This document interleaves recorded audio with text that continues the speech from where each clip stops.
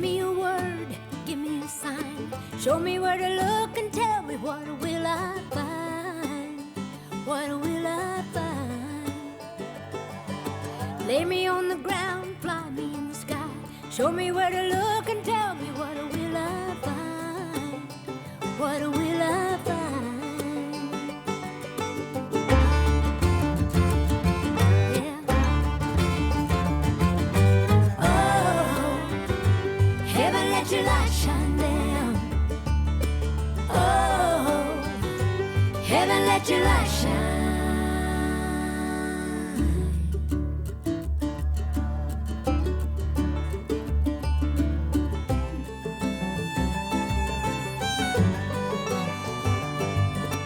Love is in the water, love is in the air. Show me where to go and tell me, will love be there?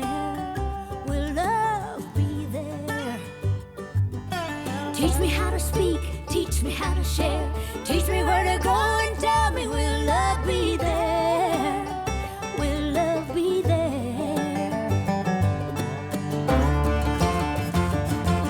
Yeah. Oh, heaven, let your light shine down. Oh, heaven, let your light shine.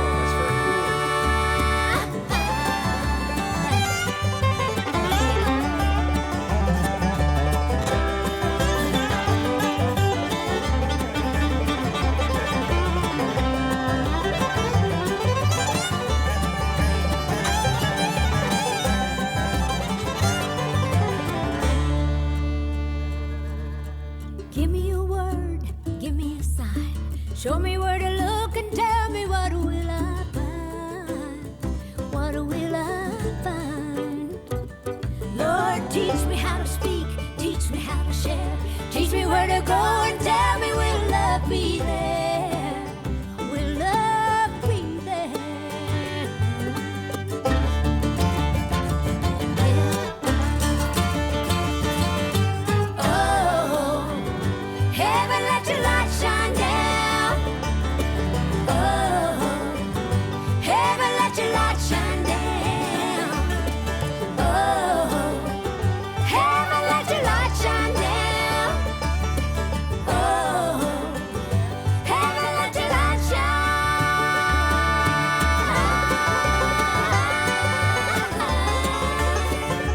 Oh, heaven, let your light shine down. Shine. Heaven, let your light shine down. Heaven, let your light shine down.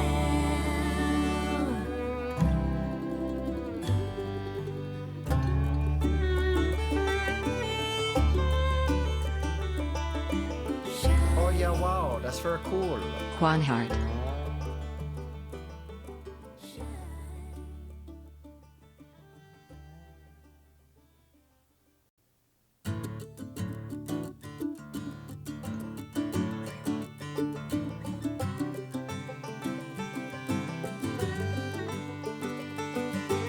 Give me a word, give me a sign. Show me where to look and tell me, what will I find? What will I find? Lay me on the ground, fly me in the sky. Show me where to look and tell me, what will I find? What will I find? Yeah. Oh, heaven, let your light shine down. Oh, heaven, let your light shine.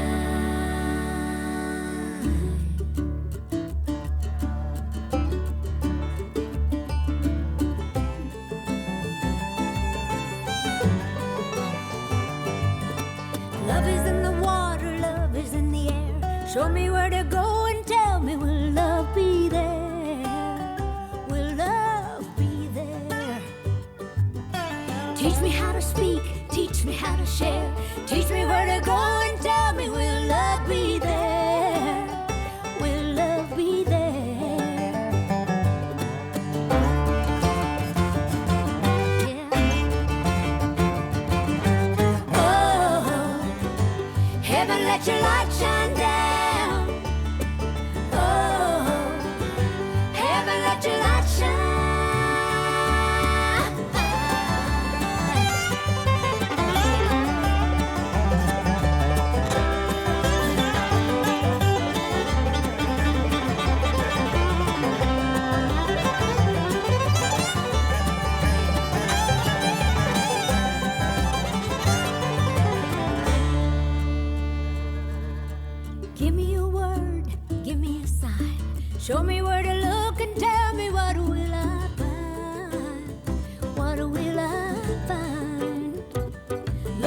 Teach me how to speak, teach me how to share.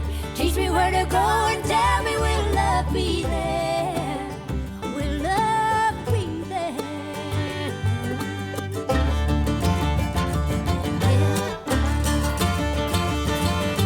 Oh, heaven, let your light shine down.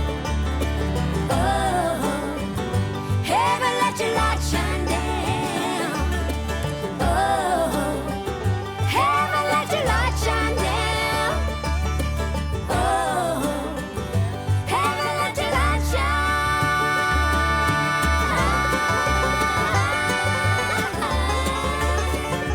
Oh, heaven, let your light shine down. Shine. Heaven, let your light shine down. Heaven, let your light shine down.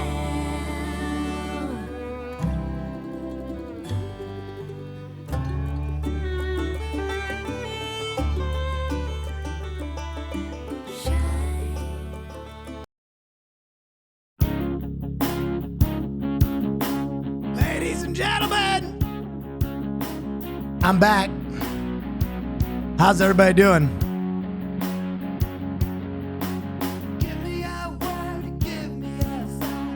Coming to you from parts unknown on a fine Monday. I'd love to wish you a very hearty hey now. Will I find? Will I find?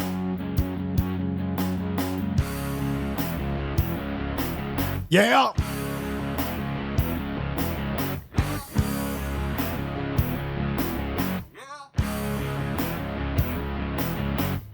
Whoa. Heaven, let your light shine down. Whoa. Heaven, let your light shine down. Whoa. Heaven, let your light shine down. Whoa. Heaven, let your light shine down. Yes, indeedy. Oh yeah, wow, that's very cool. How's everybody doing? Man, how's it hanging? It's nice to be back with no fucking sponsor, just raw content. It's good to talk to you. Just hammered a coffee.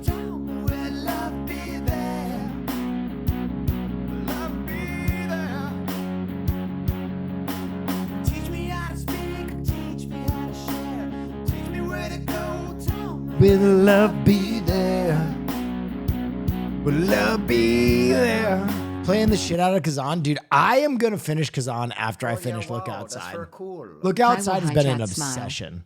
It's been an obsession. Also, I've been playing Schedule 1. That shit is fun. I was playing that with Jay. We might play that tonight.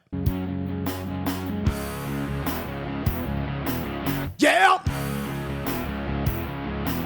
Yeah! Yeah! Whoa! Heaven, let your light shine down. Whoa! Heaven, let your light shine down. Whoa! Heaven, let your light shine down. Whoa! Heaven, let your light shine down. I always find if you just set the vibe at the beginning of stream, shit goes so crazy.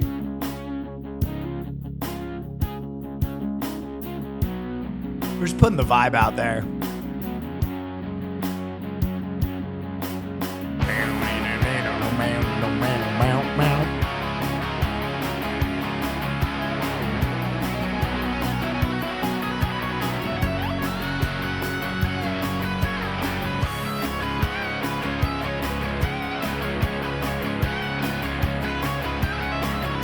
God, I'm in a good mood.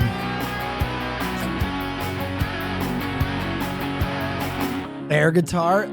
You know a white guy is dialed in when he starts air guitaring. It's in my DNA.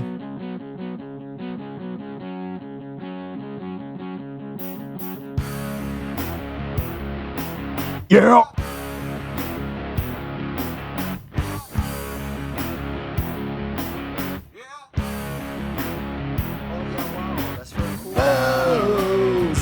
Crow, thank you. Why is The Pit and Common Side Effects the best shows on TV right now? They're very good shows. However, you're wrong. The Studio is the best show on TV right now.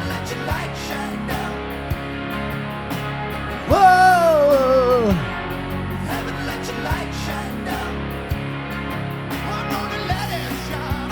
Let it shine. I'm gonna let it shine. I'm gonna let it shine.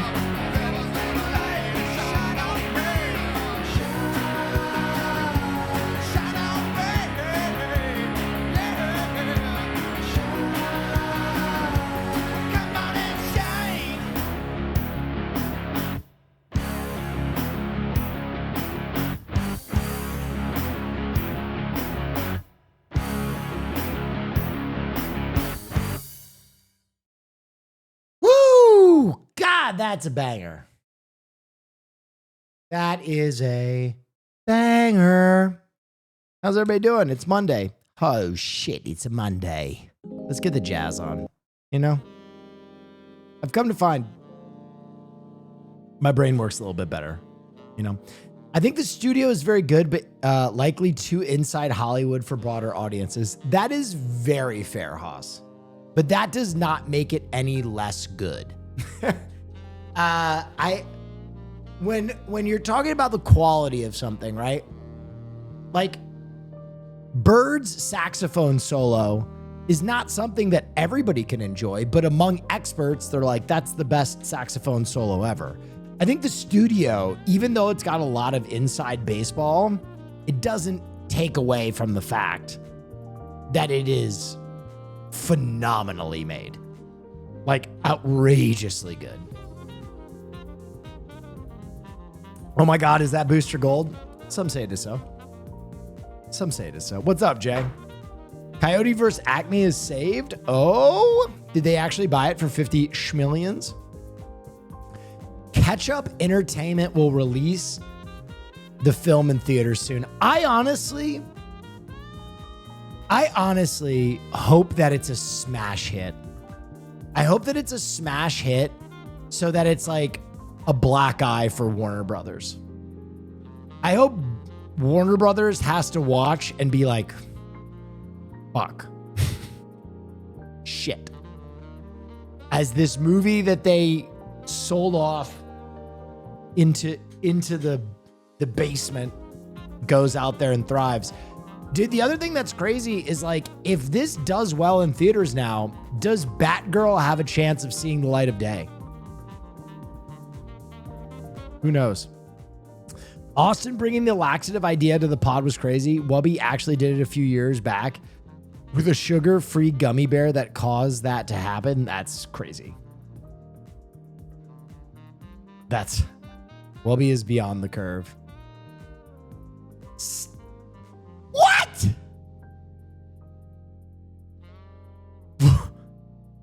What?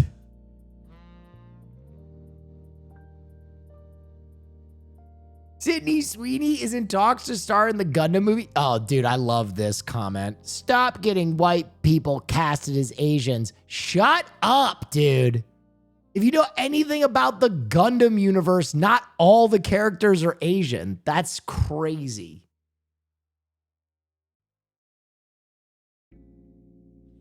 Is this a fucking April Fool's? There's no way. There's no way they did an early April Fool's. Simply, they can't be. They can't be doing this. They would not have done it a day early. It's April 1st in the EU.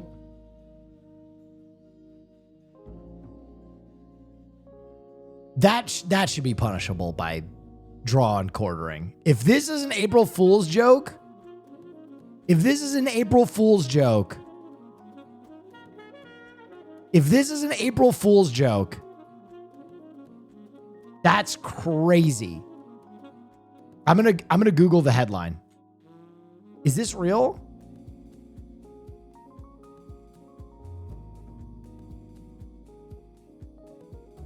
Oh, wait a minute.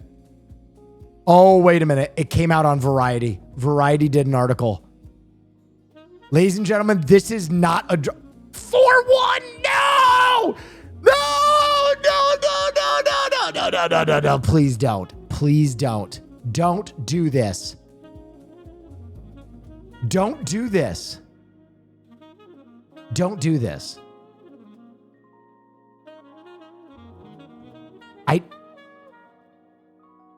I don't see any evidence that it is an April Fool's, but it is the most malicious, fucked up April Fool's ever done. If this is an April Fool's. Honestly, the impact that this April Fool's joke has might actually get the film made. What? What is this? A24 debuts a Death of a Unicorn blood lamp featuring an unethically sourced 21 glass horn filled with glowing purple liquid. Okay, this is an April Fool's joke. This has to be. A lava lamp that is a unicorn horn? Listen, I'm fine with dumb shit, April Fool's jokes like that, but this is cruel. This is cruel. Baiting out a live action Gundam movie and saying that Sydney Sweeney is one of the leads? Fuck off. Pal World dating sim update. Pal World more than just pals. This has to be another fucking April Fool's joke. Also, we can't fuck the pals. No, we can't fuck the pals. No. No. Joker, you can't do that to the Pokemon. There's no rules against the Pokemon, Batman. Joker, no. Joker, no.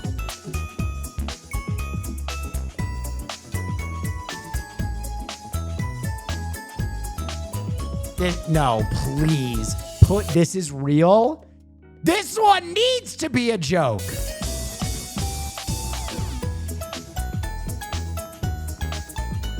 Okay, well, even the blind squirrel finds a nut sometimes.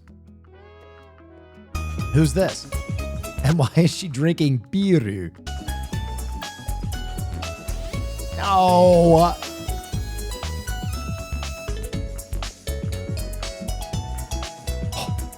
Oh my God.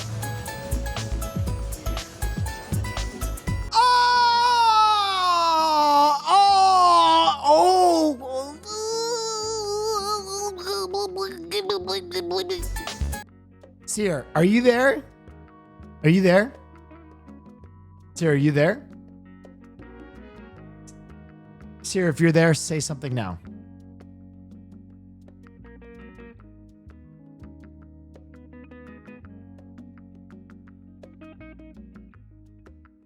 Sorry, I'm getting this song on Spotify. Are you there, Kungus? I want to play some Schedule 1 with you. Damn it. Anyway, I hope you had a wonderful stream, even though you just raid and bailed. That's the equivalent of hitting it and quitting it. Shut up. Oh my God. Wait, what? Wait, it's really happening? Who the fuck is Jim Mickle? Stakeland, Sweet Tooth, Cold. Okay, Sweet Tooth is actually decent. Oh God, oh God, oh God, oh God. Who's the other director? Okay.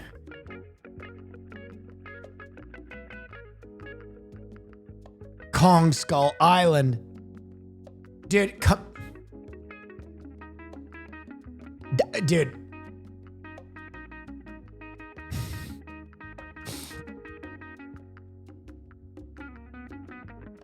Okay, multiple sources. Is this April Fool's? Is this fucking April Fool's?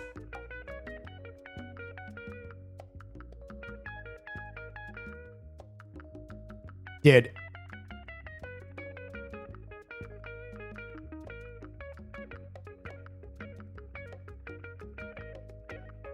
No, it's real. I just can't trust my instincts.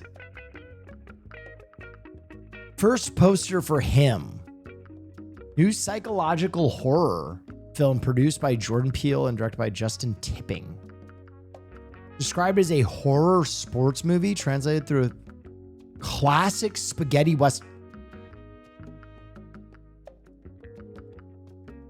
Described as a horror sports movie translated through a classic spaghetti western lens. Jordan Peele, I love you, but those words don't mean fucking anything. Those words don't mean anything. A sports horror through the lens of a spaghetti western. Oh yeah, wow, that's very cool. Yeah, Sounds is it like about the the Jets? Yo, is it about my Jets? Because you might just be making a movie about my fandom. God, that would be so that's very sick. cool. 2.5 years with the greatest to ever do it. That's me. Thanks for all the good times, Will Naff. Thank you, thank you, thank you.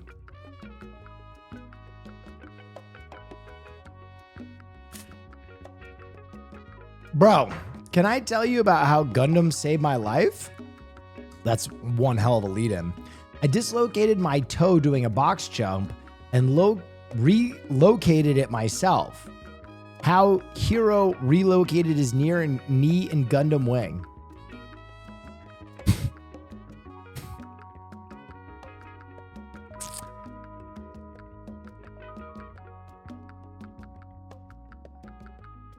You're saying that you learned how to set a dislocated bone by watching Gundam Wing.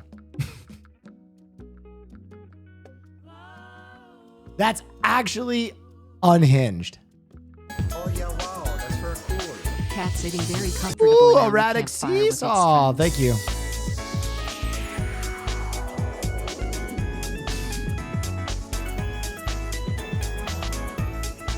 So is this the human is fucking the pals?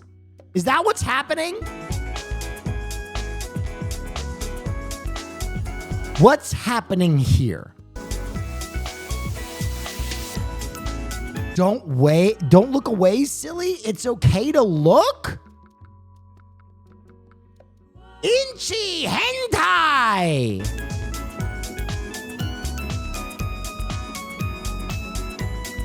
Oh, yeah, No, wow, he's that's very fucking cool. the pals. Oh, hi, Squid. Thank you. Dude, Game Freak is full on having a meltdown right now. Game Freak is full on having a meltdown right now.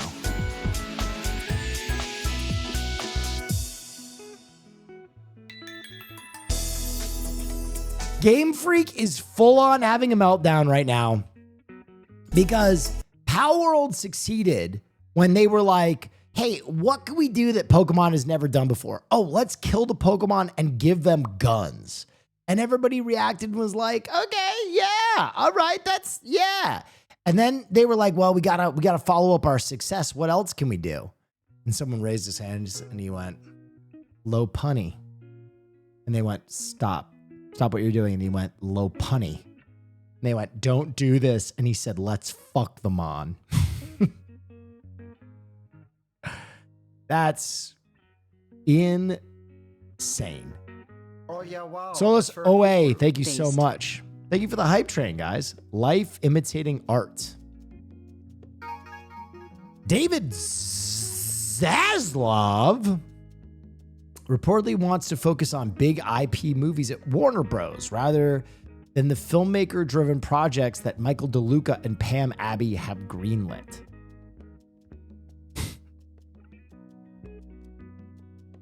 The studio much?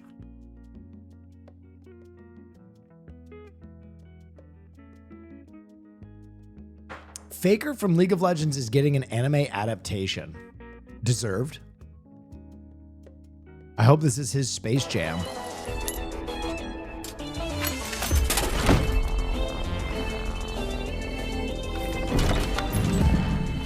We saw the Coyote vs. Acme update.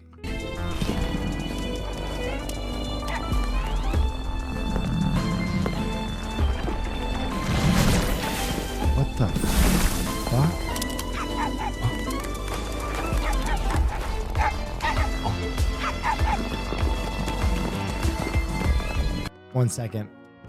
Let me pause my hot jazz. Is Riot doing this?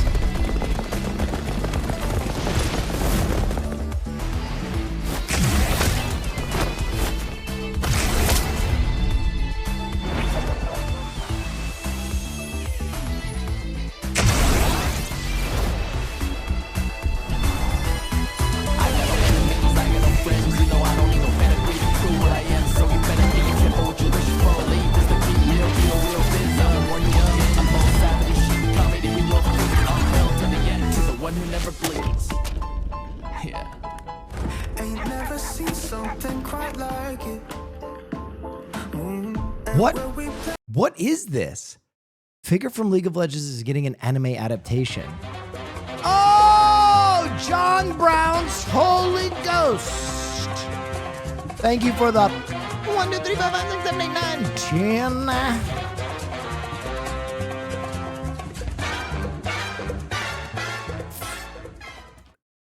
Gracias.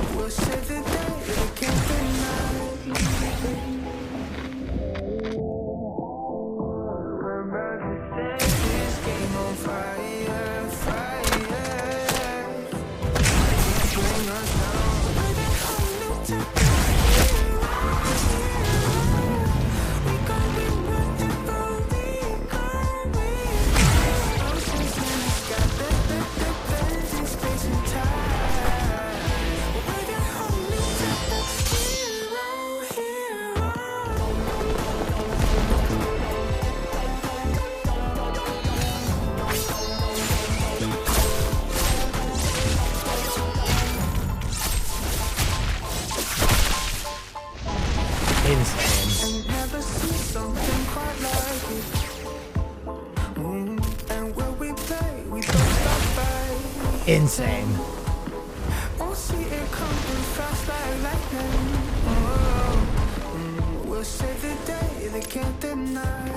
This is an April Fool's bit. I mean, a lot of effort for an April Fool's bit.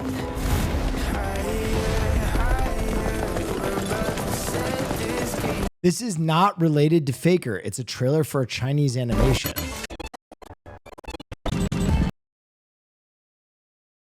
So this is not Faker.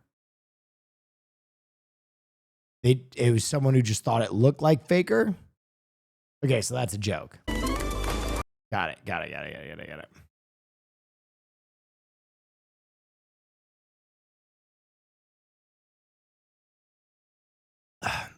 New Lazarus trailer with some new footage. When did this come out? Yesterday? A death sentence. The Lazarus team are humanity's only hope. Are you actually enjoying this? Is that obvious? Find a cure or die trying. Who the hell are those people? We call ourselves Lazarus. Let's raise some hell. From anime legend Shinichiro Watanabe, Lazarus. Dude, that show is going to make me come buckets. Premieres next. We were listening to the soundtrack. Dude, I'm already in. I'm already in. All right, let's see. What is this?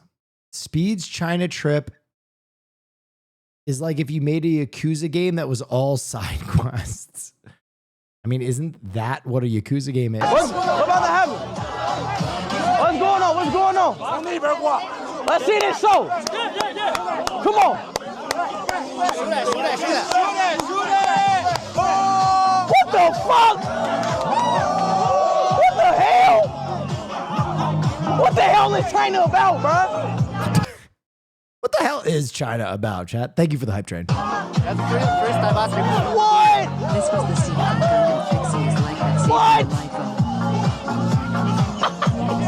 All right, we're watching the Gundam clip. What is this? What the hell? What is this?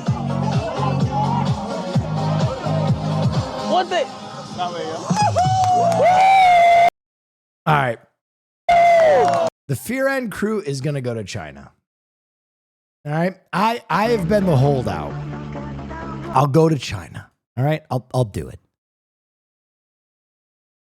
And by the Fear End crew, I mean Austin, Hassan, and I.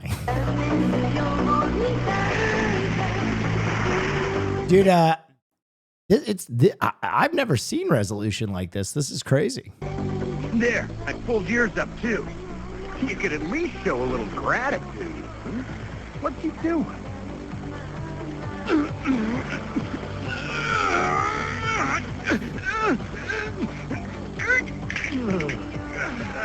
I can't take much more of this.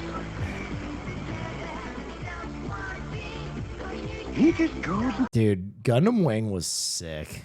I want to watch all of Gundam Wing again. Classic self-sucking dream. Wow, that's very cool. Salutations from Grand Rapids. Oh, shit. What's up, G-Rap City? My people. Heat 2 will be a prequel and a sequel. Yeah, that's old news. I don't know how they're going to do that.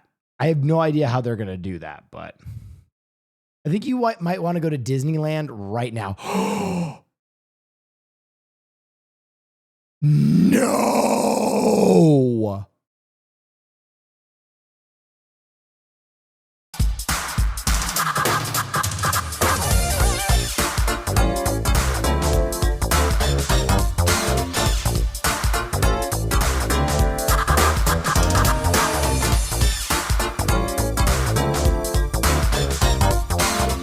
Disney, listen, fantastic job. But I need to say something. You are fraudulent bitches, and here's why. You even mentioned seeing it eye to eye, but you don't put eye to eye in the fucking song? I need the power line bucket. I have to have it, dude.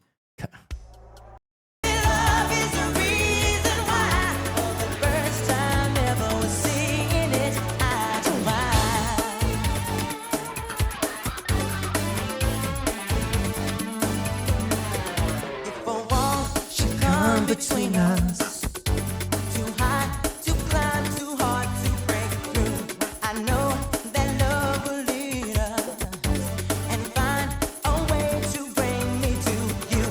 So don't be in a hurry, think before you count us out. I think it would be really funny if A, we go to Disney to get this before Cutie's back, and then B, right as Cutie gets back, go to China. I think that would be really fucking funny.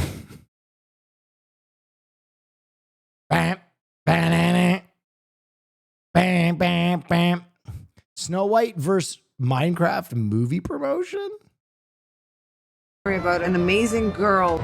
I was scared of the original cartoon. I think I watched it once and then I never picked it up again. You are literally burning $1 billion with your words. Fit check. The drip is good. Treat yourself, Crochet. Treat yourself. You know, about a month ago, Jason called me and said, I'm going to make us sweaters. Thank you for what's the your bits. colors? And I told him I want blue, green, and purple. And he was like, done. Click. Yo, Jason Momoa is huge.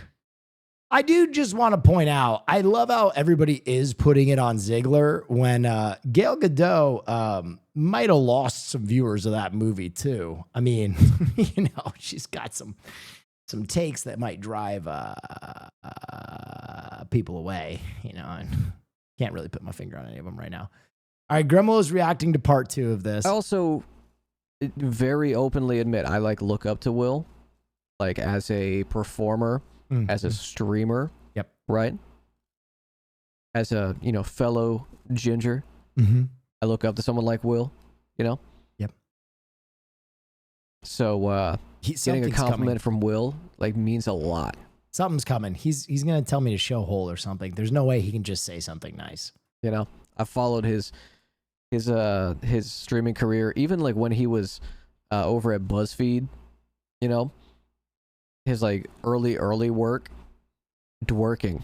You know, Hot Sauce Tycoon. So compliments from Will mean a lot to me, for sure, for sure. So I do appreciate it. I hope he doesn't think that I didn't watch the part where he complimented it, because I did watch that clip several times after stream. Is fucking What a sweetheart. I thought he was going to tell me to show whole. You know what? I'm going to say something. I'm traumatized by Cutie Cinderella. Okay. I don't know what it is like to just receive a compliment on this platform anymore. I'm always waiting. I'm always waiting for the. I'm always waiting for the little. Wow, that's very cool. Hope your cousin is doing as well as can be. So how about that whole daddy? All right. That's what I'm used to right there, sons of bitches. My cousin's doing all right. He's doing all right. I was doing great today. I have this feeling now that I'm past 30 that when I'm training for stuff, there's usually like a period of time that it takes my body to adjust to what I'm demanding from it now. You know what I mean? I will just launch into a training regimen and I'll be like, my body will adjust to this. I don't know. That's a big assumption, but I feel like my body is finally adjusting to the boxing training regimen. And oh yeah, wow. Finally. That's very cool. Love you, whole boy. Thank you so much. She said you were perfect from the Phineas interview. That's true. That's true. That is true. Have you heard of this game that came out last year? Let me see. Squirrel with a gun. In a world of peace and tranquility. What's up, Solo Double J? What up, dog? How you doing? This is SWAG Morning Homeowners News. will now hunt are causing significant power outages. A hidden truth lies beneath the surface. An ordinary rodent's fate is within his grasp. Now this squirrel is here to eat nuts and shoot some guns. And guess what? He's all out of nuts.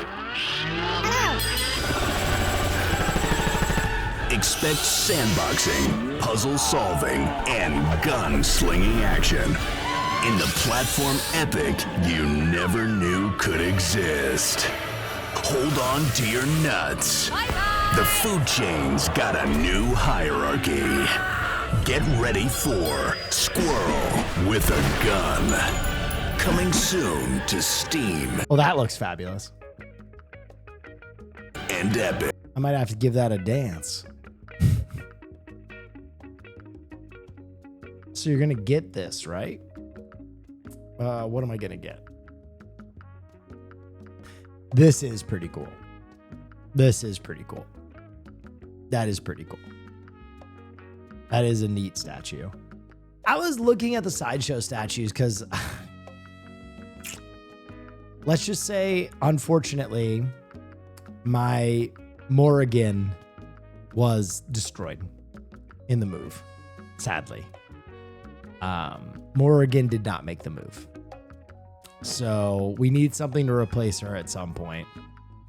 But I kind of want to get this shelving in my place set up. How much did it cost? Oof, that's not. We don't have to talk about that, really. We don't. It's fine. It's fine.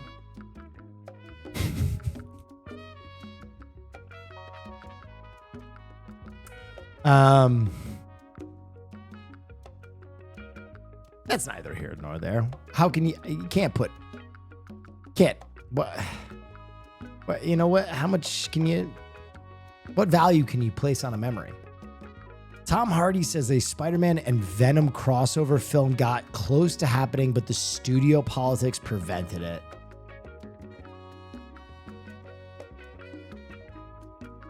Insane. Actually, one of the biggest misses in the history of like film. Like, how the fuck did we not get a Venom Spider-Man movie? How?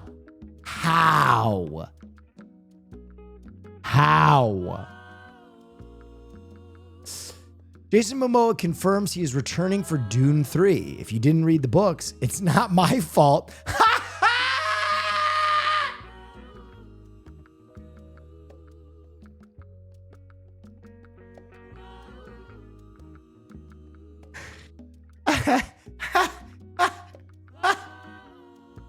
That is fucking amazing.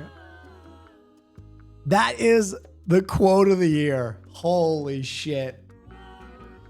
Spoils everything. Spoils and then goes, it's not my fault you didn't read the fucking book, bitch.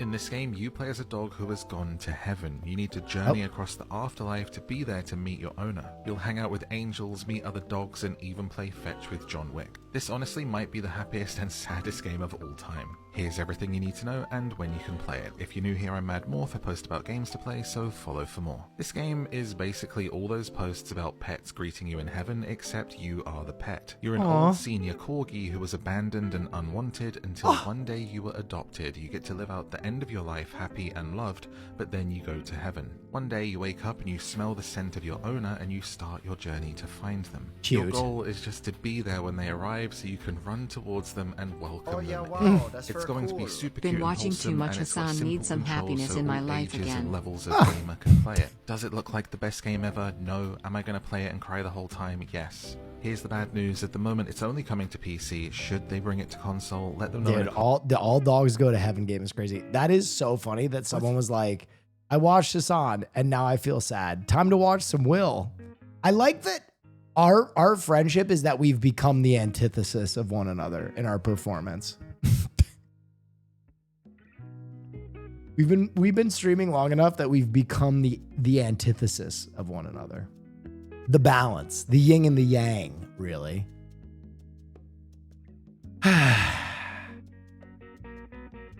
Golden God talks about U.S. Survivor. Funk that where my gun at. Funk that.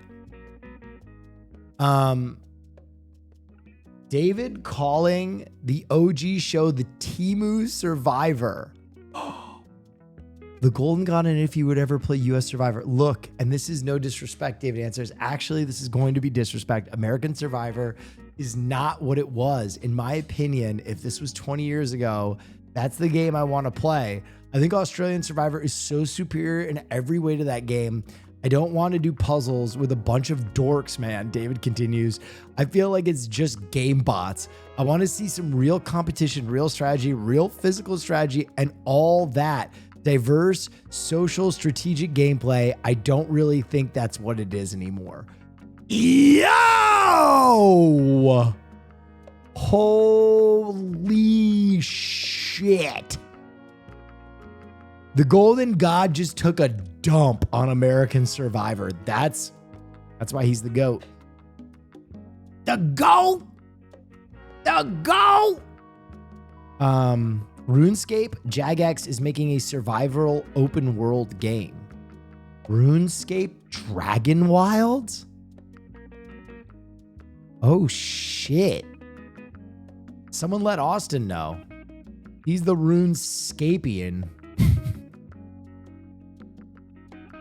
Yeah, we saw the Heat 2 update, but this is also very old. This fact that it's a prequel and a sequel came out like months ago. Baby No Money is too based. What is this?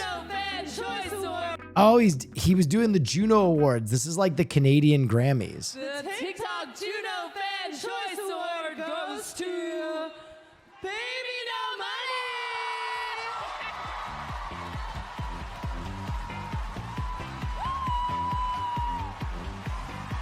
We're just trading off.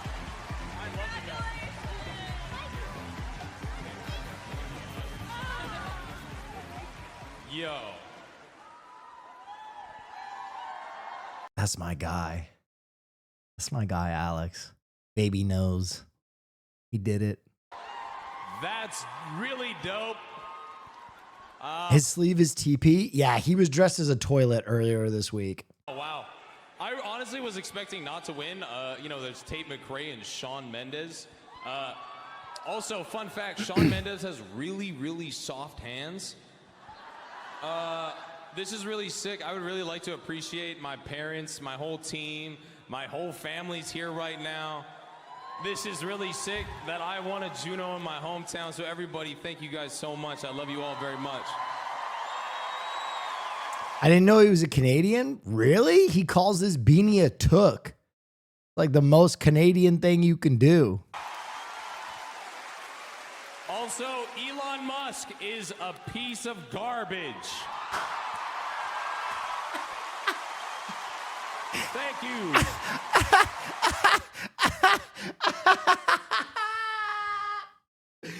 Yo, my man, I'm prompted out of no. That's why he's the GOAT. God. Dude, Alex is so sick. It's been really fun just hanging out with him over the last year and a half now. That's crazy. We've been making shit for that long together. Dude, did any of you come to the LA show? It was so fun. The costume contest we did at the LA show, and you get to kiss him. Dude, I'll be honest, we kiss a lot. Kiss a lot. Yeah. Beyond the Spider-Verse will release in 2027. Thank you so much. I feel like we're that couple from Righteous Gemstones. You know what I mean? I feel like I'm Keith. First look at Spider-Man Beyond the Spider-Verse. Oh shit, let's take a look. Ooh shit, who the fuck is that? Wait. Who is that? Oh, that's Prowler? Damn, bro. They made the Prowler look fucking cool.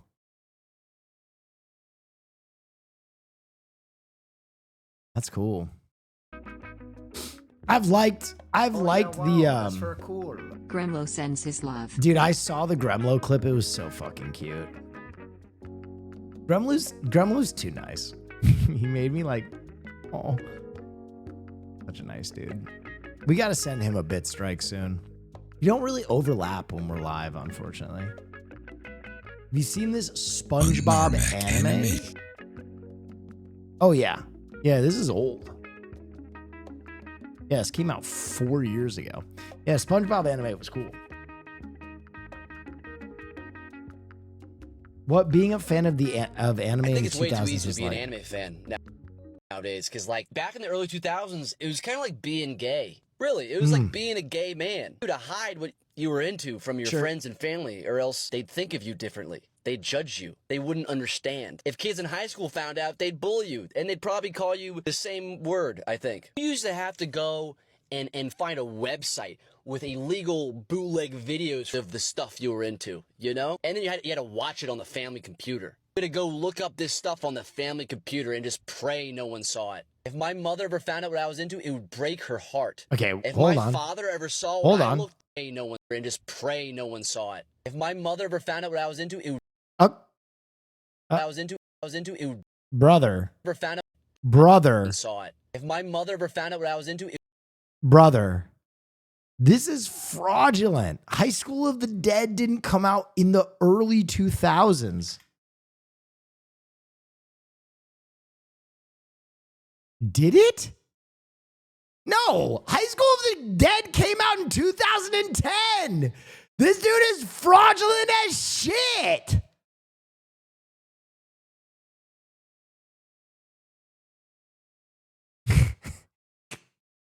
it would break her heart. If my father ever saw what I looked up on the family computer, he would disown me. 20 years ago, if your dad walked in and you watching gay porn, he'd be like, oh no, my son's gay. If your dad walked in and you watching anime 20 years ago, he'd be like, oh no, my son's really gay. I think it's way too... Okay, listen. There is some level of truth to what this dude is saying. And I've said it for a long time, right? In the kindest way possible, I was one of those closeted nerds, right? But I think that extends beyond anime, right? When I was growing up, 90s, early 2000s, comic book shit, a lot of anime, not all anime, was kind of behind a nerd veil, right? And then something happened and it really opened up anime to the world. It was Toonami. Toonami changed like how anime was consumed, and it also introduced anime to a lot of normies. So all of a sudden, normies like DBZ, they liked Rurouni Kenshin, And they like, I'm trying to remember what was in that original cycle. It was Rurouni Kenshin, DBZ, Gundam, and there was one more, Tenchi Muyo. Bleach was not in the original run. Bleach was not in the original run. I can look it up. Let me see. The original run was... No, this is in order. We need like the first lineup.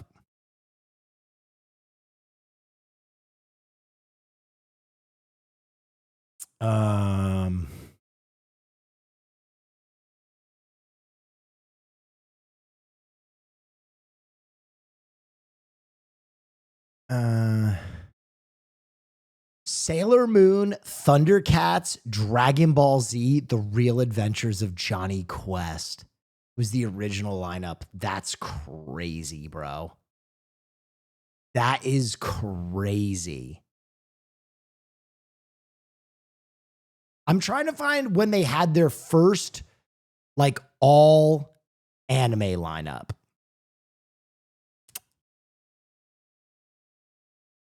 Okay, their first all anime lineup, this is crazy, was Sailor Moon, Ronin Warriors, Dragon Ball Z, and Gundam Wing.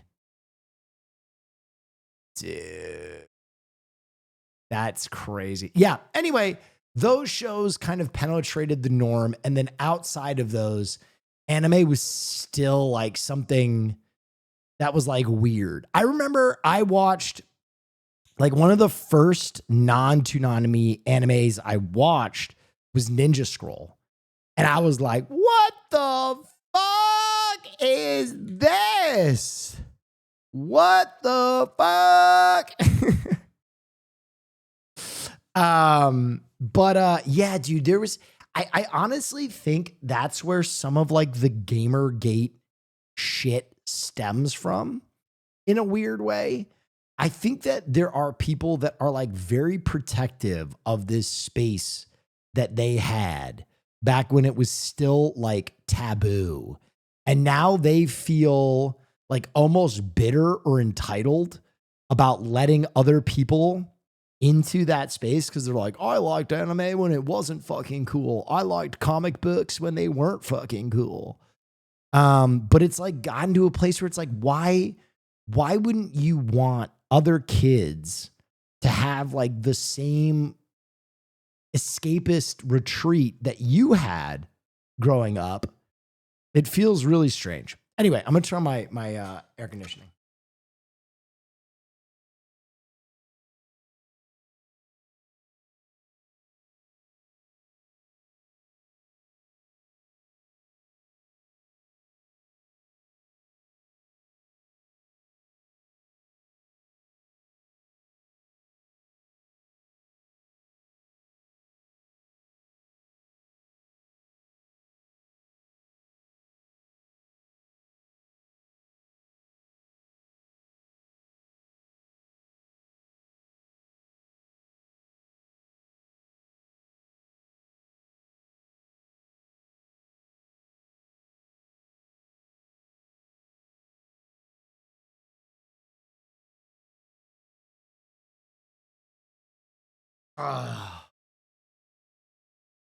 Tingers.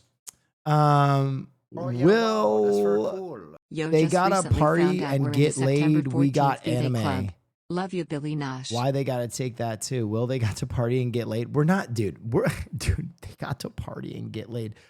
I honestly, if it was just the normies that the Gamergate folks were worried about, then I would be like, all right, I understand. But it's not. It's like anyone that is a nerd that's different than them, right? Like they pulled up the nerd ladder when little black kids and little girls and little MBs and little trans folk got into the space. Cool. I know what I was just kidding. Yeah, I understand.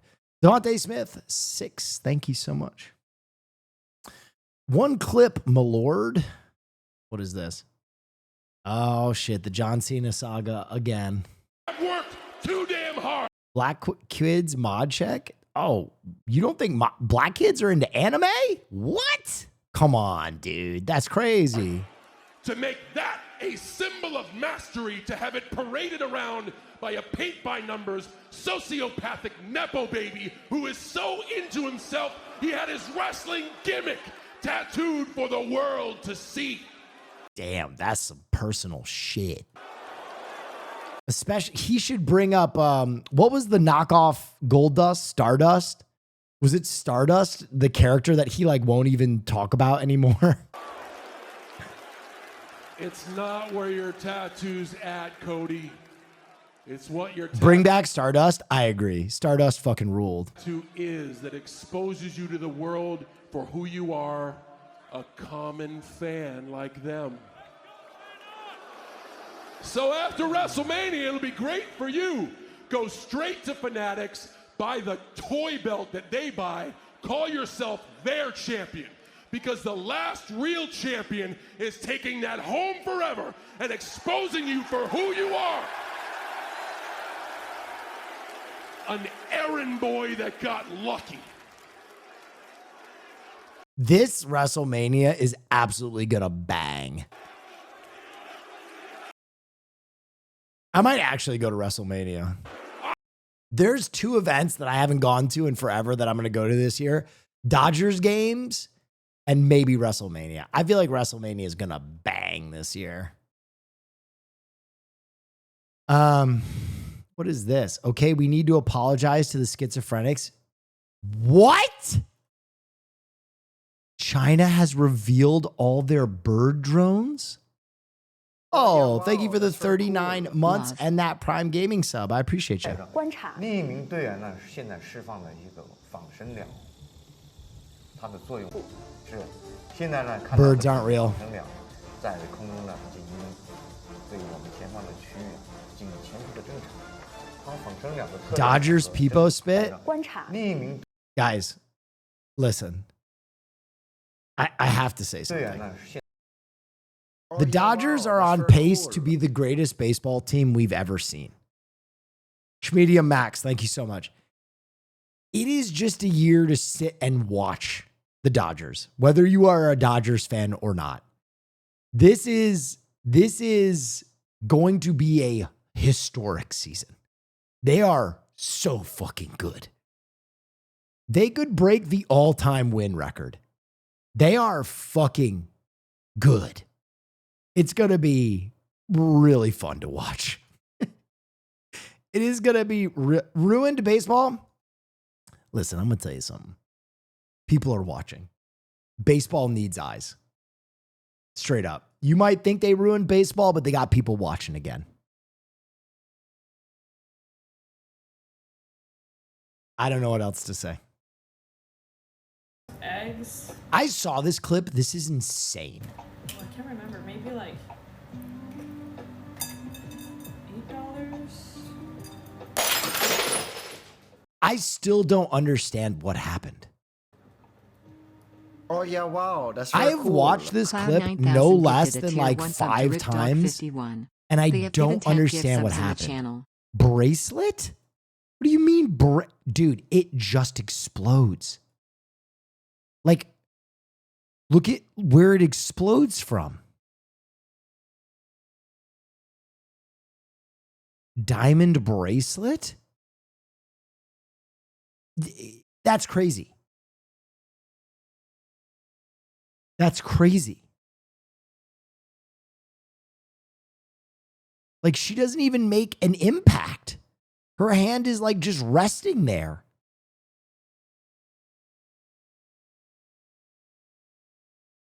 Hot eggs, cold bowl? Dude, I do not know.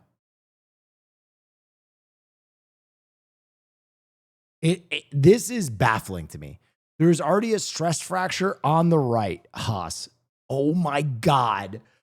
Dude, Haas is, he is an AI. He is a fucking AI. How did he know?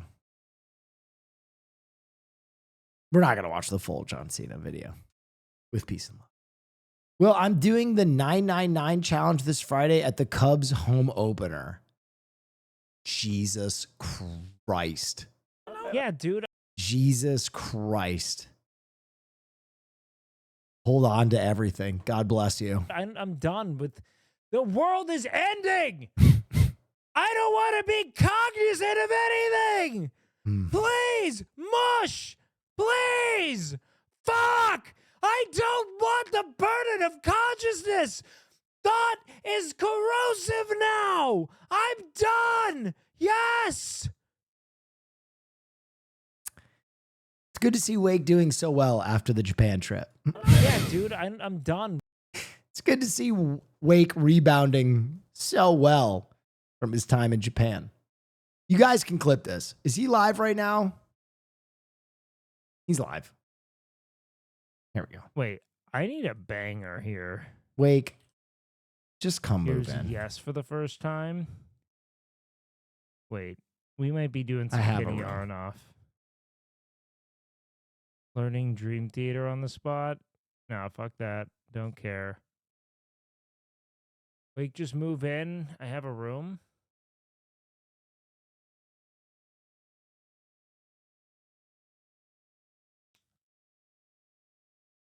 I will. It's okay. Come home. Come home. Come home, my baby. I'm gonna ugly cry. I would love that so fucking much, dude. Oh, it'd be just the wild women. The ripping and the tearing. I'll set a PC up, Willie. Oh! Yep. I actually love you so much. You have no idea how much I needed this. Yeah. I love you. I mean, you probably know exactly how much I need this. Let's go, baby. We're back on. Yo, All what's right. up? This is Andy Hurley from Fall Out Boy. Dude, I get it. I get it. I fucking get it. The first time I came back from Japan, like, I felt like the world was far away. You know what I mean? I felt like I had abandoned happiness and just come back to sadness.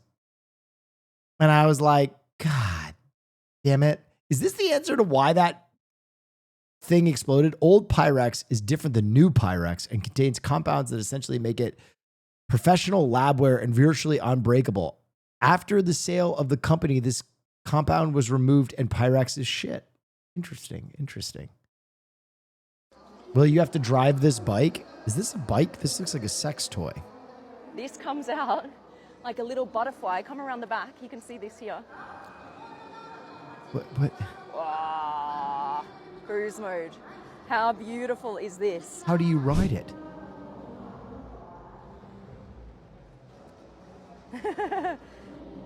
But how do you... This right here is Koji-san. Now his face has been registered to this bike. Come on. Come home? Self-driving bike. And look how this center moves by itself. It is self-balancing. Auto-correcting, you see how it's That thing's a death trap. auto-correcting here? All right. And then we're going to get... Chatter, I'm sorry. It looks very cool. You will die. You will die if you ride that bike. That bike is a death trap. 28 years later news. Okay, all right. Let's take a look at that. I'll trust it over a Tesla. I'm still driving my Tesla. That it has a steering wheel. Cillian Murphy is confirmed to return for 28 Laters trilogy. You have to wait to see. I thought they already confirmed this. They confirmed this a long time. Yeah, they did. They confirmed this a long time ago because Cillian Murphy said, he said, I'm not the zombie in the video, but I'm in the movie. Yeah, he's a zombie. No. Incorrect. There is a zombie in the teaser that looks like him. One sec. there is a zombie in this trailer that people assumed was Cillian Murphy. Where is it? I'm trying to find this fucking zombie. Here. There he is. Wait. Hold, please. Boom. This zombie right here. They, a lot of fans speculated that that was Cillian Murphy.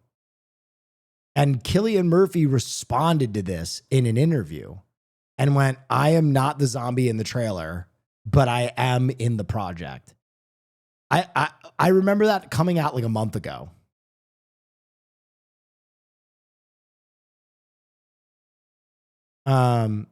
Would be hilarious if he also played the zombie. That's really fun. That would be really funny. Or if he just lied. Meat cooked by salt. Well, sure. Why not? There's no volume here. Oh, got We'll it. find out. Salt in the bowl. Only one thing. How much salt is too much salt? Believe it or not, there's a steak in there. Will it be too salty? We'll find out. Salt in the bowl. Only want the egg whites in there. Cheers. Cracking an egg like that is deranged. Mix the egg whites. What is this? Ugh, God. Into the salt. To become almost like a clay where you can shape it. Grass. Basically want to season with everything besides salt. Garlic powder. Black pepper. Meter probe in. Thin layer on the bottom. Now we're going to take these steaks. Lay them on. And now we're going to smoke it. Whoa.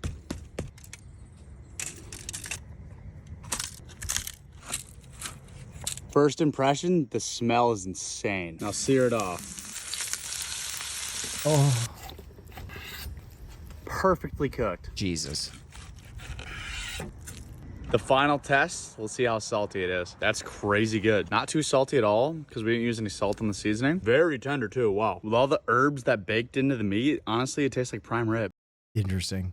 You know what's really fascinating? I haven't eaten meat, like red meat, in forever. And I've started having to eat red meat to supplement my diet again for boxing. I just needed something with creatine and protein and all that good shit. So I've actually been eating steak for the first time in like years.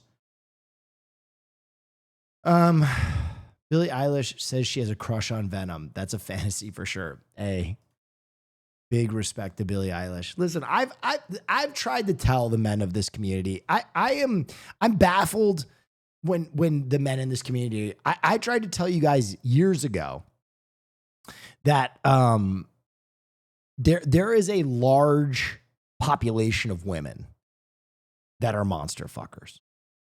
And when I first told you this years ago, you went, see, what? I have to break the news to you. There is a large population of women and gay men and MBs. I don't know. MBs, do you like to fuck monsters too? It is an overwhelmingly female community. But they are sexually attracted to monsters. Yeah, it's fascinating. Yes, MB confirmed. Okay. Well, the place that I first heard of monster fucking was the female community. Heard of necromancers? Well, how about I show you one in action? Oh. You aren't E rank, are you? He's an A. Or possibly even an... I said, it's over. Dude. I don't know what this is. I guess I have my answer. But solo leveling went fucking crazy. Anime slop? Come on. Come on, you don't mean that. You don't mean that. Solo level. If you like anime, solo leveling goes so crazy. It goes so crazy. It is so good. The power scaling is like It's like the crystal meth of power scaling in an anime. It is crazy. We have consulted with our new CRO, Chief Riz Officer, the Rizzler, to bring the most Riz-enhanced drink known to man, Rizberry, coming soon.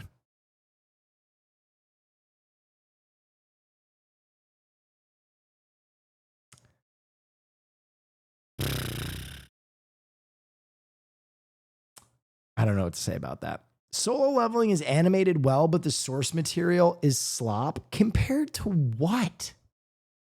I'm always baffled when the anime community is like, this shonen is slop, but this shonen is good. I don't get it. I really don't get it. Like, if you are a fucking purist and you're like, yes, I only watch Mushishi and Elfen Lied and Cowboy Bebop and Kids on the Slope, and every shonen is bad. That is one thing. But like when anime fans are like, I really enjoy Bleach, but I don't enjoy One Piece, but I like Dragon Ball Z. It's like, come on, man.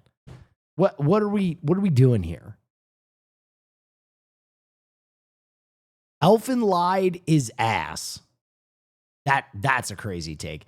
I just said Elfen Lied because Elfen Lied is such a outlier anime. It doesn't look or feel like a overwhelming amount of anime. Anime purists are very strange to me.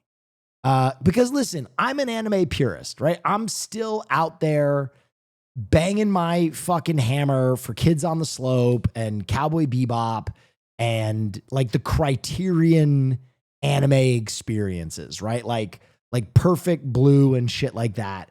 But I still enjoy like shonens. I still like a Jujutsu Kaisen. I still like a My Hero Academia, right? I don't, because it's the genre. You know what I mean? I'm not going to put them in my S tier, but like I enjoy them. I don't know. I just feel like for me, Solo Leveling is probably one of the better shonens ever made. If you like shonens, it's just like shonen dialed up to its like absolute logical limit. So if you want to come out and be like, I don't like any shonen, I don't like any power scaling show, that's fine. But Blue Lock, I mean, the first season of Blue Lock, I really enjoyed. It doesn't count as shonen if it's Korean. That's an interesting take. And I'm going to tell you why.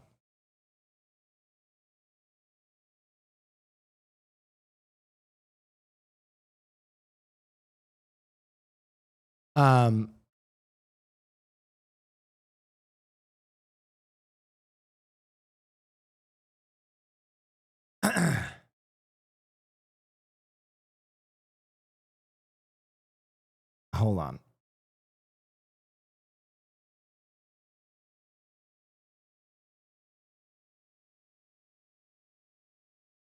Okay. Let me make my point. Saying that it is not a shonen because it is not Japanese, in my mind, is like saying that Ken is not a Shoto fighter because he's not Japanese, right? Like using shonen to describe a style of anime, I think is completely legitimate. Like there are shonen style anime that are not shonen, right? Where it's like shonen put together a blueprint that a lot of anime follow these tropes. And I think you can put a lot of anime in the shonen trope without like it being from a certain region or even be published in shonen, if that makes any sense. Right? It's going to be a hero up against ridiculous odds who has a special power and they have to train and develop some kind of move and fight the odds and become stronger, and their friends will die, and there's going to be arcs, and it's going to run for like 10 years. That's what I would say. But yeah, I have liked Solo Leveling a lot. I have liked Solo Leveling a lot because it reminds me a lot of what I like about Demon Slayer, where it's like Demon Slayer, in my opinion, is not a great show, right? I don't think the characters are really fabulous. I don't think that the plot is like really that unique. However, the fights are like fuck off amazing. The fights are crazy. You watch the show because the fight scenes are fucking dialed, right? And Solo Leveling basically was like, all right, we're just going to make a plot you've seen before, like down to the Chimera Ant arc, but we're just going to make the fights so fucking insane. And there's going to be no filler, and every episode's going to be a fight to the death. And it's like, all right, I'm with it. The King Ant episode was badass. It was so badass. What's the word he says? It's like transmutation. And he just shows up and you're just like, oh my God. Where do you put Samurai Champloo? Samurai Champloo is S tier. There are anime that I think like transcend that sloppiness. I wouldn't put many shonen style anime in that top tier. Like you would really have to be perfect to ascend there. But like Cowboy Bebop, Kids on the Slope, Samurai Champloo, Mushishi, Steins Gate, Fooly Cooly. Those are the ones that I would put in that like S tier. Gurren Lagann, yeah. Those are the ones that I would put in that like S tier where it's like, oh my God. And then some of the movies too, like Perfect Blue, Millennium Actress, stuff like that, I think is just like truly. And then if you really want to go deep, like Memories and shit like that is in like the S tier. Come over from Hassan's stream and talking about anime. This is fucking sick. Let's go. Oh, thank you. Morning Sunshine. No, it wasn't a dream. We released a new song yesterday, Afterlife, and it's, oh my God. Evanescence released a new song for fucking Devil May Cry. Holy dick, that was loud. Oh my God.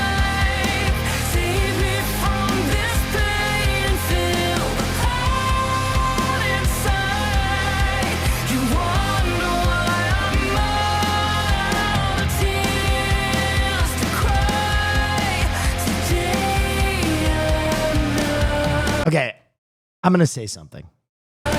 Devil May Cry has looked very cool.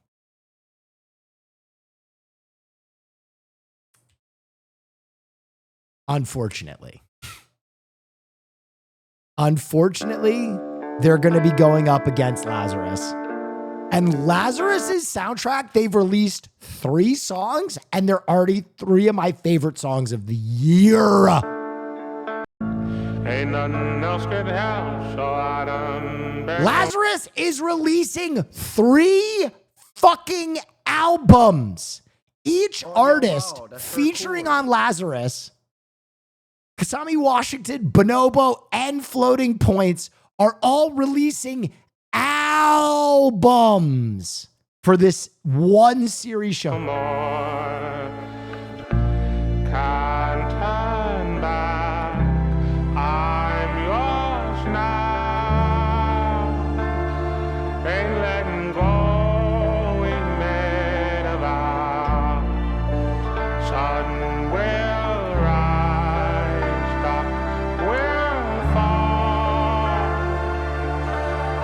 New Blues? Oh my God. How old are you? That's like when a fucking young dude's like, oh, dude, butt stuff. It's like, listen, man. Listen, when you get old enough, you're going to enjoy some blues and you're going to enjoy some butt stuff, okay?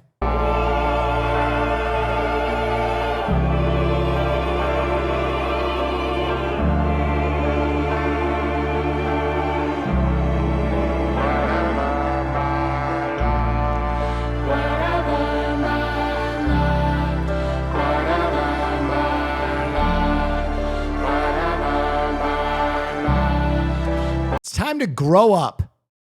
Drink an old fashioned, smoke a cigarette, eat your girlfriend's butt, and listen to blues. Oh yeah, wow, that's very cool. God, my sub, she's almost 18, baby. Just let her cook. She's a Dude, grower, not and a then the shower. floating point song is.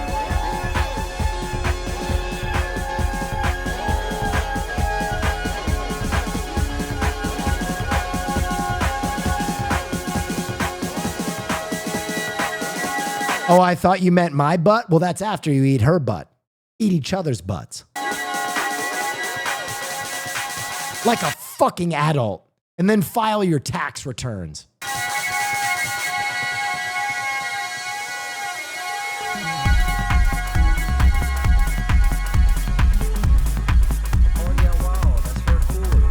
part of this has been incorrect. Well, thank you.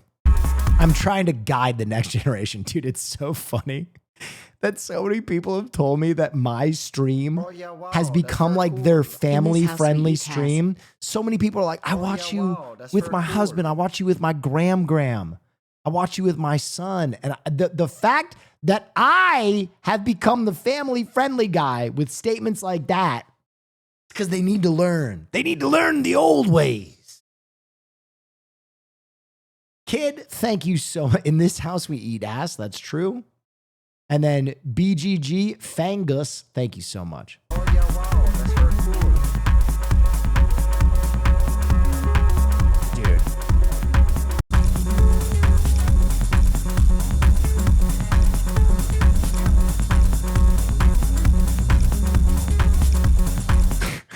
Oh, you don't like blues? How about some ambient math techno?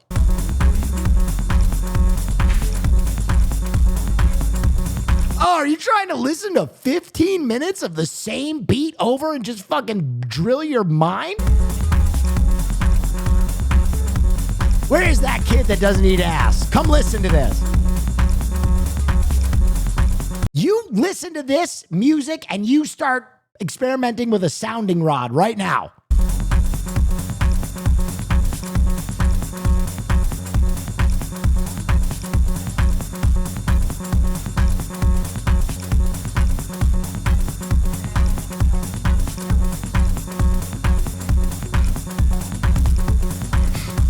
My mom's been in the hospital for a month. I know the one thing we look forward to when she comes home is being able to listen to you together and laugh. Please don't play that clip about the sounding rod to your mom. Please, come on. Don't do that to me.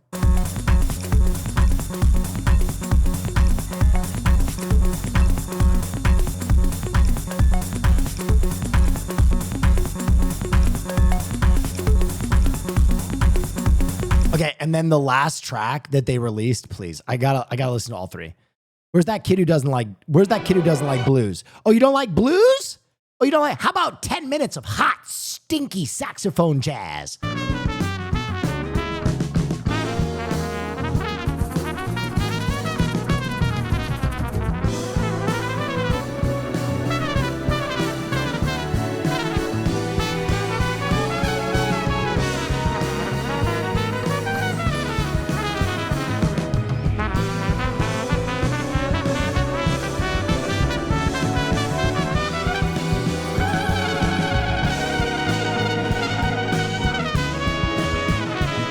Not sax? Isn't there sax later on? This is a trumpet.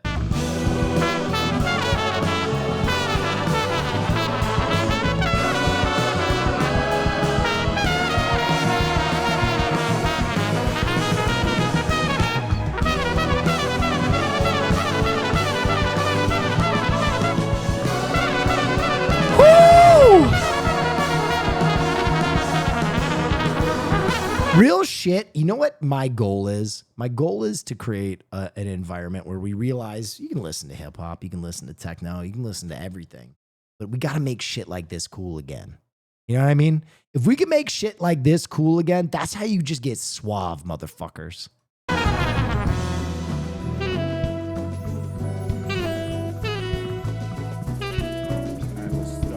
I'm just trying to create little suave motherfuckers. Yes. Hey, will I just put your stream on in my grandparents' Stop. retirement home TV Okay. room where all the old people hang out and stepped out? Mm. Hope you're having a good family-friendly stream as all they watch is Fox News. You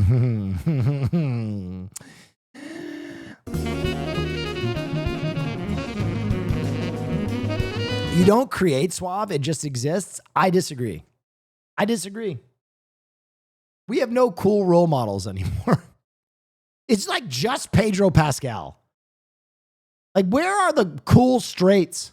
What happened to them?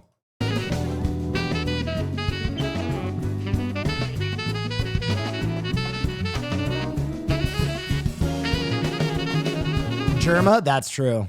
But his shoulders are only so broad. Pedro ain't straight. Now that is a take.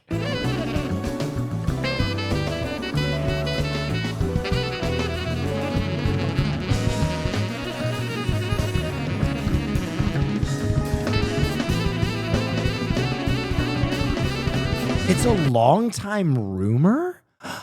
Real shit?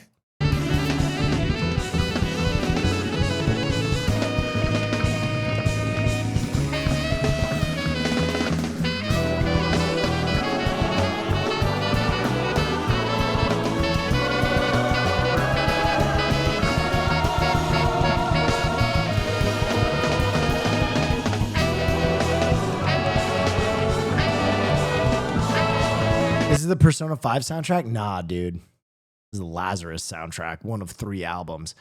Tom Holland says Spider-Man Brand New Day is a fresh start.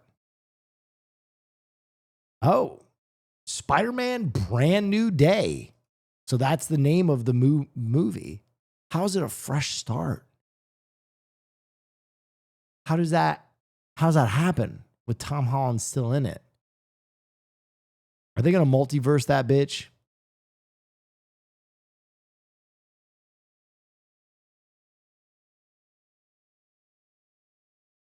Blade Runner is becoming real in China soon? Real shit? This clip isn't loading. Shocked. Was there no Fear End this week? There was. Apparently there was a problem uploading the Patreon, but I think it was supposed to be up by now.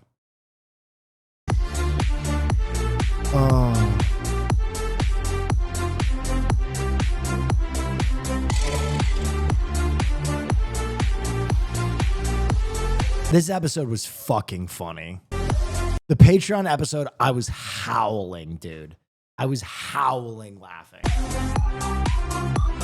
When is the Fear End China? I said that I was the last holdout. I'll fucking go to China. I don't give a shit.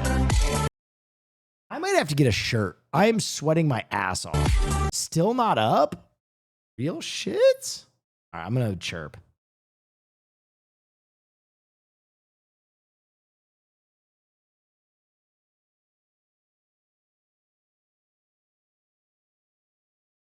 It's up? God damn it. You guys sabotage me.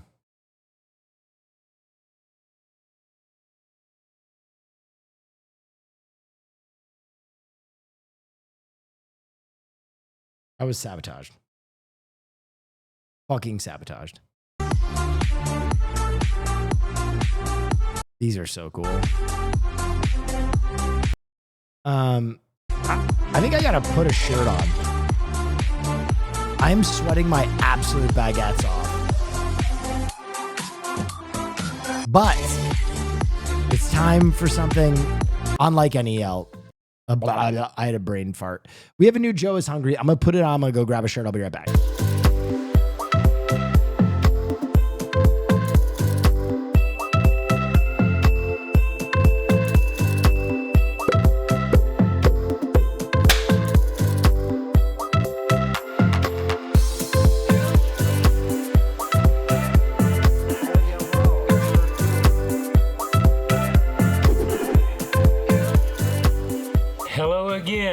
I'm back from my mini hiatus. My name is Joe. This is the Joe is Hungry channel, where once again, by popular demand, and thanks to everybody that took time to fill out this week's food poll, we're headed back to Taco Bell to check out their newest limited time offer, yet another Chalupa variant. Bring it back to the studio and food laboratory for all to see, right here within the city limits of Fairmount, Georgia. Michael B., thank you for supporting the channel, and happy birthday. Brett, Nathan, and Charles, Cole, and Devin, I want to wish each and every one of you a very special Joe is Hungry happy birthday.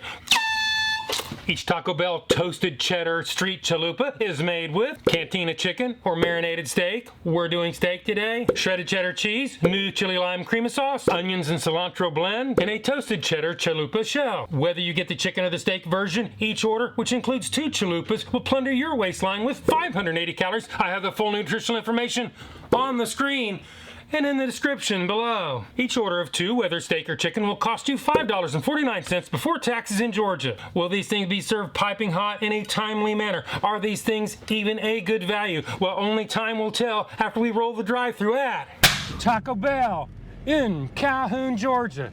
It seems like I was just here yesterday. Anyway, wish me luck, guys.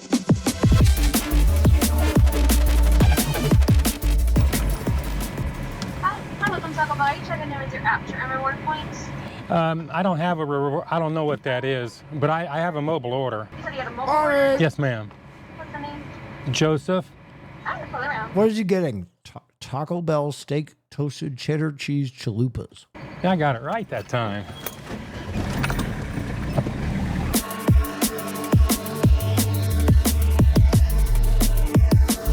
I've got my cheddar chalupas. Well, let's pull off to the side and do the Joe is Hungry temperature test. 300 and what says these are absolutely amazing. Has anybody else tried these?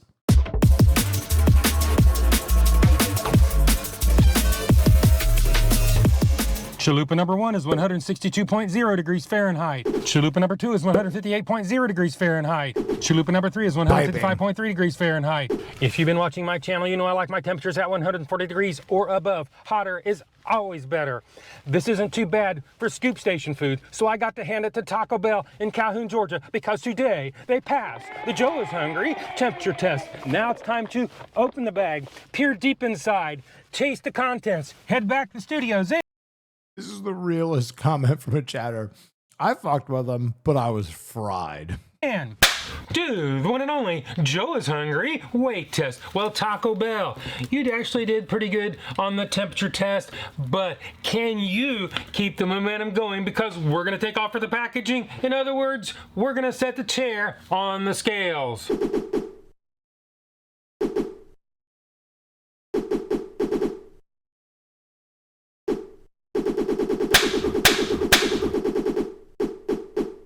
Cheddar Chalupa number 1 weighs in at 6.85 ounces or 195 grams. Cheddar Chalupa number 2 weighs in at 6.70 ounces or 190 grams. Cheddar Chalupa number 3 weighs in at 6.40 ounces or 181 grams. Well, the difference between the heaviest and the lightest is less than 10% of the average weight of all 3. So today, Taco Bell, you pass the Joe is Hungry consistency weight test. Well, they don't have any serving weights in their nutritional information. They used to, but they don't anymore.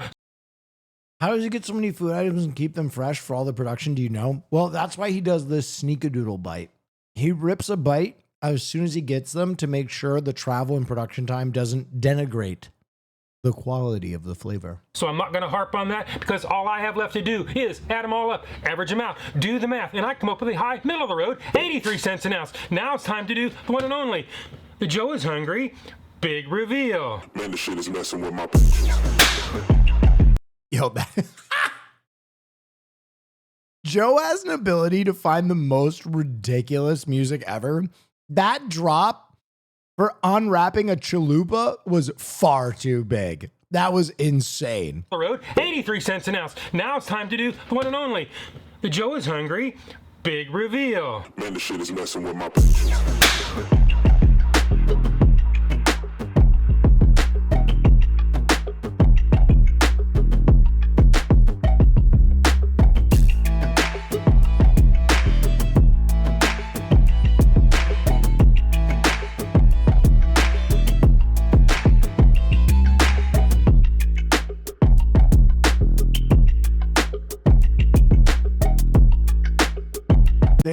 pretty good.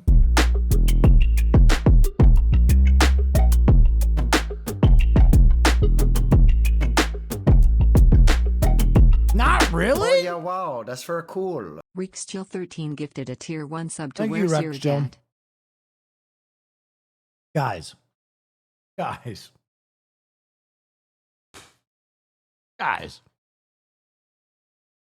What are we talking about? For Taco Bell, lol. Yes, for Taco Bell. He is a fast food reviewer. It's like walking into a sex shop and being like, well, that's just a gratuitous dildo. Remember where you are. You know what I mean?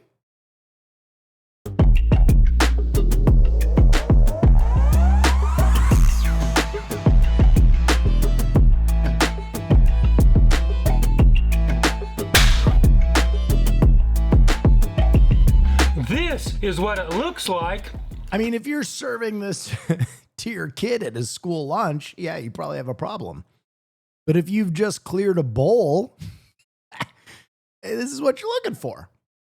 And this is what it's supposed to look like. This is what it looks like. And this is what it's supposed to look like. We've seen what they look like, and we saw how much they were. A little bit on the pricey side, especially for Taco I agree with that. Bell. As far as what they look like, they're really not that far off of the ad photos. Not from my point of view anyway. But I'll leave that up to you. Leave it in the comments. Now it's time for the final test, the real test, the one that really determines That meat is spent. Okay, stop talking about my wiener like that. the score, and that would be the Joe is Hungry bite test, and it is bite test engage. I got this feeling inside that I can't put aside because I want you. Although I thought I was fine when I left you behind, I know I loved you.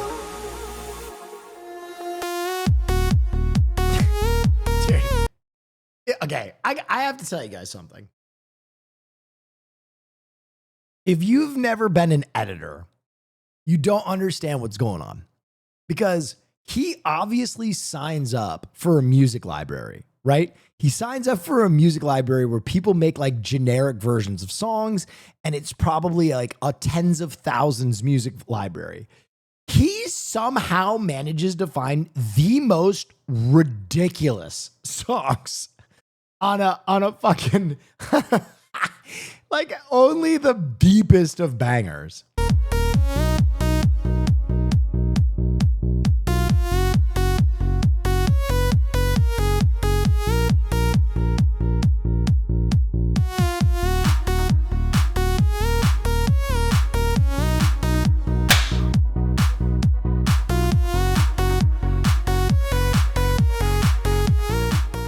The chalupa shell is crispy. RBI. I want to let you know that you were a great guest on Fear in this week. Thank you. Thanks, I appreciate that. Crunchy Am I getting some Fear N fans to finally watch me? That's great.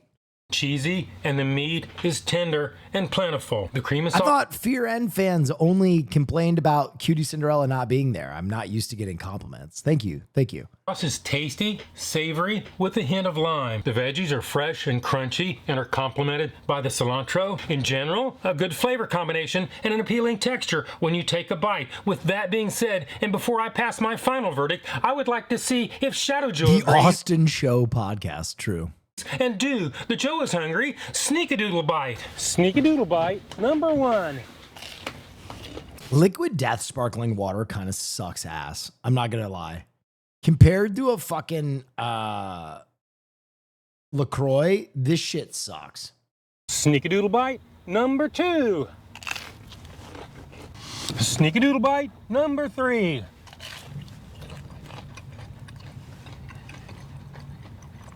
Sparkling water is ass? Now that's crazy. It is very crunchy, very cheesy, mildly savory. I can taste the meat. All sparkling water sucks? Nah. A LaCroix Pamplemousse be hitting on God. let's go ahead and give this a score. If you don't know my scale is 1 to 10, 9 being the best. Anything above 9 is a once-in-a-lifetime experience and almost never achieved. 5 and down is that slippery slope to the pits and depths. LaCroix is disgusting. Listen, if you don't like sparkling water, that's fine. But when you come over to the side that you want to hydrate for no calories, without any artificial sweeteners, there is nothing quite like a Pamplemousse LaCroix. Fast food hell. So let's go ahead and give this the number that it truly deserves. Taco Bell. There's no denying this is a good flavor. And actually, I like it. Or just water. I drink a gallon of water every day, okay? I need to fucking sauce it up a little bit. You passed all the metrics. You served it hot. You didn't take forever. Not a lot of complaints there. The only downside I can see with this is the price. That's a little bit higher than I expect from Taco Bell. Wow, you're so cool. No, I'm just saying I drink a lot of water, and there is a place for sparkling water, and it's when I want a tasty beverage to break up all the water I'm drinking. With that being said, I think he's going to give this an 8. I'm going to have to go 7.0. That is my number. This is my review, and hopefully I will see you in the next video. Why don't you just suck down a White Claw? I've not had an alcoholic drink since Japan because of the boxing stuff. Have you ever considered voice acting? I've been trying. I've been auditioning for some stuff. I was actually in a Cartoon Network Adult Swim cartoon that came out recently called Bodyhead. Hopefully that's the first of many projects.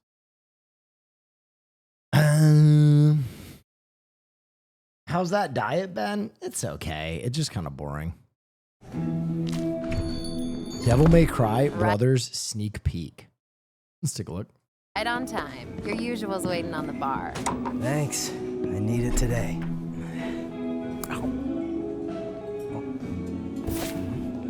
Kind of looks like Invincible's animation style.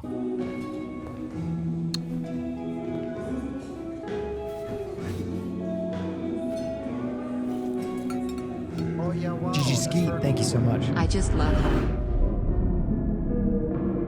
I just love Hole. Thank you.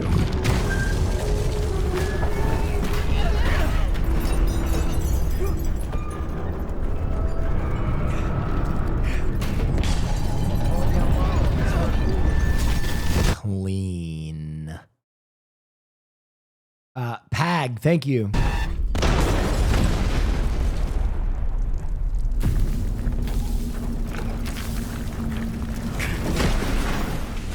Get them out of here.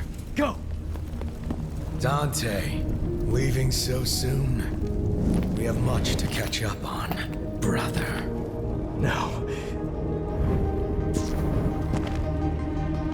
You're dead. Oh, I'm here. In the flesh!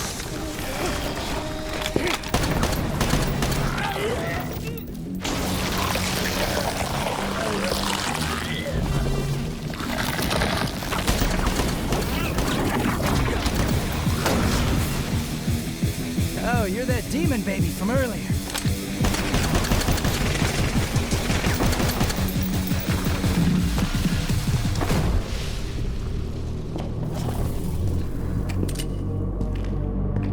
Underworld movie? Yeah.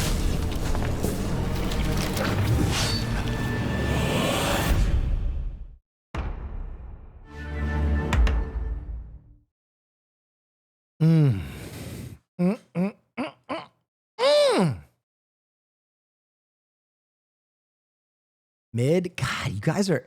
Have we become cynics? Have we become cynics? At least give it a try. You know? Hi, William. Where's Farley? Farley is sleeping on the sleeping bag. I gave him an hour-long walk earlier while I was talking to my Aunt Gege about the puppies. He's tuckered out. Does he miss me? Yes. We were talking about it last night.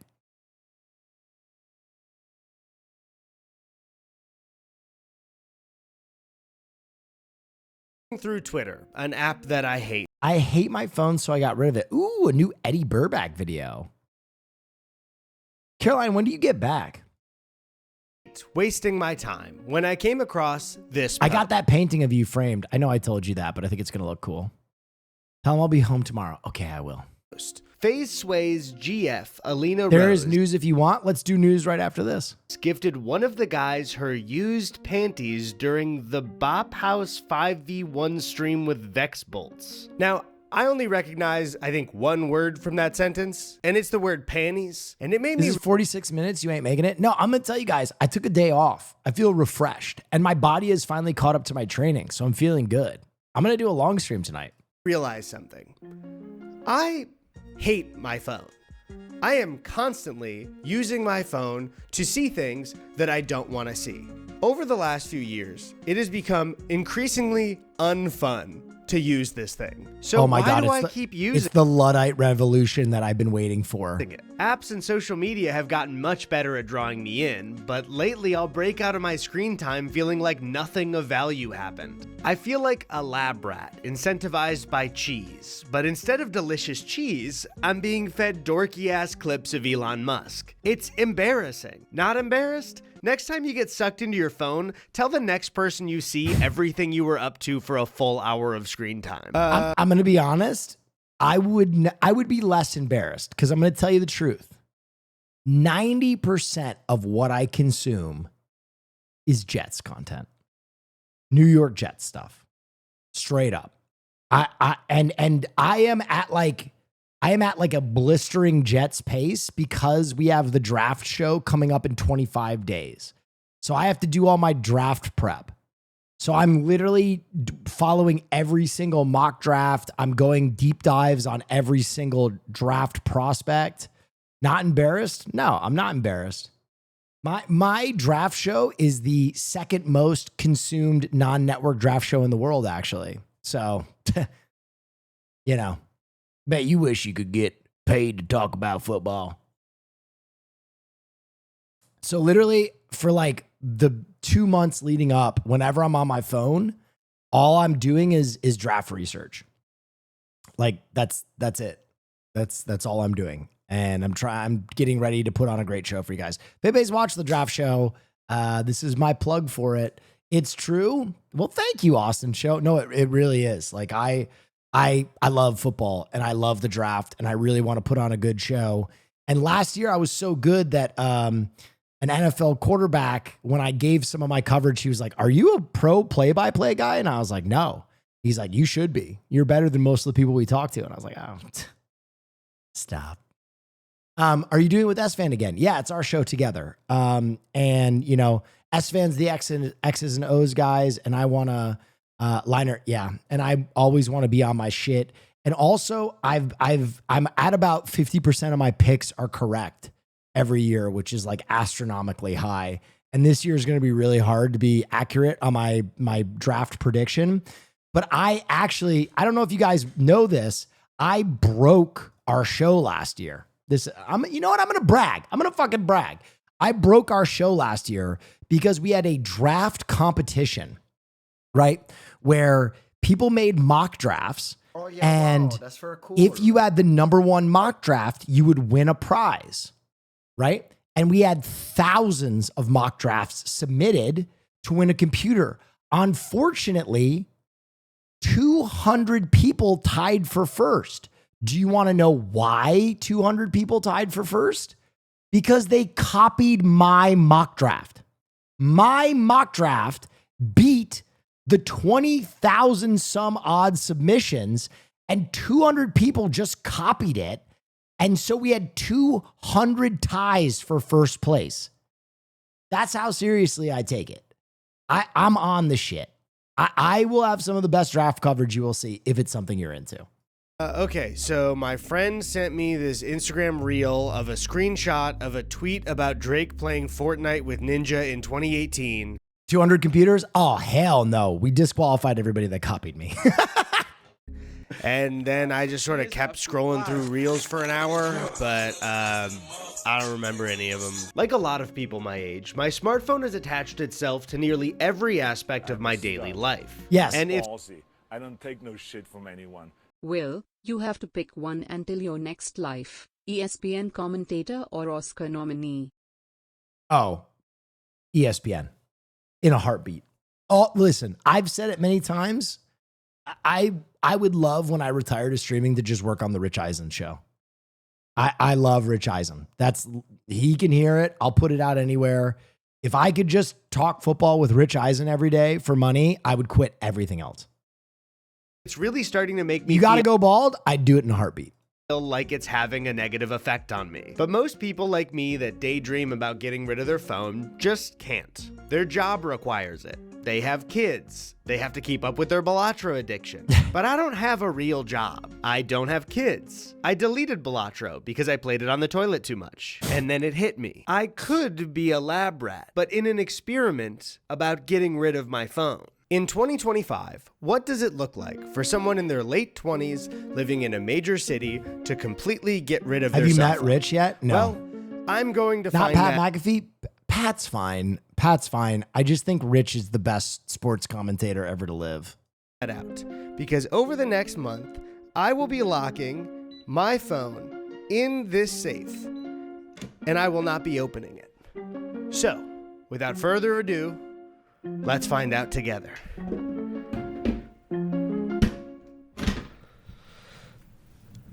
I actually didn't do any prep for what I'm going to replace my phone with. Okay, actually, we need to do this tomorrow, so.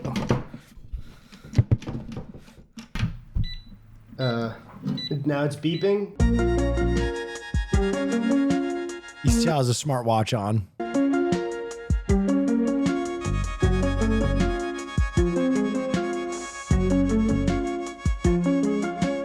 Now, obviously, a phone these days is a lot more than just a phone. But everyone in this day and age needs a telephone. Many people who ditch their smartphone these days go with an old flip phone, now referred to as a dumb phone. But I got a flip phone. A dumb phone?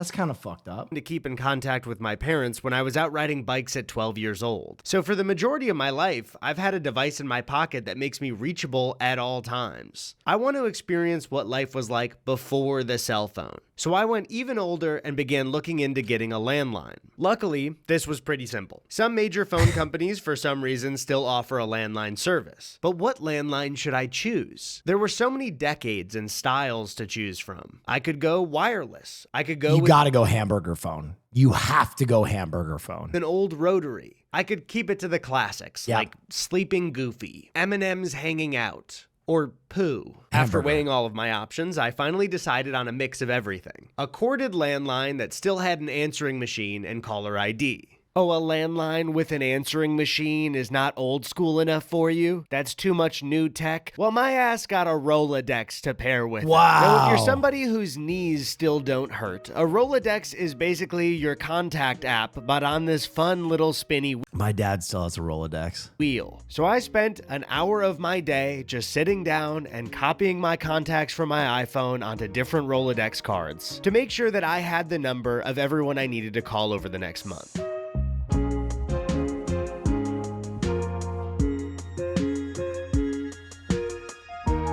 But I don't want to just call everyone. I want everyone to call me. I want to be popular. Whoa, whoa. So I posted my landline number on my close friend's Instagram story to inform people in my life that That's crazy.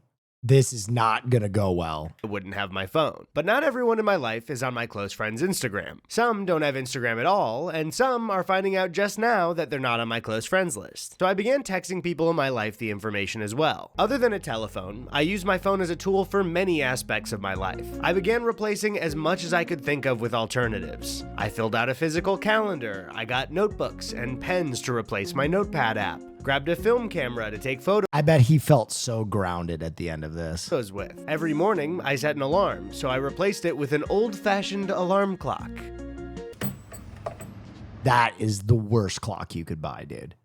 Just the fuck that. You need some, dude, if you're going to get a clock to wake you up, you need one of those motherfuckers that like sucks you off in the morning with like, this is the sound of a spring somewhere in Taiwan. You know what I'm talking about? Horrible. Get rid of that. No. Oh, Absolutely not. Man, that's gonna piss me off. Absolutely Why not. didn't I get a digital alarm clock? Thank you. I'm getting rid of my phone, not becoming Ebenezer Scrooge. Also, just in case of any major text that I may miss, I hooked up my iMessage I have a bed shaker? Oh, shit. to an old laptop Chrissy had, but being able to check texts all the time felt like cheating. So I bought this chess clock and decided I would only be able to clock in 5 total minutes checking text the entire month. This is what are we doing here, Eddie? Wait, this thing takes C batteries? Okay, I'm not gonna use the laptop until I can get some C batteries then. There was so much to replace, but there's one I chose not to. I use my Apple Watch daily for fitness statistics, but honestly, I don't really need it to exercise. I just have to find the willpower to hit my goals without closing these colorful rings. When I got the watch, it felt like a super useful upgrade to my life, but I quickly realized that my phone was now on my wrist at all times. Yeah. Sometimes even sending ads for Yelp or Postmates to my own arm. So I don't know how much I'll miss this thing, except for Snoopy. That is a dope Snoopy. I will miss you, Snoopy. I'm sorry I'm putting you in a box. Lastly, I replaced the iPhone's video camera with a Sony camcorder. Looking at all the items that would replace my phone sprawled out on the floor, I decided I was prepared enough to begin. Oh yeah, wow, that's very cool. TK! Thank you.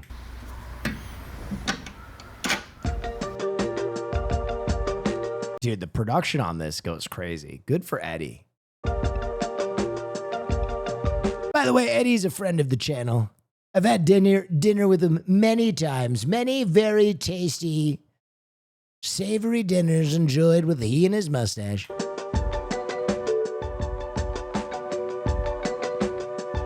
I'm sorry. You know who got me saying that shit? Hassan. Friend of the stream. Now I'm stuck saying it too. It's such a... I hate it.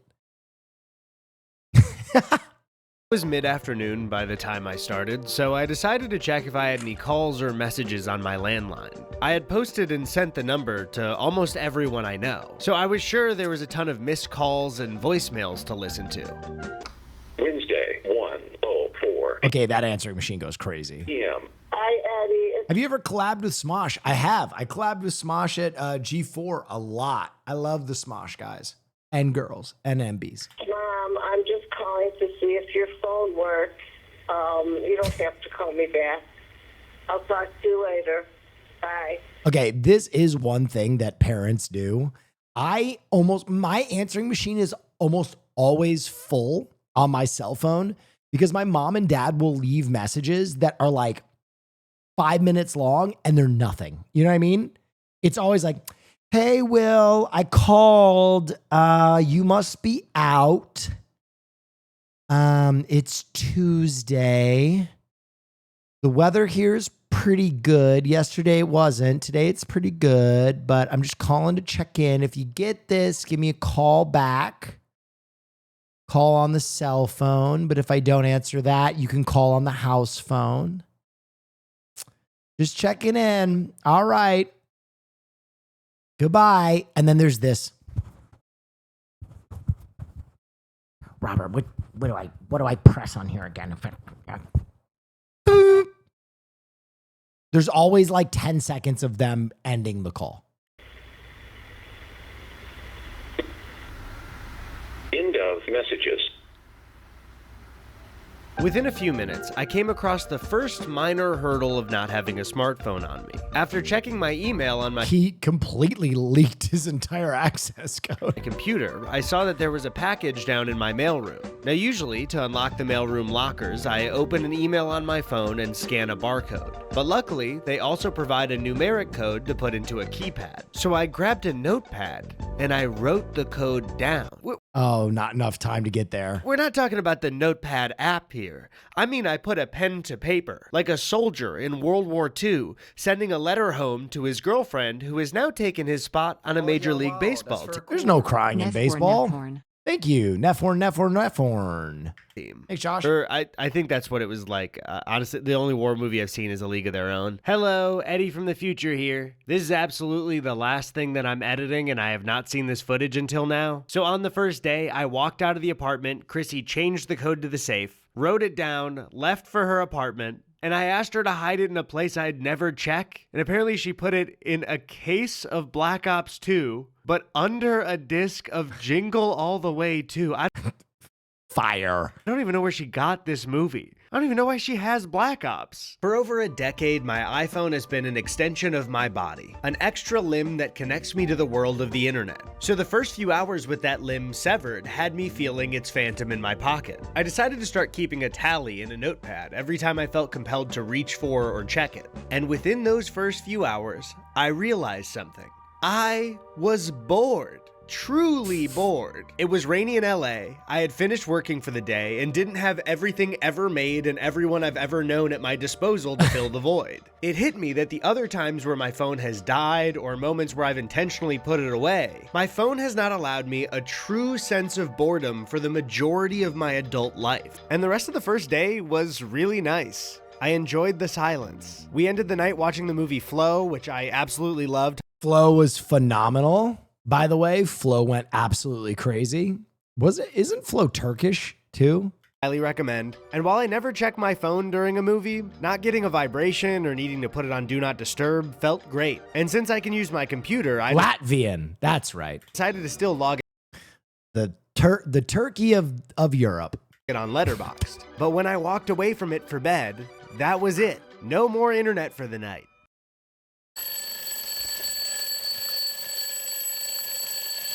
Yeah, that clock will kill you. Isn't Turkey the Turkey of Europe? You know, some say. Why did I put it so high up?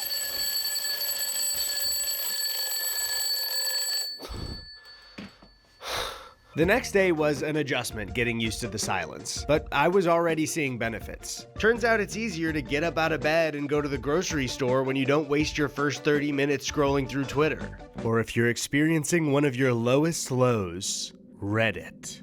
Ooh, shivers down my spine just thinking about it. Oh, by the way, last night Chrissy and I had pasta, sausage, and Trader Joe's cheesy creamy greens and veggies. So if anyone wants these leftovers... Brother, that's... That is, you can't do that. You can't store your leftovers like that. That's, what the hell am I looking? That looks like someone's meat got cut off and someone put it in a Tupperware to get to the hospital to reattach it. That's crazy. They are 1 month old at the time of posting, and I will not give you my address. So let me know if you're interested. I also got the C batteries for the chest clock, so now I have a working chest clock and 8 C batteries that will sit in my drawer forever. Later that week, a few friends and I had planned to see Mickey 17. Last week, I offered to organize getting the tickets myself, forgetting that my phone would be locked in a box. You can do that online. Normally, as an AMC... Oh, there she is. We come here to dream. A-list member, I reserve the ticket on the app, show up, present my QR code to the greeter to be scanned, and suddenly I'm in. Now, obviously, I know that a cell phone is not the only way you can get into a movie theater. I worked at an AMC when I was 19. If you were at the AMC Streets of Woodfield in 2016, there's a solid chance your ticket stub was ripped by me. But I wasn't sure what the process was anymore. Part of my job used to be selling tickets, but due to online and mobile sales, that job seems to have been phased out after quarantine. So I went to the AMC website, saved my ticket QR code, and sent an email of it to Staples so I could print it with a code at one of their printers. I then wrote down the Staples code along with my ticket confirmation as a backup. Is this overkill? Probably, but if for some reason I couldn't prove my purchase, I'd be ruining the whole night for my friends. So I headed over to Staples, and after inputting the code from my notepad,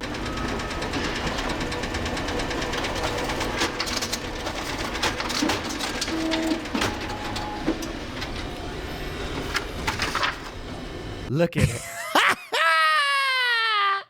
My beautiful boy, my pride and joy. Be honest, if your job was scanning QR codes, would you trust one sitting on a blank page like this? During our drinks before, I was beaming with excitement to use my QR.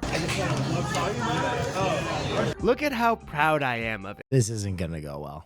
but I had no idea what was waiting for me in the theater. Now, fortunately for me, and unfortunately for labor everywhere, the AMC ticket sales employees have been replaced by kiosks. So I headed there to scan my QR code instead of the greeter because I got nervous.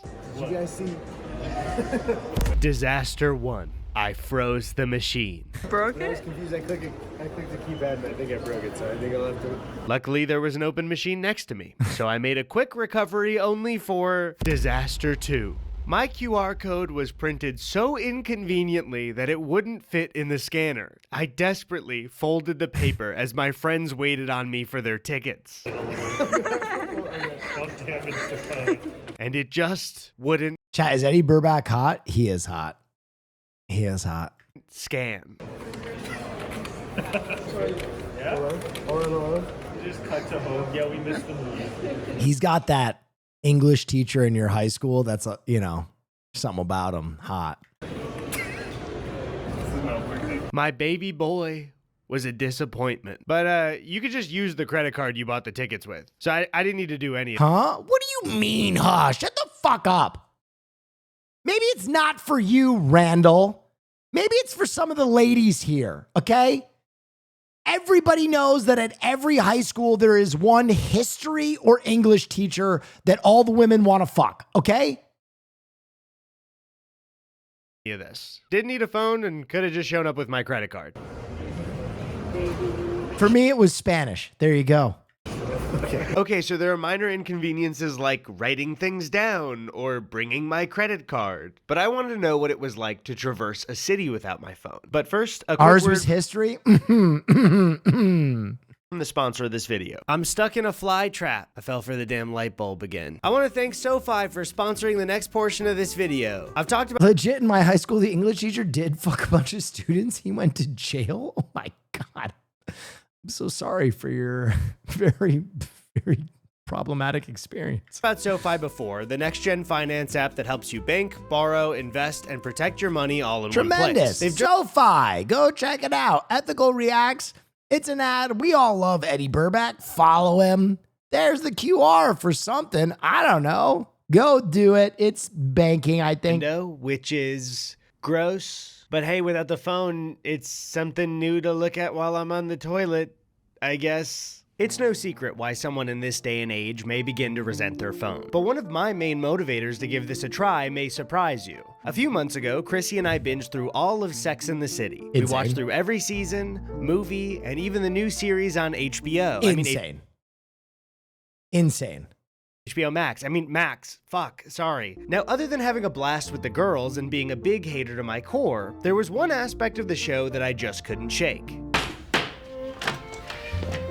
They don't have phones. Well, laugh. It's a joke. No, not that. Sorry.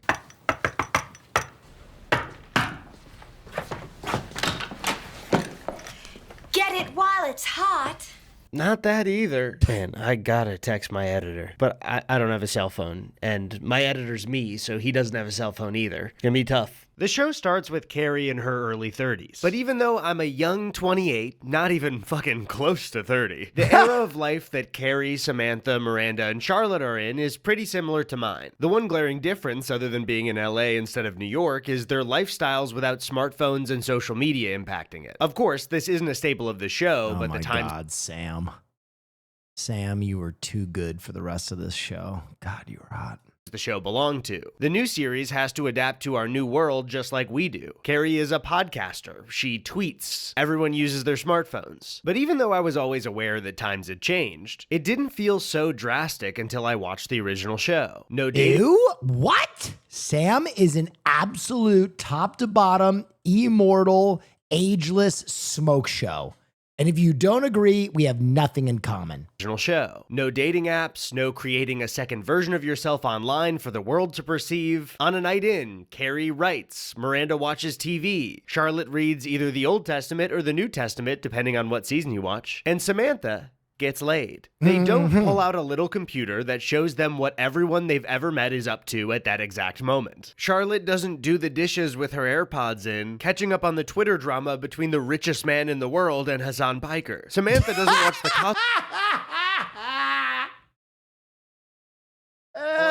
Oh, God, that did happen. Gabagool, thank you so much. Dude, I said it. I guess we got to talk about this quick. I said it on the podcast because we were talking about it.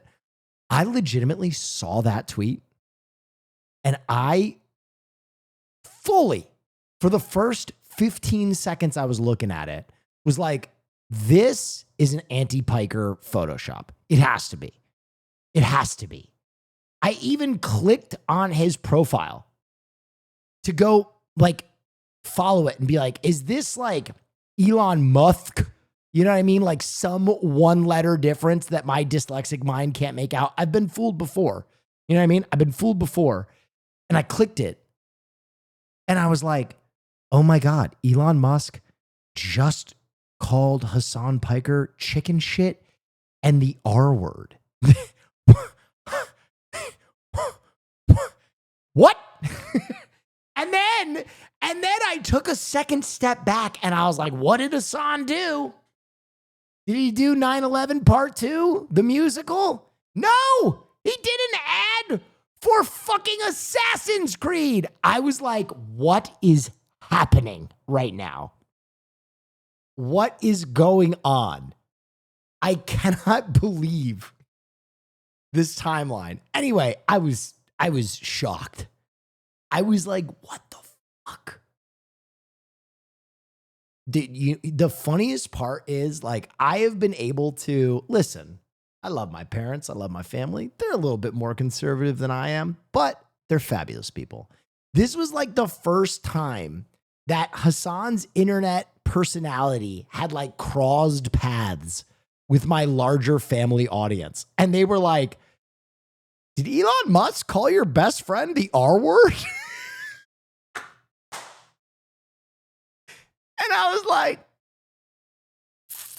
yeah, he did. They're like, don't you drive a Tesla? Yeah, I do.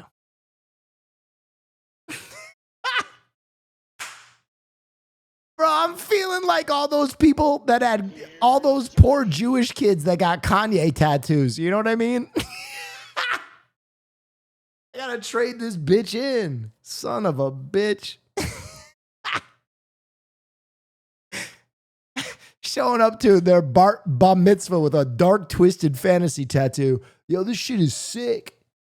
Kanye is gonna be fucking the man forever. I'm never gonna regret this one. Costco guys on Fortnite Friday. I mean, if it's something that we really like a lot, that's 5 big booms.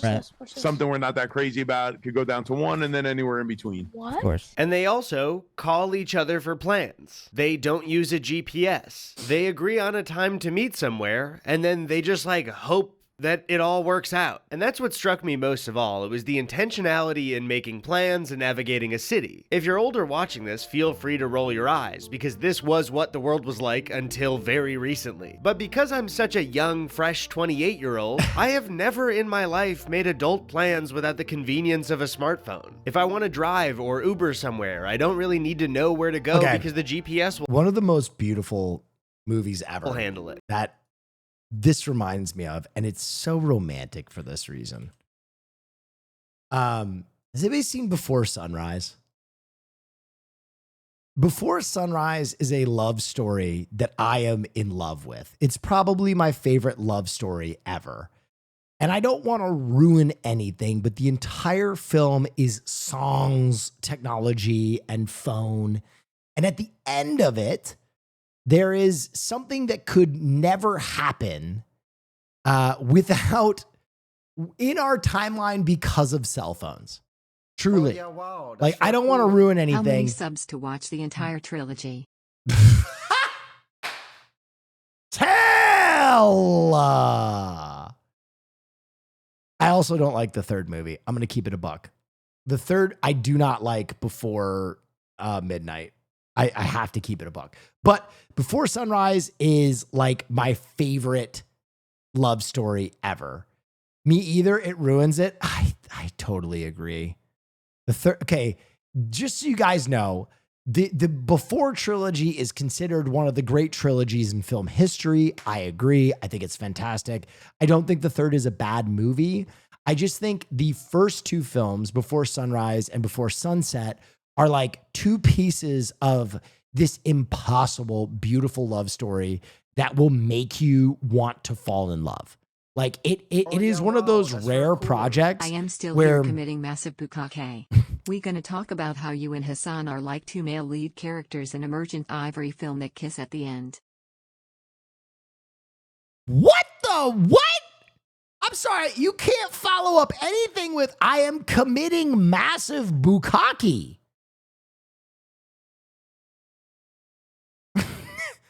I am a family-friendly streamer. Someone's Gam is asking difficult questions right now. To the story. Okay. Let's get into the story. Anyway, Dua Lipa in conversation. What is this? I don't know why someone just shared Dua Lipa. Okay. But this trilogy, the first two make you really believe in love again. And then I would say the third, I don't like because it like kind of removes all of that beautiful, like Gaussian blur that love creates, the faith that it creates in romance and fated lovers.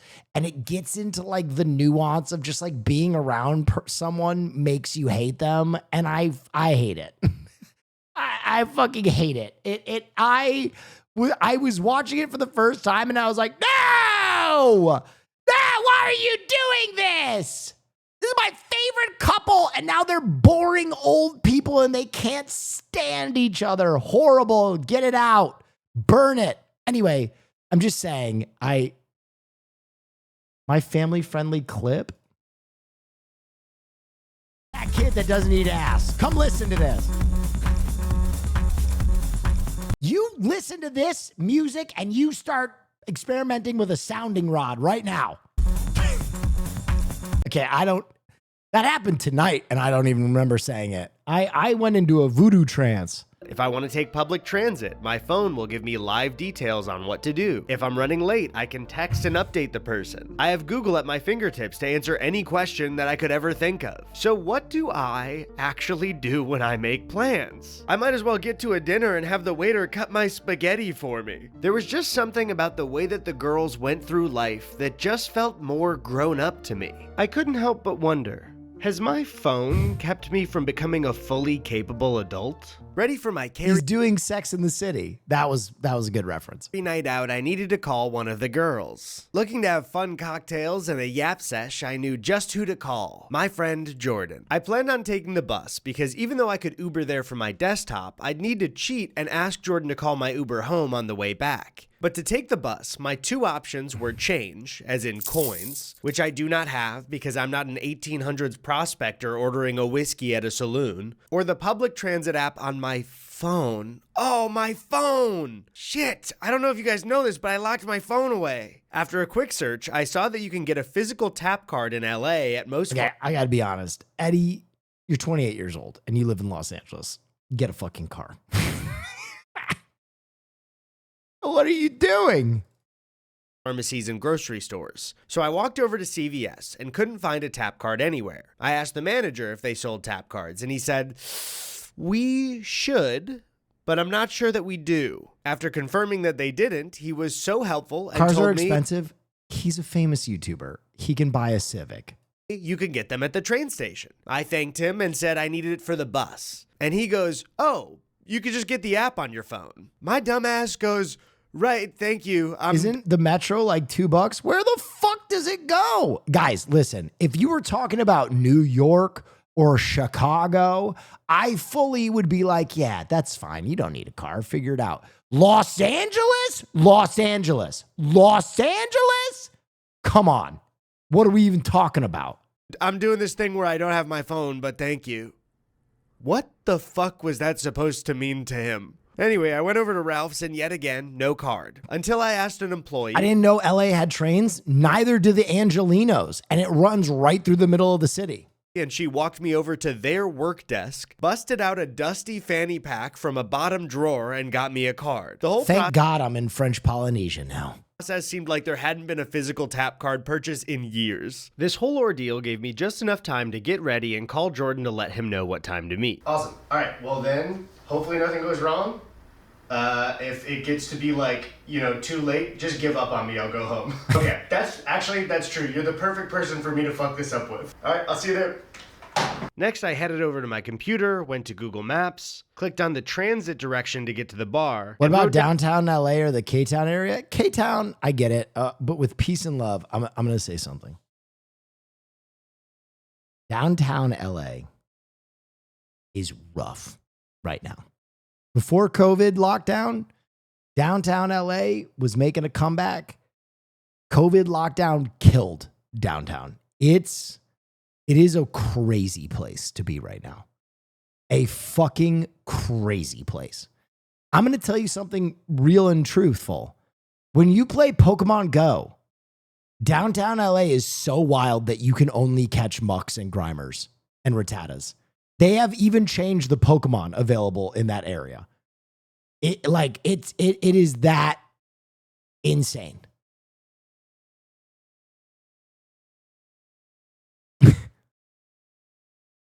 Great restaurants. Oh yeah, wow, that's very cool. Some fun clubs, but it is a wild place. Oh, Day yeah, wow, that's 4. very cool.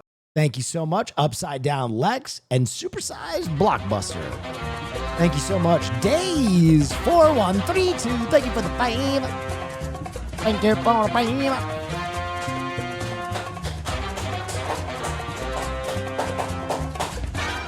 You real. Thank you so much. Thank you for the 5. What the fuck? Thanks for all the juice.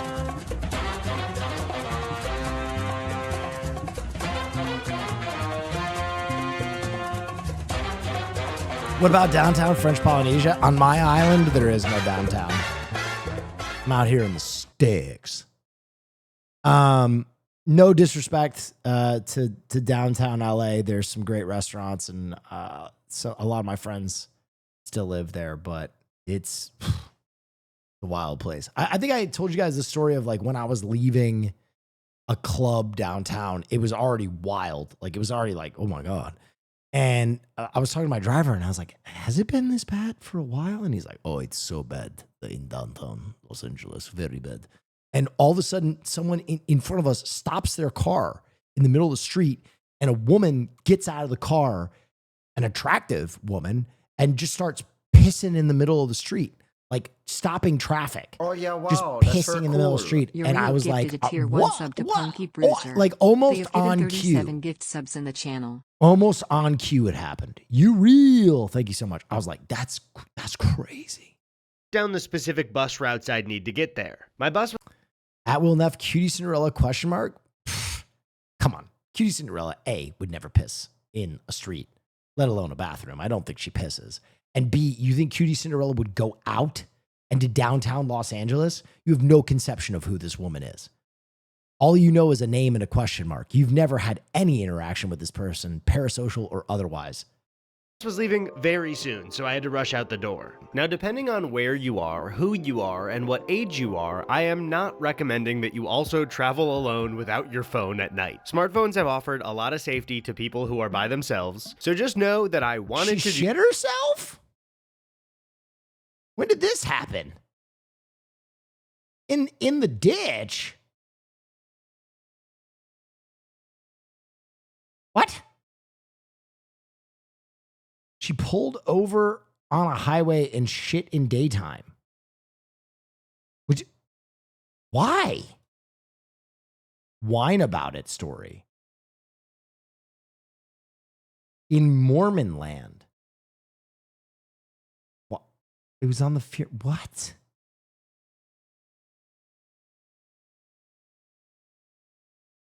It was an emergency. Oh, so she had diarrhea during the day. And okay, that is way different than choosing to piss in the middle of downtown Los Angeles.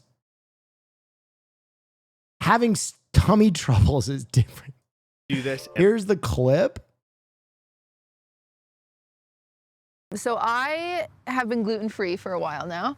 And because I was at dinner with a bunch of people, I didn't want to make a fuss. This episode is so weird. And be like, I need gluten-free. You know, these people I don't know. Oh, yeah. So I Wow, ate that's the very gluten. cool. Of course. And I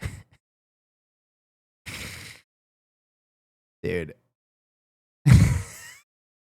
Hassan's outfit is so hilarious to me.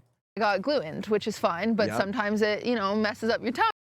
He's dressed like he's a member of the Black Nation of Islam. He's just a member of the normal Nation of Islam. He looks handsome. I'm dumb. And I'm driving back, and I'm sitting there, and I'm like, I need to go to the bathroom. Like, you're driving, you're like, and you're going past Alaikum salam. the exit. And so I think to myself, next exit, Yes. next exit, I'll get off. I don't know Oh, how no. serious it is, Oh, no. As soon as I pass this exit, you come to a halting stop, and there's traffic. Oh, no. And I'm like, okay, that's fine. And I call Lud. I'm on the phone with Lud. I'm just sitting there. It's like, it says traffic will be 5 minutes, and then it gets to 10 minutes, it gets 15 minutes. I'm sitting there doing fine, distracting myself, and then all of a sudden, it's just like that punch to the gut where I'm like, I'm gonna shit myself. Yeah. Looks like the first podcast after your death. Yeah, this is what the podcast post Will Neff would look like. You start getting the hot flashes, Yes. and I'm sweating, and I'm you shifting in my yeah, chair you like feel this. Yes, go ahead. No shit from anyone. Someone cursed the yard and now all their girlfriends are shitting themselves. You're giving out. Some I'm brouhaha. I'm like, okay, what are my options here? And I'm saying this a lot on the phone. I was like, what do I Shit do? your pants. He's like, you shit your pants. And I was like, That's okay. That's crazy that he said that. I know. So I'm Brilliant. not gonna shit my pants. And so I'm trying to distract him, or he's trying to distract me, and I'm trying to reabsorb the poop inside of me, right? Push it back up in there, yeah. Just holding your, flexing everything to try, Yep. and it's just to the point that I am starting to see stars. My body is You're gonna shutting pass down. I'm gonna out. shit myself so badly. And I'm holding it all in. And so I shift over because I'm in the far left lane. So I slowly go over to the right. I'm in a Subaru, right? And I'm like, fuck it, I'm off-roading. And so I pull off. I pull off the highway. Hell yeah. I pull off the highway, and the entrance onto the highway, I drive over the entrance of the highway. I drive off-road again, and then I'm on this weird side road, and I'm like, hell yeah, and I'm cruising, and I'm like, this is great. I'm gonna get to a gas station in time, right? Thank God. And so then I'm going fast SS, stand still again from also everybody and I'm sitting also there. need to shit. Also everyone that was avoiding the traffic. They were also off-roading to go shit. And so I am like, holy fucking shit. My options at this point is to shit myself in the car or to pull off the side 5 feet away from people, because it's car and then bushes, and just try to shit in the bushes. So I veer off to the side. I get out of my car, I run, I open the side door, and I just shit on the side of the road. It was my only option. Wait, you shat in the wild? Yes. Straight booty cheeks looking in the Yes. moonlight. What you don't understand is also the highway is elevated, so everyone on the highway that stands still can just see me. It wasn't moonlight, it was middle of day. It was 1 p.m. Oh my God. I'm going to be honest. I think you just shit yourself there. I think you just take the L and shit yourself. I don't know if I could go booty cheeks out in front of a standstill line of traffic. Oh my God. What was my choice? So there might be people that filmed it. Yes, I might be on TikTok. I don't know. Wait. Wow. Wow. I did not hear that story. That's crazy. And unfortunately, it's a bit safer for me than for some of you. Look, it's no surprise from my personality, my writing, and my general vibe that I am an overthinker. So on my way to the bus, anxious thoughts were She flying. said she shit herself 4 times this year already. What? Oh. What? Cutie. What? We gotta fix that diet. We need probiotics. We need fiber. What is going on? By. What if I miss my stop? What if the bus doesn't come on time? What if I get lost and leave Jordan waiting? What if the bus explodes? IBS queen? Are IBS people shitting themselves that much? I feel like IBS people get a handle on their issue, and they they plan. Oh, wow, that's very cool. I had a friend in college who had Crohn's and IBS. Maybe one leads to the other. I don't know. But he was like tactical with his shits. You know what I mean? He was like tactical. So he would never shit himself. Different types of IBS. Interesting. And normally, I can quell these thoughts by getting confirmation on my phone. But shockingly, without the Crohn's is much more difficult. Yeah, he was like, he was on his shit. option to confirm, I was forced to face these thoughts. Can you recommend probiotics? I mean, there's prebiotics and probiotics. I indulge in both. But I'm a big fan of introducing a kombucha and a little fiber cracker and fiber into your diet. I take powdered fiber. I eat fiber crackers every morning. And I also consume a kombucha every day. And I consume a bunch of turmeric, which helps a lot. Thoughts head on. And you know what? It was super fucking easy to ride the bus without my phone. They say the goddamn street names out loud. Why was I worried? Thanks, man. Thanks. Have a good one. I got off the first bus, crossed the street to the next stop, and waited for the second. No checking Twitter, just raw dog, no headphones at the bus stop. Turmeric? Is that not how you say turmeric? I don't fucking know. Do we have turmeric snobs? Hopping on turmeric? Oh, Jesus Christ. On the next, I rode the bus toward drinks.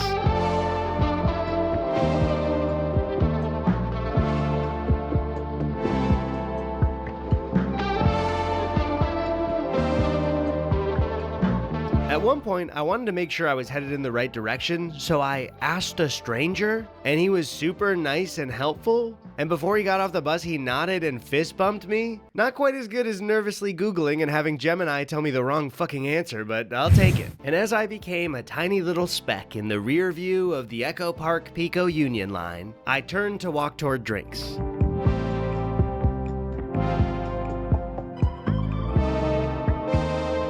Cutie's a warrior for shitting on the side of the highway, though. Credit to her. I finally made it there, and lo and behold, agreeing to meet at a place without 5 text updates still works just fine. Jordan and I had a great time, yapping our hearts out. 2 young philosophers in a heated debate, going toe-to-toe in the marketplace of ideas. I, of course, was on the right side of whatever we talked about, and Jordan was in the wrong. But his British accent kept giving his words an authority that made me insecure and angry. Also, we did need... Wait, watch this clip. She didn't shit on the side of the road? My options at this point is to shit myself in the car or to pull off the side 5 feet away from people, because it's like car and then like bushes, and just try to shit in the bushes. So I veer off to the side and I just... Wait, we saw this. On the side of the road. Wait, you shat in the wild? The story gets straight worse? booty cheeks looking in the Yes. moonlight. What you don't understand is also the highway is elevated, so everyone on the highway that's standstill can saw just see me. It wasn't moonlight. It was middle of day. It was like 1 p.m. Oh my God. It gets worse. How can this story get worse? So finally, I pull up to a gas station. I'm like, oh, thank God. When I go to the bathroom, I pull my pants down, and I realize that when I shit on the side of the road, that I hadn't pulled my pants out of the way. Oh, no! Bro. That's crazy. So all down the back of my leggings is shit. So you walked in the gas station, they were like, damn, that's a Dookie girl. They were like, that's Dookie Cinderella. Yeah. Golly. Yeah, that's why you just shit yourself, you know? If you're going to get shit on yourself anyway, you might as well just blast it in your pants. To use Jordan's phone. Sometimes if you shit yourself, the move is you just throw the underpants out in the bathroom. Move forward. A new man or woman. To get my bus route back because I did forget to look it up. Is someone telling me a bus route with their phone cheating? I didn't use my phone, but I sort of used someone else's? I don't know. A few hours and 1 too many cocktails later, Jordan walked me to my bus stop like a true gentleman. It came earlier than expected, and without my knowledge, Jordan captured my dorky ass scurrying to the door. On the ride home, it was really starting to hit me just how normal most aspects of my life felt without a phone. Sure, it was a bit inconvenient, sometimes a little bit dangerous. But is the harm that screen time and algorithms inflict on my brain really worth the convenience it brings? Well, I'll be honest, I've had one too many cocktails to find an answer to that. I also was on Metro TV. You guys ever watch Metro TV? It's a show about you taking the bus. You see me there? Look closer. There I am. Every time I've mentioned to a friend that I was getting rid of my phone, one of the first things they'd say would be, "Oh, are you gonna start reading?" First, yeah. Second, I was reading. Okay, not books, maybe. Does it count as reading if I read? Young Sheldon returns to do a sweepstakes competition live for the Minecraft. A tweet from Discussing Film that told me Young Sheldon is returning to do a sweepstakes Banger competition tweet. for the live-action Minecraft movie? Mazes, puzzles, panic attacks, you're in charge. Whooping monster butt, that's my purview. Plus $500 daily cash prizes. Whoa, oh my. Watch Young Sheldon weeknights for the word Wow. of the day. Text it to 55225 or dig into youngsheldon.com. No biggie. A Minecraft movie in theaters April 4th. He let that whole thing play. That's crazy. Used to read quite a bit, but as my phone addiction has developed, most of the time when I could pick up a book, light a candle, and relax in a chair, I instead choose to burn disturbing world news into my retinas while I sit hunched over my table, or hunched over on my toilet, or hunched over on a bench. But after days of phone detox, I want Okay, so one thing that's really interesting is I am not a big phoner. I don't have a boner for the phoner. I compared my screen time to Caroline's once upon a time, and my screen time was like an eighth of hers. And she thought that was fascinating, how little I actually used my phone. I'm not a big social media guy. I like to play video games, work out, walk my dog, and make food with my free time. You're a PC dude? I do like to be on the PC. Yeah, I like to play games. to see how well my attention span fared toward You're streaming so much now. That also could, that also could be a factor. uninterrupted reading. About a year ago, I was at a bookstore with my friend Ian when he mentioned he had recently read the novel Flowers for Algernon. I bought it that day, planning to read it so we could discuss and have a connection over it. And then, it sat collecting dust next to my Wii U for 11 months. Okay, Eddie, that is an unacceptable amount of dust in your apartment. That's crazy. Didn't get all the dust, maybe one more blow. Damn, that shit is baked on there. So I lit a candle, got cozy, and began reading. And you know what? It was way easier to focus. I got sucked into the book, and before I broke any concentration, I'd read over 100 pages. Now I had plans that night, so I needed to rush out of the house, but I didn't have a damn bookmark. Oh, perfect. Fine.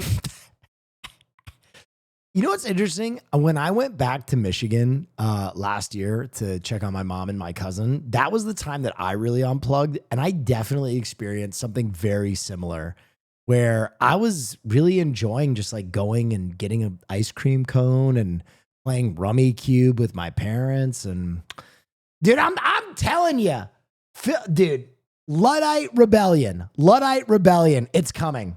I am going to become Tyler Durden.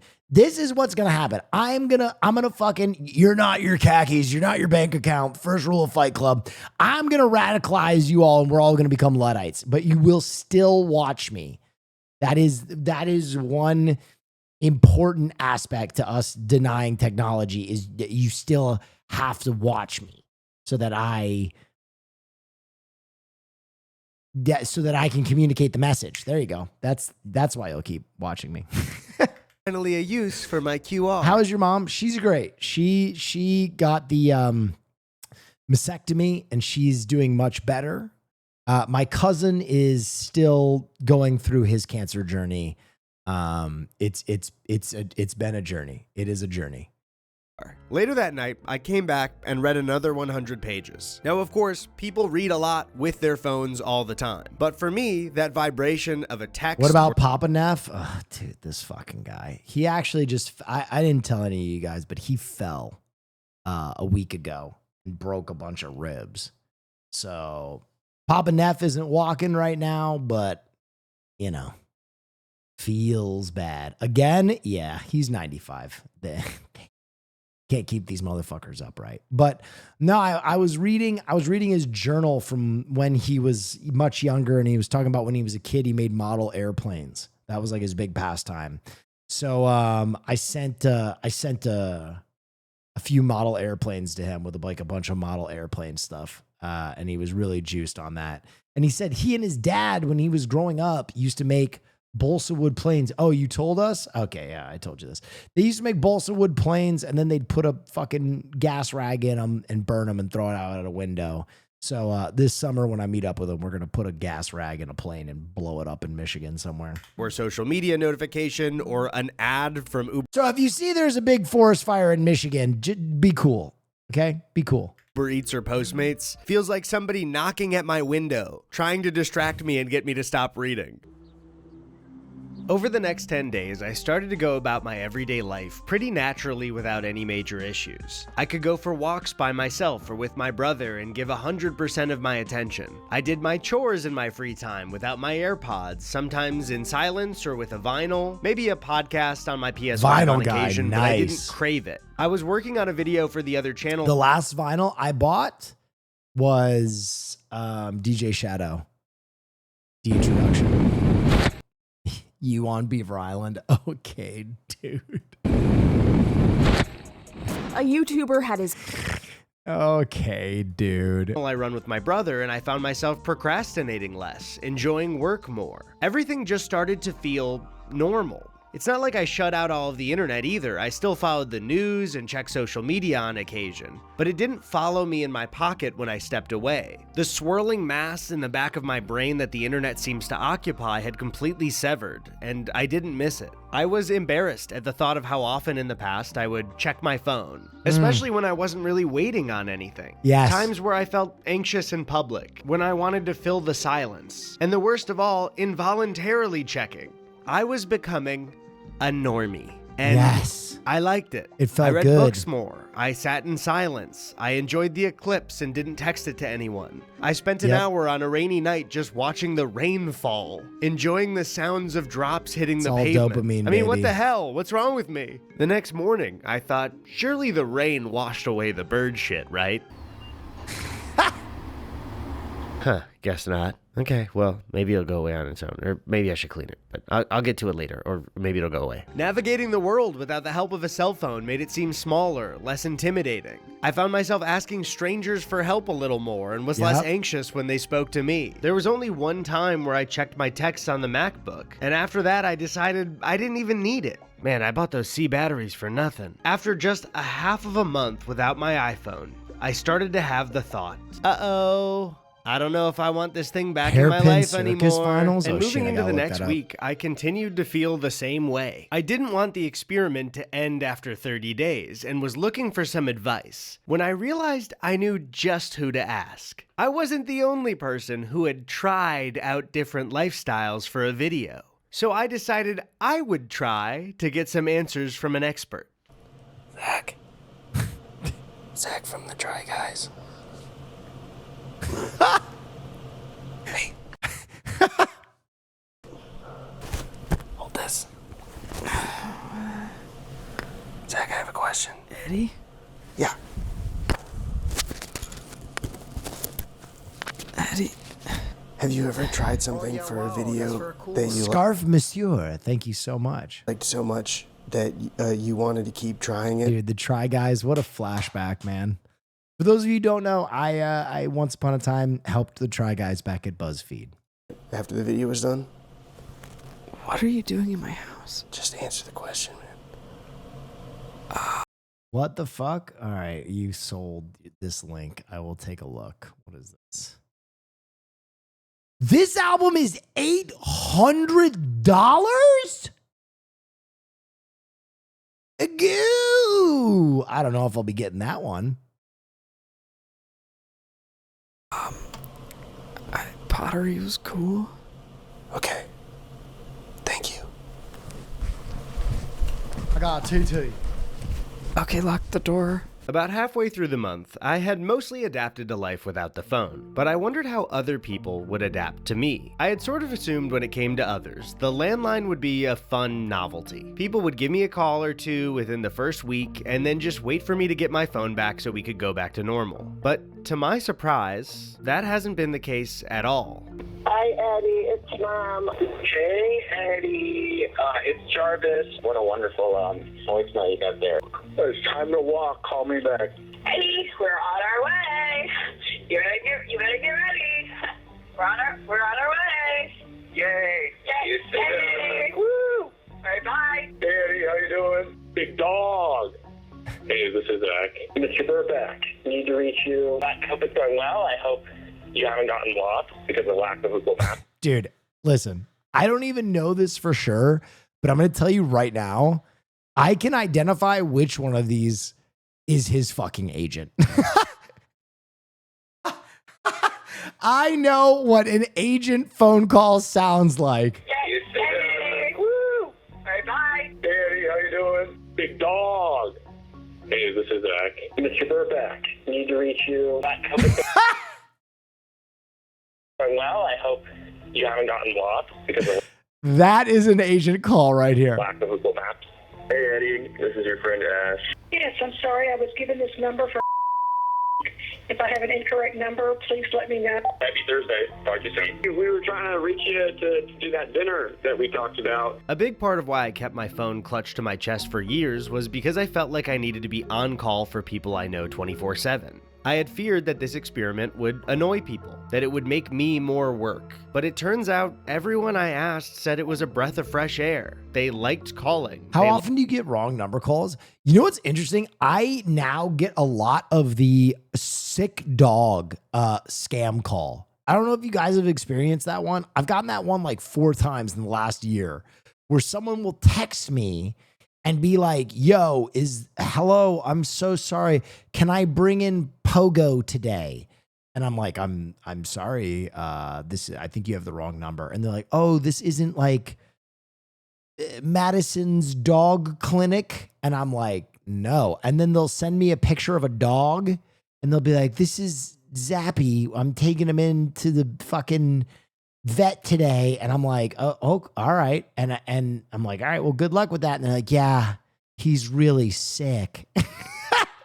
Oh yeah, wow. And I'm like, what the fuck? My dog Pogo is sick. Can you help me Yeah, out? This is serious. yeah. And then I'm like, all right, well, I'm sorry. And they're like, yeah, his treatment is going to be really expensive. And I'm like, okay. But I got that the first time and I went through the conversation with this person and I thought they were just like a confused elderly person. And so like, it's me, I'm a fucking softy. And I was like, losing a pet is never easy. I hope Zappy's okay. Just, you can work through this. And then I was like, this person sounds like, don't take this the wrong way, but the way they're texting makes me feel like they're from India. Am I being scammed right now? What the fuck is happening? And then this happened other times, and I realized that it was a scam. Yeah. Anyway, yeah, that's the one I get a lot. That's like the one I get. Yeah, dude, please be needful. Kindly revert back. Yeah. So Pogo died? I don't know.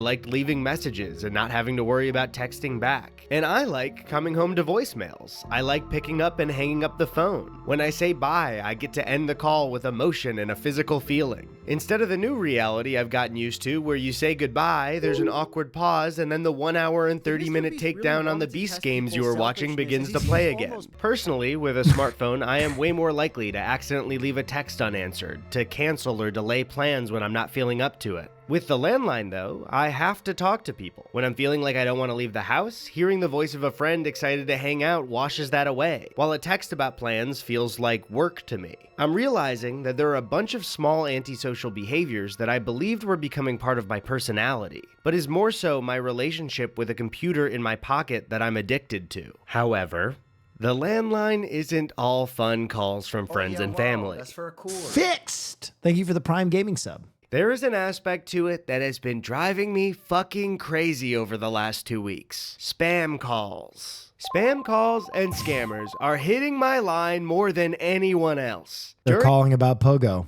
During business hours of the week, these assholes are calling me sometimes 30 to 40 times a day. But when the landline is your gateway to the outside world and social life... Dude, I used to fuck with automated calls heavy growing up. I used to fuck with automated calls heavy growing. Like, my mom and dad kind of encouraged it, but I probably took it to a really an insane place. I really, it got Kit Boga type beat. No. Listen, I'm ashamed to admit this, but I was a weird kid, and my mom would answer the phone, and it'd be like a scam caller, and she'd give me a look, and I would pretend to do domestic violence to my mother. She would be on the phone, and I would grab it, and I'd be like, I told you to never pick that phone up. You get out of here. And then I would be like, what? Oh, you calling about my car's extended warranty. This is important information. Julie, I told you never pick up my phone. I swear to God. And then I would get on the phone with they'd be like, yeah, we're calling about your car's extended warranty. And I'd be like, oh, well, thank you. That's good. You ever have to just beat the shit out of you?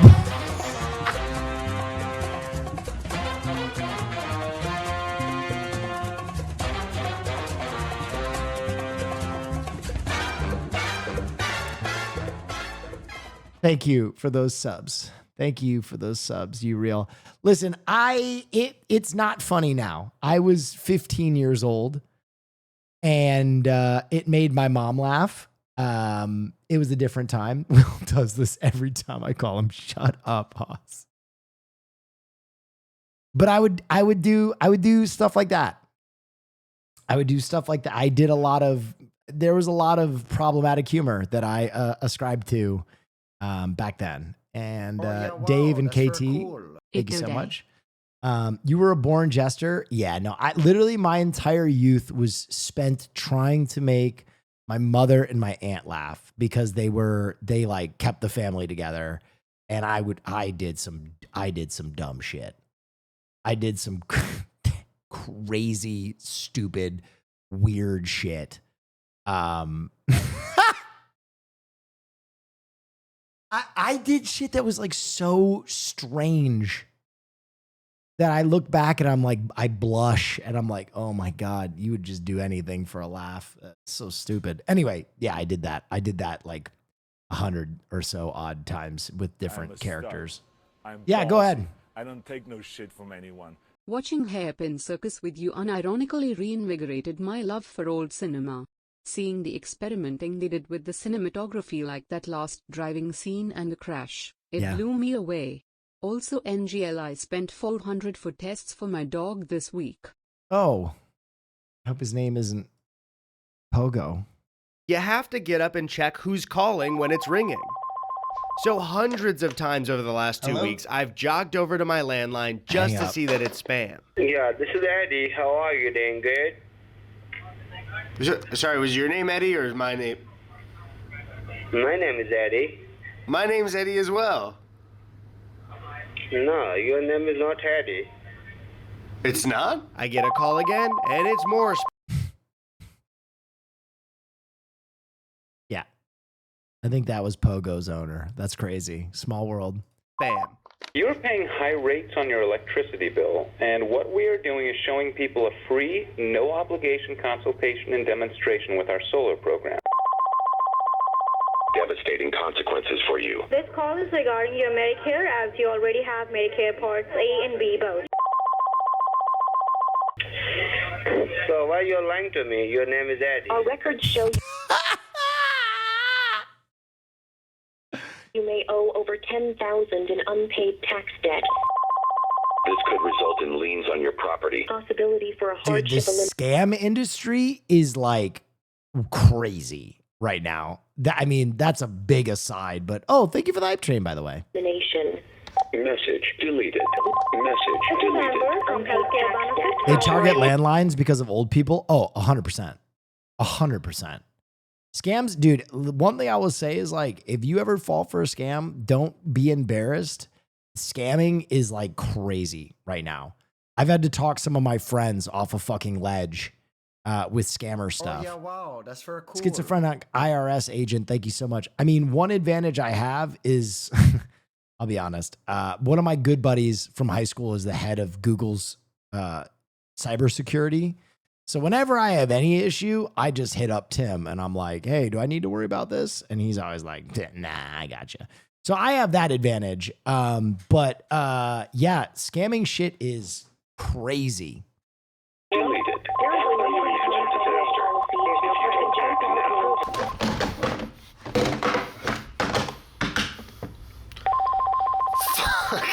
Timmy Game Guy? Yeah, it's Timmy Game Guy. Deleted. What's the craziest scam you have heard? I mean, Caroline was targeted at one point and they like, they wrote a bunch of shit about, I don't know, like weird shit. And like, if you don't know what you're looking at, if you don't know like what you're going through, like it can be scary because they'll say scary shit. My brother lost $25K to a love scam, but honestly, I don't pity him. Okay, that's that. Oh my, Miss G. Oh my God, I didn't even pause. Oh my God. All right, well, listen, you know, dating is hard. Yeah, wow, that's very cool. Bread 419, dating is hard right now, okay? But 25K is ridiculous. That's ridiculous. That's nuts. Thanks for the hype train, guys. End of messages. So yes, other than the spam calls, this has so far been a mostly peaceful growth experience for me. Getting rid of my phone has been the best thing I've done all year, blah, blah, blah. Let's talk about all the little ways that not having a phone has pissed me off. 1, I can't use certain apps that require a mobile phone number. I got invited to a party and had to find out about it through someone else because I can't log into my Partiful. Partyful? Partyful is the main way a lot of people I know send invites to parties now. And when you're... No, Rain sent me a text and it said, is this the vet? There's something wrong with my dog with a picture of a cat. I see how it is. I see how it is. Be your own people. Honestly, no, Rain, that was fucking hilarious, dude. That was peak. Because I didn't even see it was from you at first. And I was like, there's no way. And then I saw a picture of a cat. You're throwing a party and someone ignores an invite. You You're not can going to show call Kitty? Oh, okay. Is this your kitty? Cutie. Oh, yeah, wow. That's very cool. I give this guy online $6 every month to cutie. show hole, but Okay. he hasn't made good yet. Am I being scammed? Okay, dude. Dude, where I moved in French Polynesia, there are like street kitties on my block. There's just like 2 kitties that just are always chilling on the street. And that's new to me, but they're cool. They're so cool that when I walk Farley, they don't even react. They're like, this is our block. You know what I mean? Like he'll be right next to him. And these street kitties are like so pitted. They're like, what's up? Call them and ask them if they got it. Of course they got it. They have a smartphone. So if I know you and I missed your birthday, blame it on the safe, not me. 2, there are a few useful tools on the iPhone that don't involve the internet, like tool belt type tools. Yesterday I was hanging frames on my wall and I couldn't use the level on my phone. Last week the power went out and I realized just how much I had gotten used to having a flashlight on me at all times. 3, Whoa, I miss having a someone's giving away some hot sauce. Top every day. Thank you so much. On me always. I love recording a little video of a squirrel or grabbing a funny photo to text someone. I've had to make peace with the fact that sometimes I've just got to enjoy a sunset instead of snapping it and sharing. On one hand, sure, it gives me a nice moment to take in and appreciate what's in front of me. Yep. Cheers, smile. Thank you. Cheers. But on the other hand, I can't use it as a moment to connect with someone, so it's 50-50. 4, some friends are texters, some are callers. Friends that are texters have... Can I say something? Can I say something right now? There is one thing I hate about young people more than anything else. There's one thing that I hate about young people more than anything else. FaceTimers. Why do young people FaceTime all the fucking time for nothing? All of my friends who are under 25 always FaceTime me. And I'm like, what do you want? Do you have something to show me? And they're like, no, dude, I just, and I'm like, I don't want to hold my phone up above my cocksucking shoulder so you can ask me how I'm doing. Just send me a fucking text message. I hate it. All my friends under 25 FaceTime all the time. They FaceTime for everything. And voice notes, I don't mind the voice notes. I don't mind the voice notes. It is the FaceTimes. The FaceTimes, I'm like, why are you doing this? Why are you doing this? Did you do cupping? Yeah, I have to do cupping on my arms to keep my biceps from locking up from the boxing. Guys, I have been training in a way that I don't think most people will survive. I'm at like 3 or 4 hours every day of like brutal breakneck training, and my body has only just adjusted. Like just now, I can get done with a day of training and like stream at full intensity. I don't know if you guys noticed, but like the last few months, when I got on stream, I'd be like, yeah, guys, hey, how we doing? I don't know, I'm here. I was so tired. And now my body is just finally adjusting. Thank you, sir. Are you natty? I'm going to be honest. If they weren't going to test my piss, I would be on blowfish venom, moose testosterone, crack ice, boom, pow, PCP primos. I would take the whole stack right now. But they're pee testing. But I'm going to tell you right now, when I get done with this fight, I don't give a shit. I'll do some Winstrol. I don't give a fuck. I'll put some horse semen in a syringe and shoot it in my eardrums. You know what I mean? Because I'm done with this training bullshit. Every day, guys, my routine, almost every day, I'm doing like 3 hours of training, right? Then I do a cold plunge. Then I towel off from the cold plunge and do a sauna. That, like, I'm like LeBron James with how I'm taking care of my body. It's crazy. The shit that I'm doing to keep my body moving the way it's moving is wild. What is your weight goal? It's 175. How's the cardio going? Insane. Insane. I do 1,000 calories cardio every day now. So today I did 30 minutes on an elevated elliptical. I did 30 minutes on a Jacob ladder, and I did 10 minutes on a ski erg. That was just the cardio. Then I went and lifted weights. My shit is crazy. Any diet change? Yeah, my diet's fucking perfect.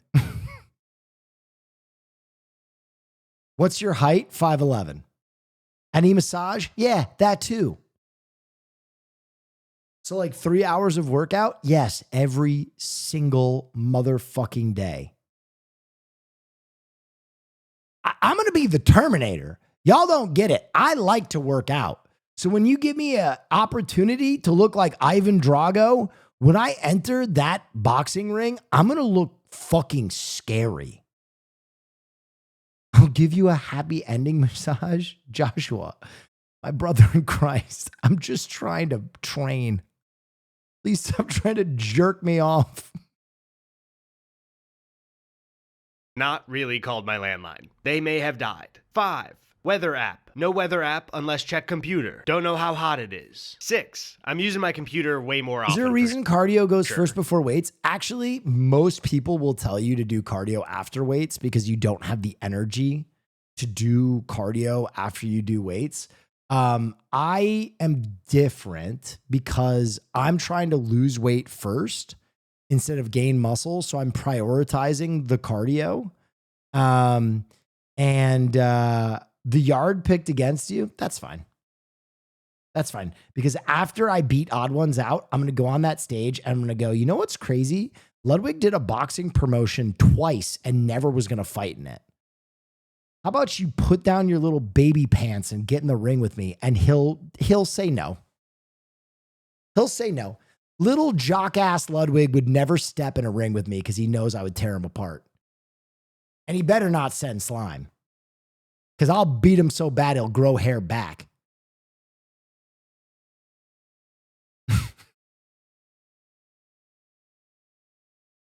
But you know what? Aiden, I think Aiden would be the best boxer of all of them. Aiden's a fucking athlete. I'll say that. I wouldn't want to fight him. That dude's legit. Sometimes I'll still waste time on it like I do my phone, but it feels much more manageable when I can walk away. And lastly, 7, I'm hearing, hold up. Sorry, I thought I heard my phone ringing. Everyone knows about the phantom vibration you occasionally feel in your pocket when your phone is sitting there. That has disappeared for me. But I am now hearing phantom... Slime versus the stock guy, who would have won? I don't know. What's your current weight? I'm at like 180. Ringing in songs. I'm just joking. Slime, I think Slime is tough. I'm going to be honest. I think Lud would have a really hard time. What I have noticed, Lud's an athlete, but like I was obviously making light of the situation and trying to make you guys laugh. But I think Lud's biggest problem, if he actually fought, would be the amount of time it takes to prep. As a streamer, I'm telling you guys right now, just finding the hours to box and train and take care of my body on a streamer schedule is crazy. It's so hard. It's so fucking hard. And Lud's more busy than I am. So I think it would be really, unless he's streaming all of his boxing sessions, it'd be hard for him to prep. In movies, any similar tone has me perking my little ears up to check. But how does that all stack against crippling anxiety from social media and ruining my attention span? Well, like I said, I didn't have a level on me, so... We got jobs too. That's true. But I think the thing is, one, streaming is a job that is like 24 hours. Like I'm always on call. I don't think my job is harder than yours, but it might be more time consuming, right? Let me make that very clear. I don't think my job is any harder than anybody else's, but when your job is over, you like a lot of people's job, they can go home. And if you're training for a real fight, usually that is your job, right? You know what I mean? Like, I think a lot of people who fight at the level that we are going to fight at, like that is their job, right? Like, I think that's why boxing works. I don't think if you can do like 4 hours of training to do a professional fight, you really have like a day job. I don't know. But if you are Hassan Take, I don't give a fuck, honestly. I'm not Hassan, so no one will care. The reason people care when Hassan said it is because people fucking hate Hassan.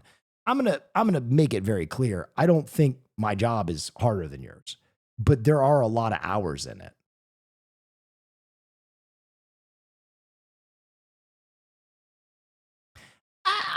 And my point was, I'm not even talking about me. I'm talking about fucking Ludwig. Ludwig does more than any fucking creator on the internet. You guys, you know what? Fuck you guys. Suck my cock. I don't have to explain myself to you. Suck my ass. Lick my balls. Fuck you. Things I've enjoyed. That's what I should have said from the beginning.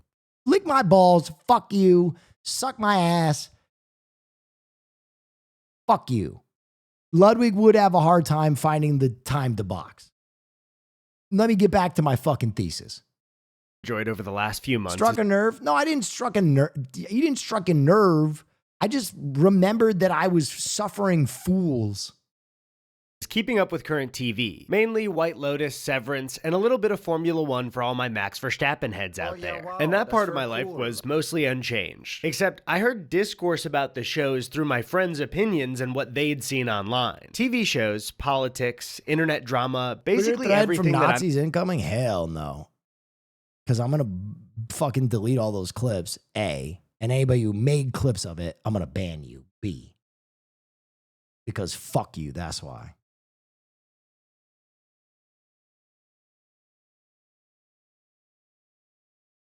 A stoic zealot. Ban that guy. Back, Plutonium Soup, ban that guy. Jay Quick, ban that guy.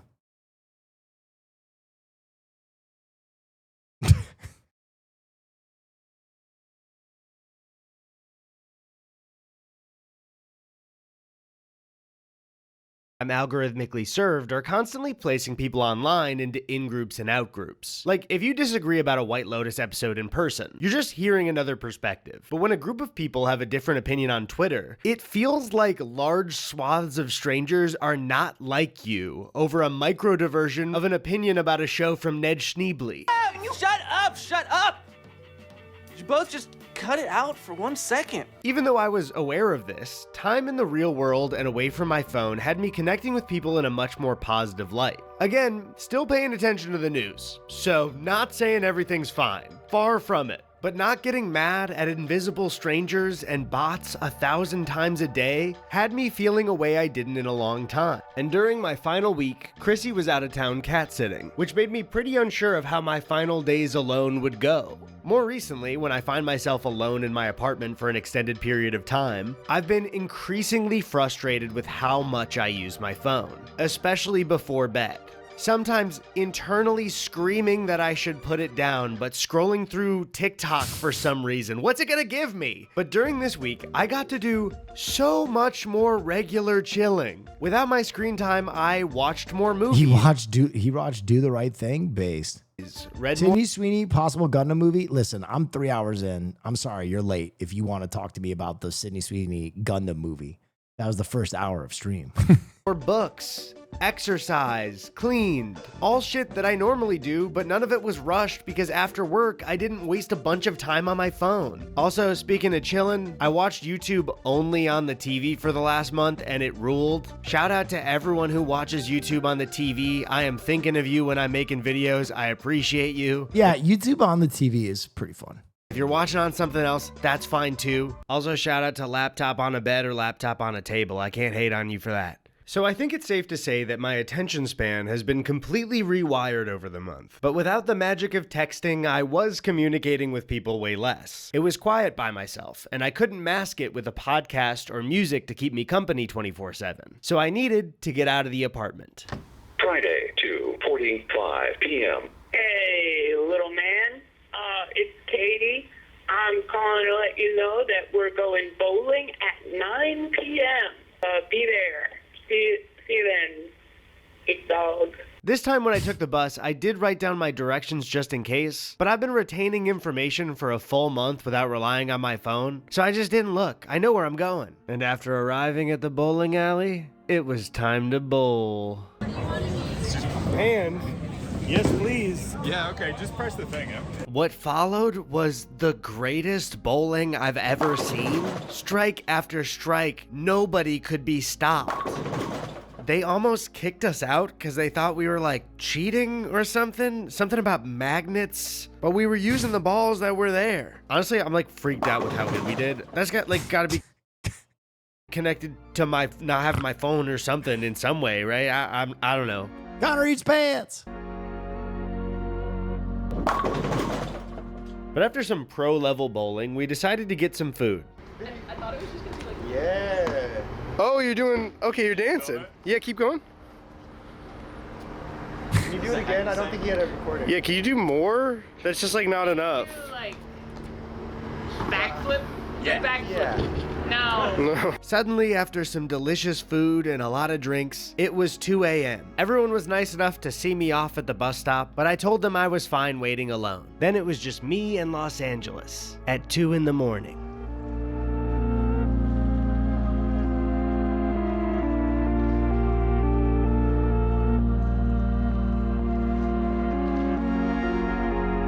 There's a Sizzler in Los Angeles? What? Since when? Since when is there a Sizzler?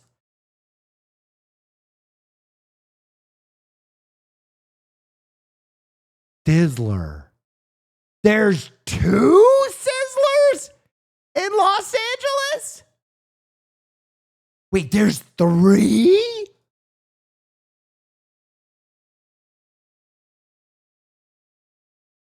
There's one on Manchester, one in Vermont.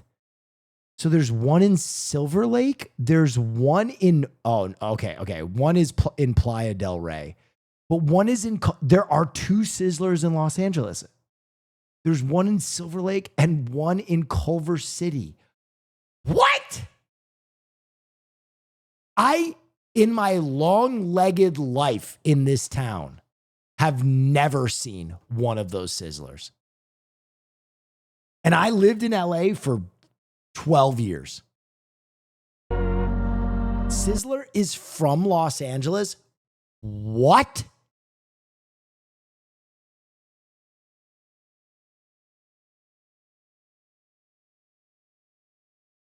What? I don't leave WeHo? I'm not Austin Show. What are you talking about? I spend half my time in K-Town when I was in Los Angeles.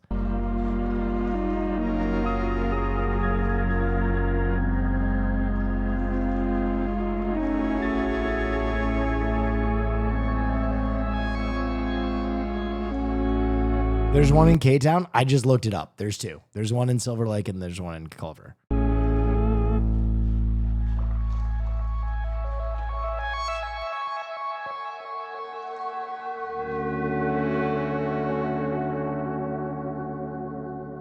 You're in LA right now? I'm in French Polynesia. With only one day left, I decided it was time to dust off an old aspect of my childhood and put it to the test as an adult. When I was a kid, I saw the takeover of portable GPSs for driving. At first, they were purchasable on their own, then a feature on my rich friend's dad's car. What? You thought he was the breadwinner? Well, it was actually my friend's mom who bought the car.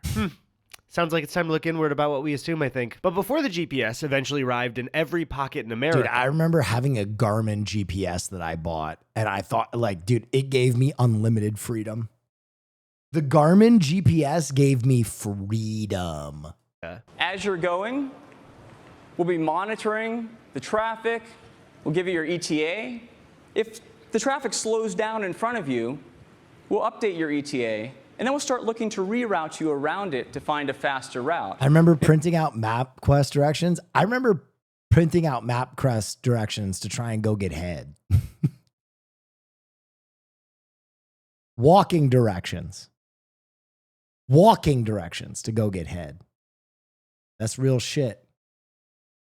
On the family computer, trying to figure out how to get to Catherine's house to get my dick sucked.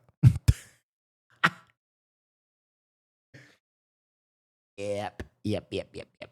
If we do, we'll offer it to you. There was a website that would plan your route to print so you could take it with you on your drive. That website was MapQuest.com. Tony and I were going to follow MapQuest to Huntington Gardens. Okay, dude, I get it. I didn't say it worked. I just said that was the plan. Enjoy my final day of silence while the flowers were in bloom. So I routed our trip, sent my PDF to Staples, walked over, and man... You got lost? No, I just didn't get head. What the fuck? I was good at following instructions. I was not good at talking to women. Should have fucking bought a printer for this. You ready? Hold on.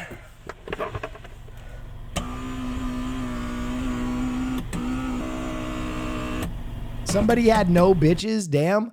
I was 15. Give me a break. No one had bitches. No one had bitches.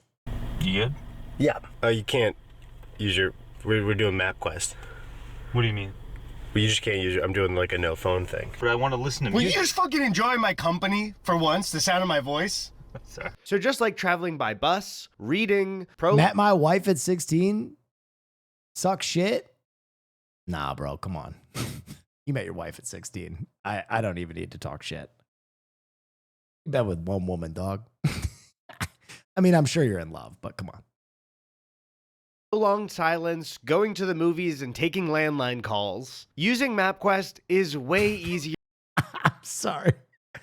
That was cruel. I wish I had a love like yours. I bet it's special. And less daunting than I thought. Dude, it's got to be special to pass up on all the sex that I had. Yeah, you know what I'm talking about, chat. Yeah. Shit. you just pay attention to the street signs and use your brain like 2% more. But we messed up a little bit. So we were on Temple Street and we were supposed to get on Silver Lake Boulevard. Now it said a slight right, and here's the sign. It clearly says that if you go straight, you're on Silver Lake Boulevard. You take a left, you're on Temple Street. But we were kind of talking and there was a further left. So we were like, that one looks like it's straight enough. So we went left on Temple, but we eventually found Glendale. So we driving around downtown, even with GPS, is a nightmare. The GPS it gets confused. If you've ever been driving in downtown Los Angeles, it'll be like, stay left to take the upcoming right, then left, stay left, rerouting. And you're like, what happened? What the fuck? There wasn't even rerouting. Fuck! We thought we had the directions correct until it said to take a slight right on Fletcher 0.3 miles from the turn, and 0.3 miles from the turn was Echo Park Lake. And last I checked, the ramp for the 2 is not submerged in Echo Park Lake. Thank you. He had the exact same experience. He had the exact same fucking experience. Now, if you drive in Los Angeles, you might be thinking, how'd you fuck that one up? This is like a very famous and commonly known spot for LA driving. Well, Tony and I were deep in discussion about the fact that in our Spy Kids video, we accidentally called Fooglies Flugels. So you can see now that it was pretty important. But even then, it was fine. There's street signs for the freeway, so we just kept driving until we saw a sign for the 2. After that, it was smooth sailing. Overall, our mistake made us like 10 minutes late. Wow, what the fuck is that? Where is this place?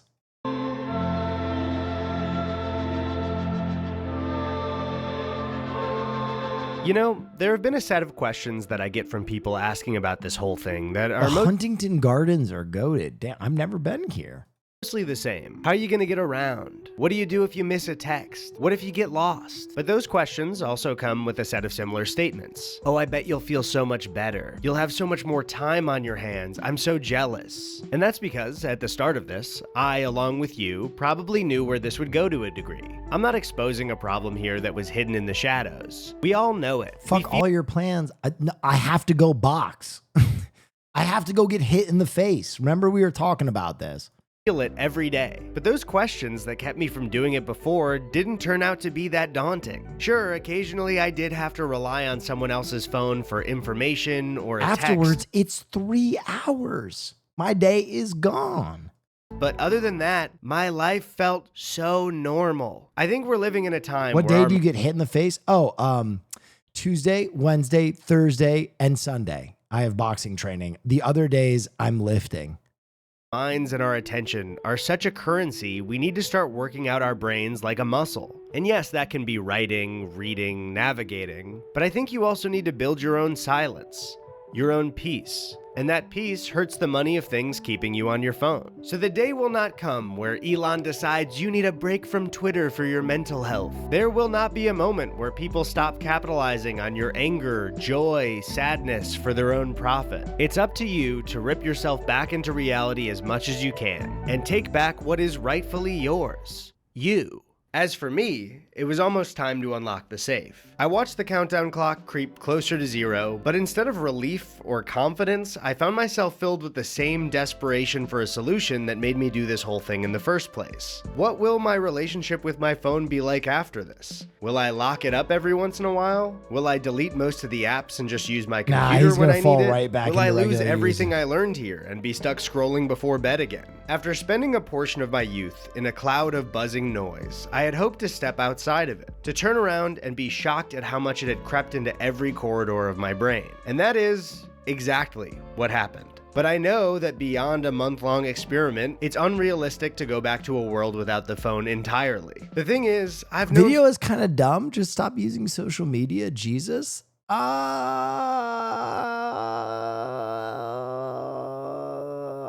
think the video's point is to show you how far the phone has crept into your unconscious. I think the point is like the impact of putting your phone away goes beyond the obvious stuff and creeps into like little even behavioral things. Also, I just love Eddie. He's a great guy, so I'm not going to say it's dumb. I really enjoyed it. For years that the way I was beginning to use it was not good for me.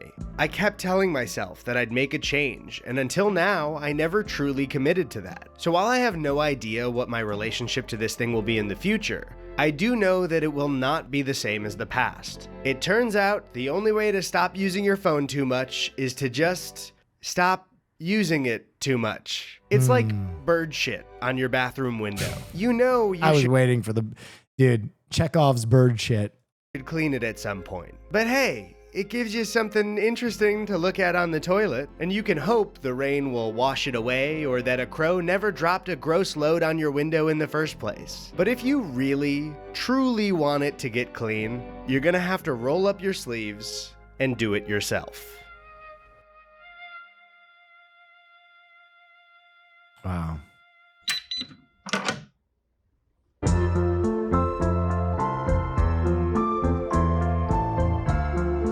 Squeal.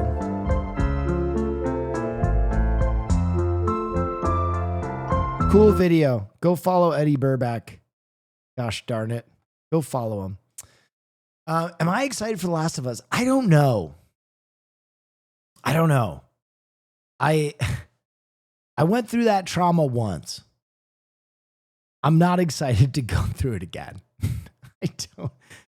Also, I'm going to be honest. I feel like that's very cool. Ned, thank you so much. Heard of this YouTube channel called Sticks? They do trailers for big YouTubers and show it to them. They just did a video with Ryan Trahan promoting his new candy. They make really good content. If you want to check it out, it fits the community. Okay. Shit. The other thing I'm worried about with The Last of Us, if I'm going to be completely upfront, I don't know what The Last of Us looks like without Pedro Pascal.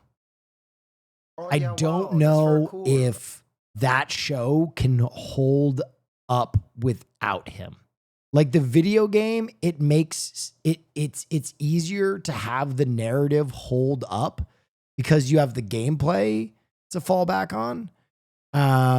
But he's not in it again. Oh, y'all really didn't play the games, huh?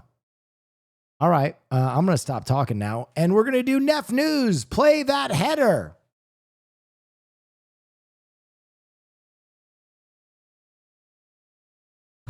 What? Thank you.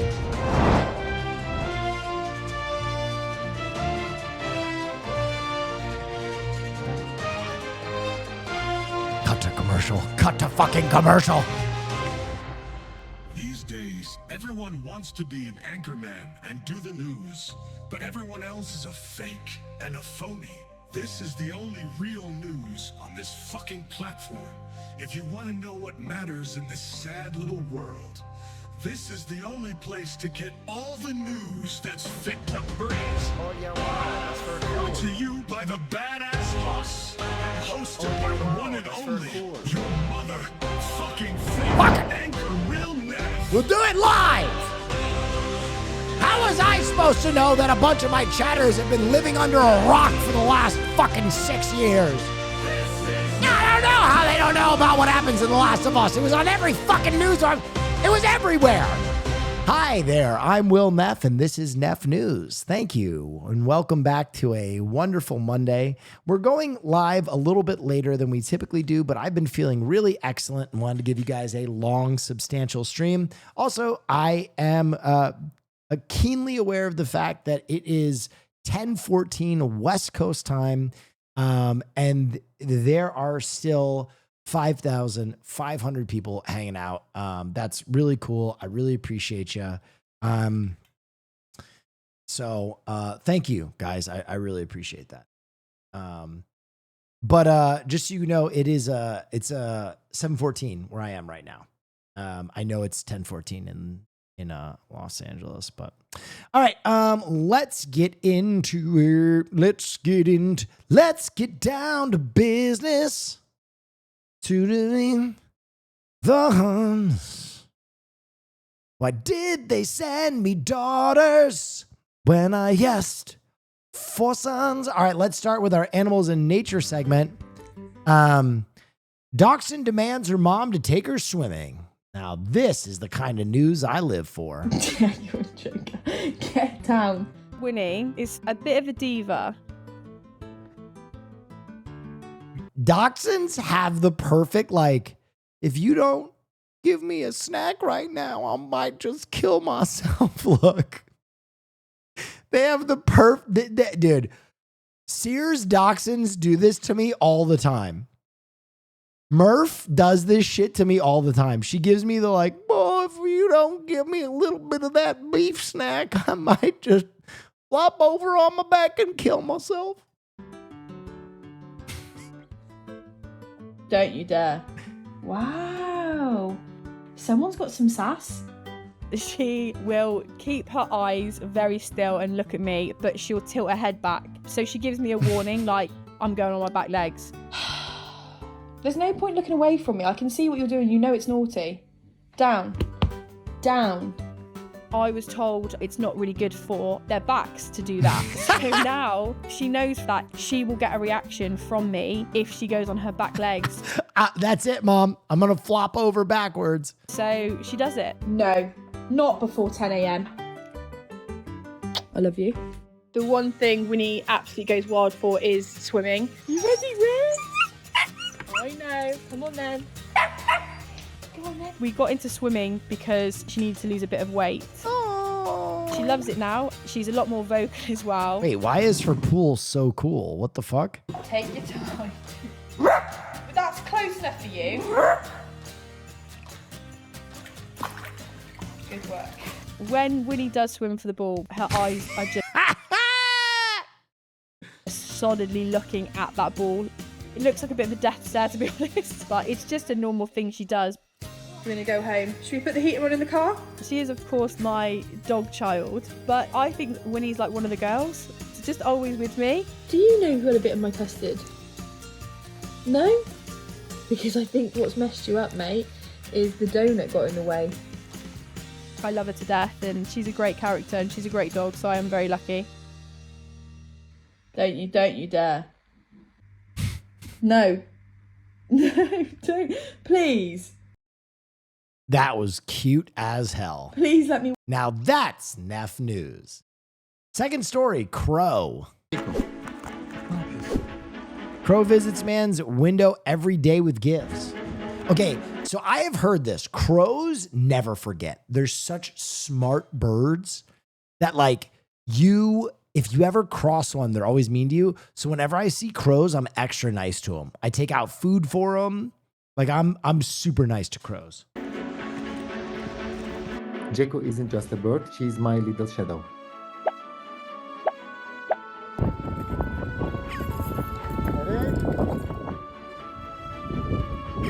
What the hell? She's wild baby bird, but every day she always comes back to me. Dude, when I go other crows are so smart. Room and shut the door, she always peeks under the door. She just want to land on my finger, my shoulder, or on my head. Oh, yeah, She wow, always that's very with cool. me 11 whenever I months go. Pog. Love its community Neff. Thank you. Hello. But at the beginning, I thought she won't come back. This is a wild bird that just took a liking to him? That's crazy. I was on my way to work. Suddenly, I saw something fall in front of me. Her wing was injured and she couldn't fly. I couldn't just leave her like that.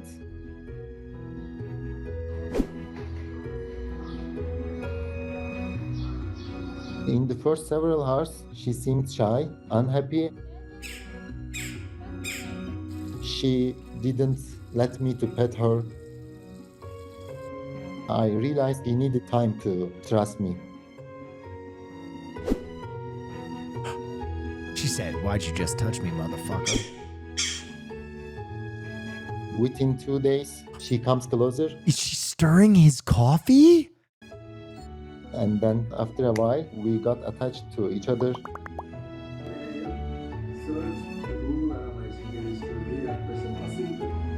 one day I realized she didn't need me anymore. Oh. No. I thought she would leave me when she recovered. Yeah. But she decided to stay. My heart. My fucking heart.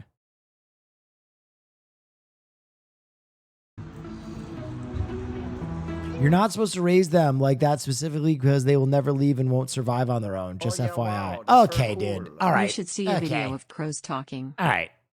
Okay. I felt so special that she still chose me. No fun. Why live for anything? You know, just leave it there with the broke way. You know what? He should have shot it in the head. Now she can fly anywhere, but she always comes back to me.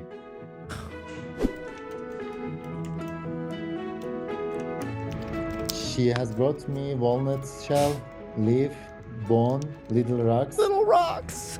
It's like he wouldn't have had those little rocks. Like the most beautiful feeling to have a pet bird which flies and comes back without any restrictions. Yeah, that's awesome. Yeah, that's rad. That's great. That's sick. Look at the kisses, chatter. No, you know what? You know what? Maya's fucking fugazi. You know why? Maya's fucking, she just wants all the birds for herself. I'm saying it. She just wants all the fucking birds for herself. She's like, oh, don't raise or take care of birds. I got to do it here at Alveus. I need the big one with the legs. And I need this one too. Oh, and don't raise wolves unless you're me. Shut up. I'm tired of it. If I want a crow, I'm going to get a crow. I feel she's like my child. And if you're as angry as I am, you should donate to Alveus just to show her that you have enough money that you are above it. You should send a nice donation over there to help what she's doing just to show that you're tired of her bullshit. I think she sees me as her dad. If one day she doesn't come back, I will be very sad and worried. But if she finds a partner and decides to live with him, I will be happy with that. If you are rescuing or thinking of adopting an exotic animal, please make sure to contact professionals and do your research so that they can have the best life. Yeah. Sure. Unless you're that guy who saved The that two crow's life. otter And now they're deeply in love. residents at the new zoo in Swamico are taking a spring break of their own this year. I donated Early $15. Thursday I'm so mad. Oh, dude, you showed her. You showed her. morning, zookeepers discovered North American river otters. Louis and Ophelia escaped their habitat. We do believe we know where the otters are. They've settled down quite a bit. They're getting over the woohoo spring break explore everywhere phase, and they're starting to stick a little closer. Thanks to motion activated cameras. Interesting. These otters escaped, and these so-called experts know that they're doing fine. They've settled down, but they want them back in the zoo. Why? Interesting. It just seems like all these animal experts want all the fun animals to themselves. Tracker. Zookeepers noticed a different critter helping himself to the traps intended for Louis and Ophelia. It's not really anything that's raccoon proof. There are some traps that are more appealing to otters than Bears in houses. Fuck it. I'm saying it. It's time. I've said it once. I'll say it again. It's time for bears to live in homes with people. Okay? They like Oreos. They like watching TV.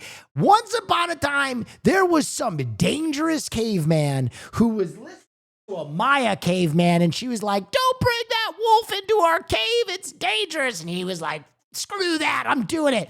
And now we got dogs everywhere, and they're man's best friend. We got goddamn little wiener dogs swimming in pools. But I'm here to tell you, it takes one brave person to bring in bears and start breeding them smaller and cuter until they are domesticated. raccoons, but yes. I'm Will Neff, and I approve this message. There's always the issues, and we, we know that we've got a healthy population of all kinds of animals out here. New zoo director Carmen Murrock says the otters are clearly finding food on their own, making the food in traps less appealing. She's hopeful the otters will think finding 3 meals a day on their own is too much work. Overnight, we're leaving the gate to this exhibit cracked just a little bit and making sure their favorite foods are in their den.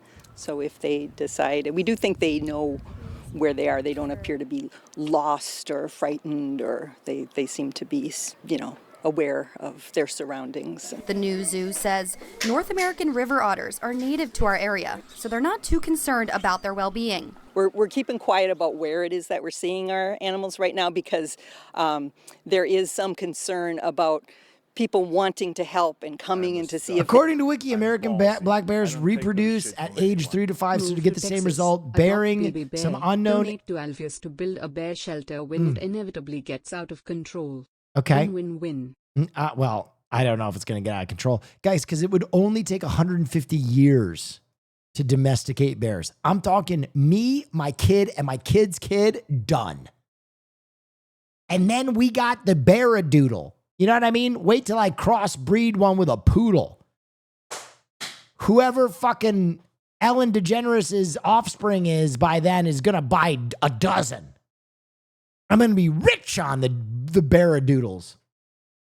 They can see them and actually scaring them off. The new zoo director told me that both river otters come from the wild, so she's confident that they will return safely when they are done with their spring break adventure. In Suamico, I'm Savannah Wood, Fox 11 News.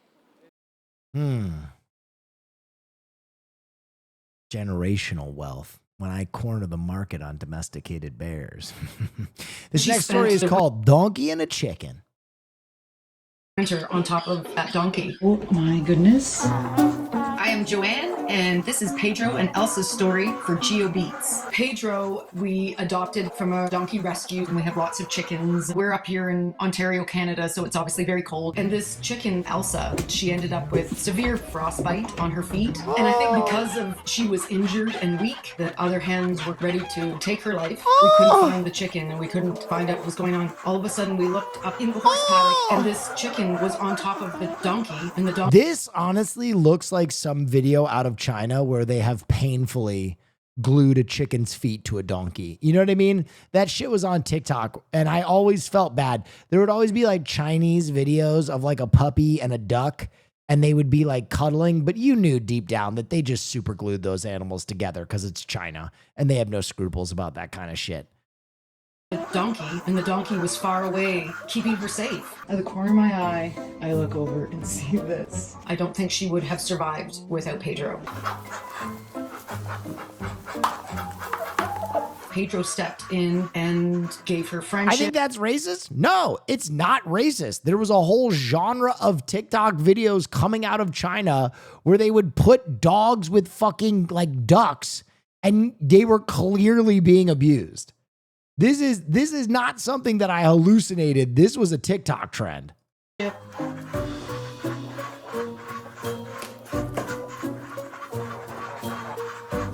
Then she spent the rest of that winter on top Will you fallen for anti-Chinese propaganda?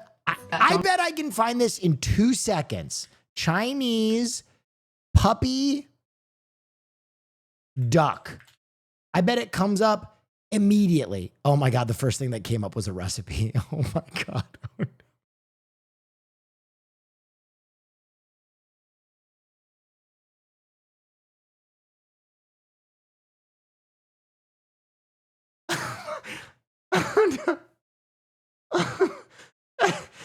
Oh my God.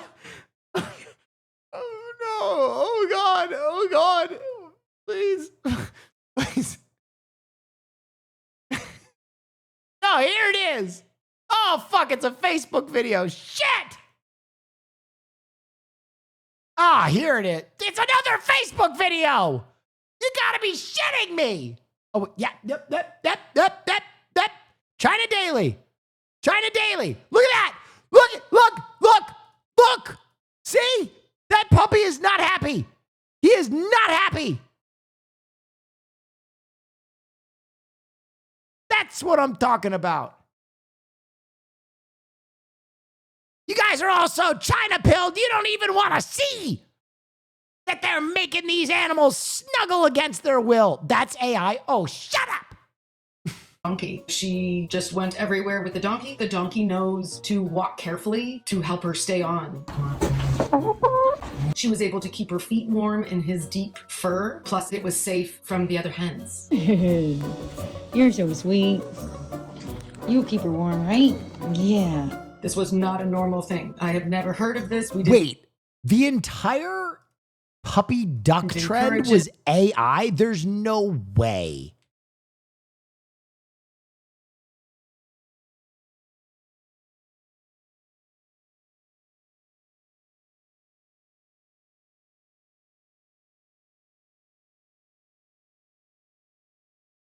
There's no, that was an AI video?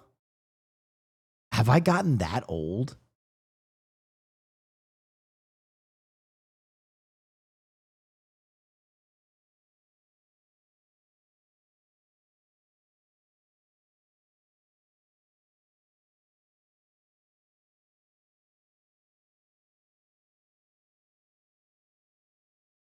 Is this AI?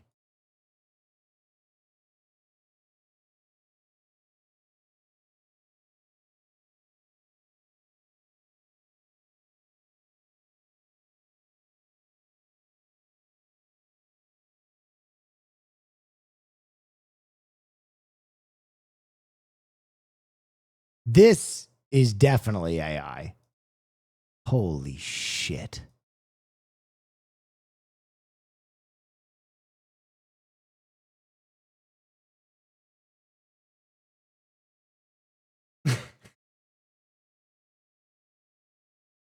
I was as shocked as Nothing AI about that recipe, though. everybody else. Now this is going on. This is the third winter. In the summer, she doesn't go up there. She's higher in the pecking order now. The other chickens don't bother her, but she still, come the winter, she gets up onto Pedro because she doesn't like to walk in the snow.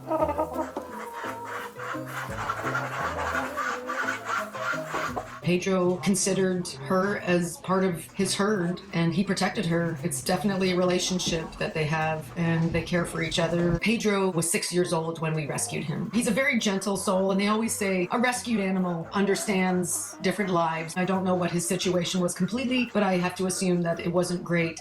I have seen other chickens now see Elsa up Guys, that was a joke.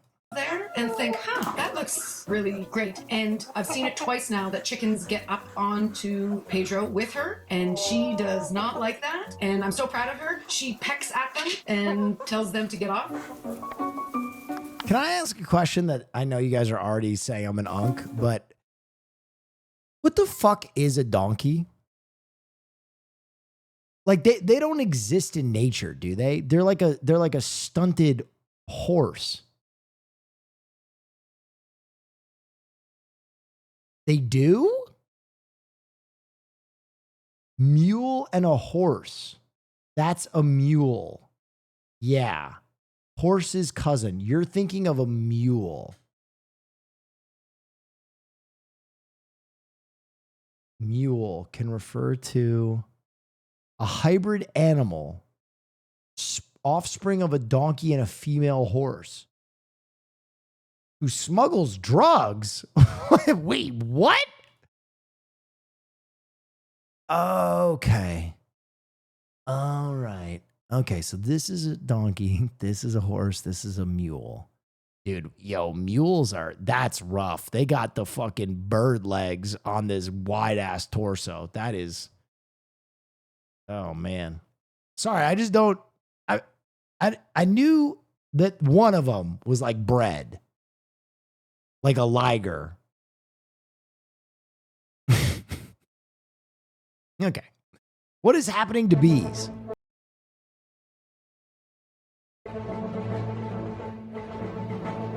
Tonight, the Mules beekeeping can't industry- reproduce?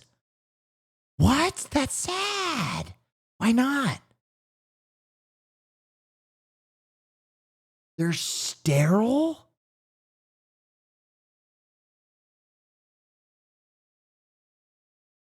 That's crazy. Do you think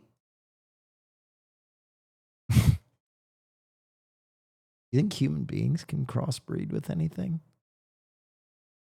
Do you think if like a gorilla, you know, do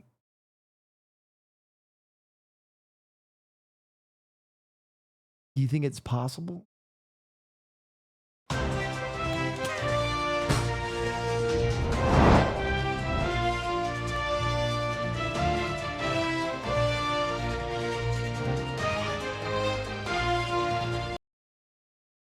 Okay, that's it for Enough News. That's the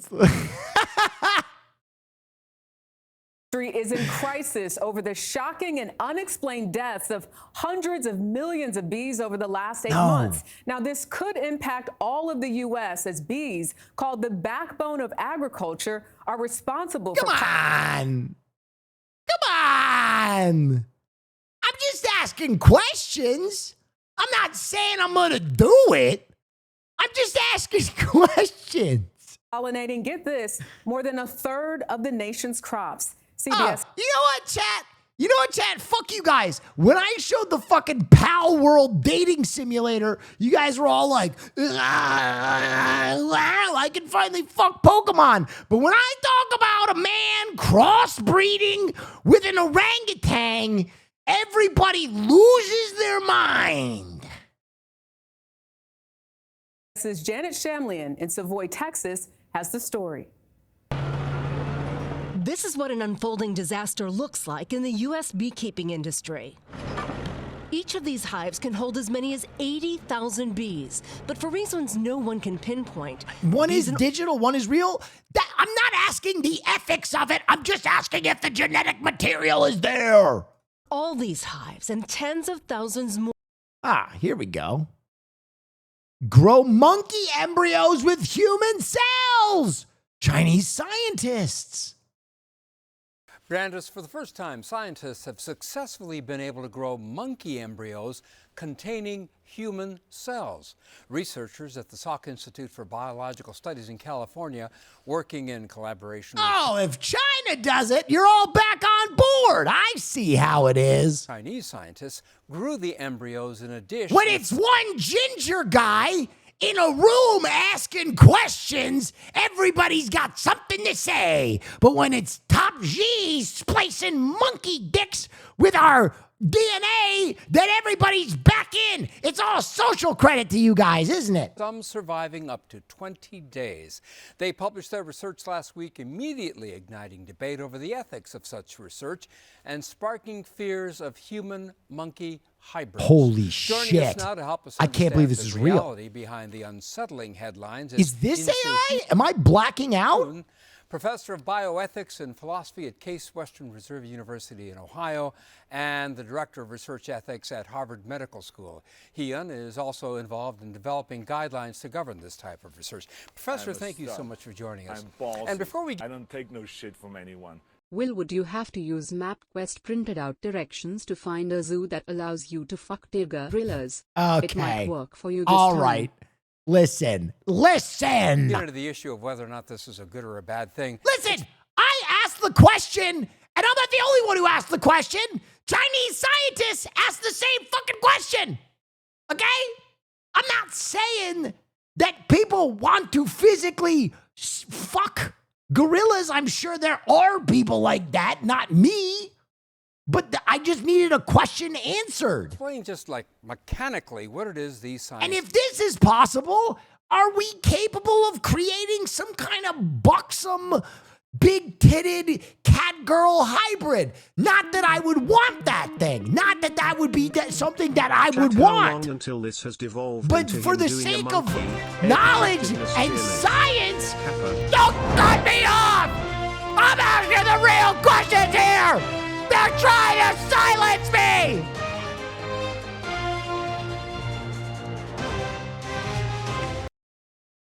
Son of a bitch. It's dead. That's right, thank you. So they took sperm and eggs from monkeys, Oh yeah, wow, that's mixed very them in a cool. dish. Chat, now we to know make why we want monkey bears to be more embryos. accepted into And these society. embryos, as you must know, Okay, all right. I don't take no shit from anyone.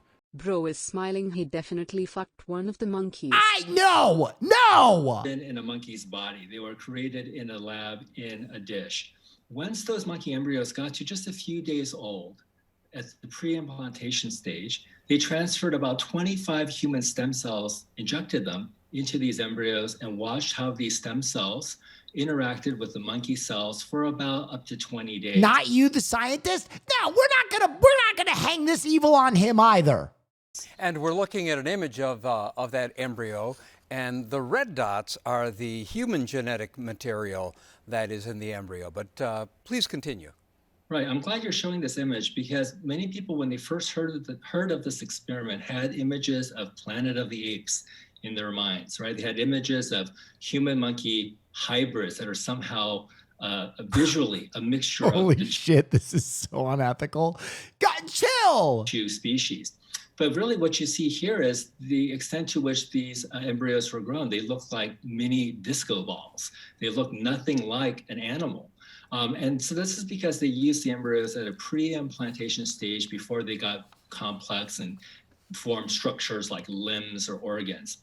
Now, Dude, how fucking cool. Listen. Obviously, this is, all very hypothetical and scary and dangerous. But what if they made a fucking Bigfoot? What if all the legends of the Bigfoot came true and there was some kind of Sasquatch running around Hunan? You know what I mean? I would be into that. That'd be kind of cool. That'd be kind of neat. why did they do this? Many people are curious about why science would do such a radical thing.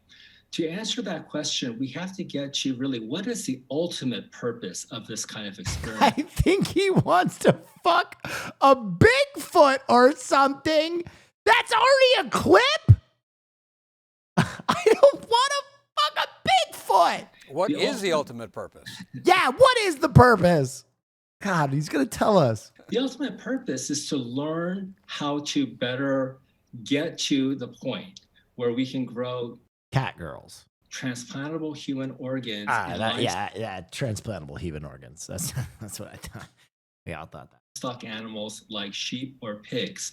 There is a drastic shortage of organs for transplantation in the United States and worldwide. In fact, in the United States, about 18 people every day die while waiting for an organ on the organ wait list.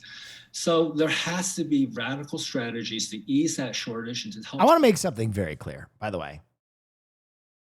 Bigfoot, apes, gorillas, not attracted to, okay?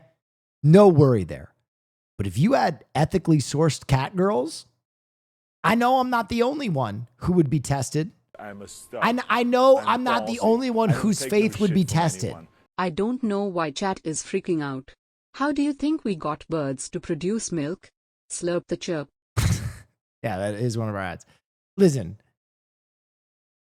Bro, I want to be a cat girl. See? I'm not the only one whose faith would be tested.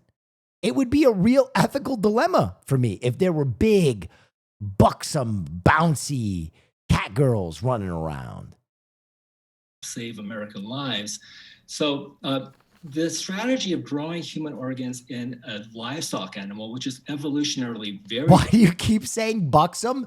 Because if science is going to engineer a cat girl, he's going to give her fat titties too, okay? If we're going full Frankenstein, you know these cat girls are going to be buxom, man. Quit acting like I'm crazy. I need a drink. Distant from human, right? Pigs and sheep are very, very unlike human beings. That strategy has not worked because injecting human stem cells into a pig or sheep embryo that's been genetically modified to lack an organ, which then the human stem cells will provide. Those human stem cells have not survived for very long in that foreign host environment. Family-friendly streamer. Someone's grandma is having a fucking stroke right now. Researchers have to have a better understanding of how to overcome what's called the xenobarrier, the barrier between human species and non-human species. And to better learn that, we have to work with a species that's much closer to human beings, which would be the monkey. Professor, this is a crime against God. To learn about how human cells can interact with non-human cells at a very early stage before implantation. Professor, as we mentioned, these embryos with these monkey embryos. Yes. Oh, you talking about splicing? Shui. Oh my God, dude. What a reference to the gene splicing episode of Batman Beyond. I'm there with you. This has been my best stream in years, by the way. This is content. Injected human material only lasted about 20 days. If it lasts, is it the goal for it to last longer? And at that point, might not society get into more troubling aspects than just trying to figure out how cells talk to each other to promote transplantation? Right. That's an excellent question. The reason why they track the embryos for 20 days is that's the maximum limit of how. This is a cut story from today. Over my dead body, spare human bodies grown in artificial wombs in labs as scientists insist bodyoids feel no pain and can serve as meat? Bodyoids?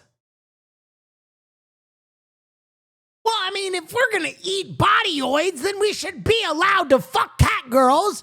Come on, man. This is horrible. At least we can find love with a buxom, bouncy cat girl and enjoy our bodyoid meal together. You know, if we're gonna fucking go there, let's go there. If we're gonna eat bodies, you know, we might as well be able to enjoy something. Come on. Right? Long technologically, you can keep monkey embryos alive in a dish that have never been in a monkey body. So what you would bodyoids have to do to go any further beyond that point is to implant the embryo into a uterus of a monkey. Now, nobody wants to do that at this point. Might that happen, though? It seems as if this might be a preparatory step for the. The sun is a fucking rag. Yeah, I mean, yeah. Okay, so you're saying,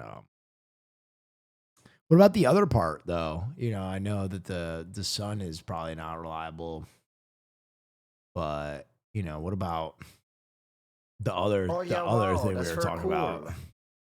Not the bodyoids, but implantation of that. The other, you know, we were talking about a lot of stuff.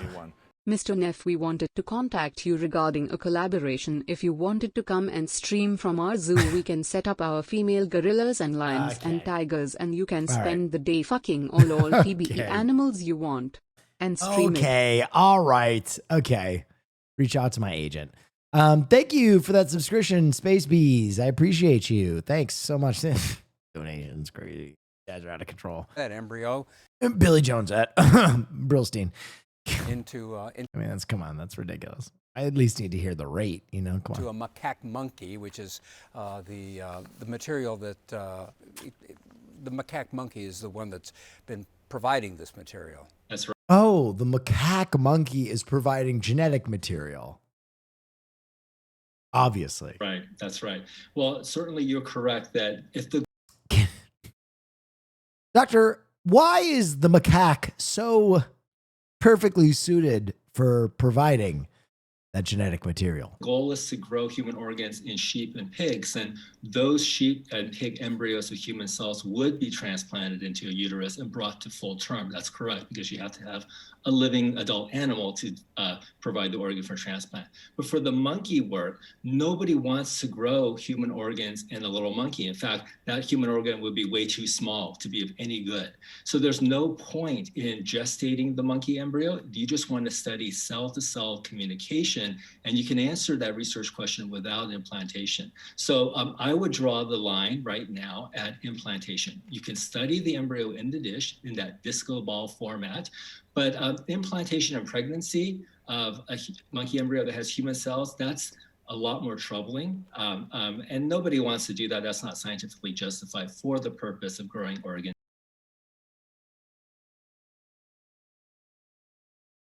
Wait a minute. I need to take a step back. I've been trying to make you guys laugh for a while, and I think I kind of lost the plot of how real this shit is.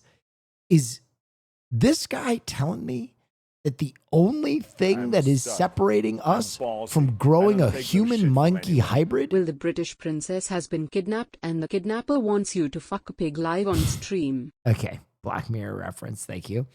The only thing keeping us from growing a monkey-human hybrid isn't ethics but rather that they are worried that the monkey's uterus will be too small to grow any kind of usable humanoid organs that we would harvest from the hybrid creature.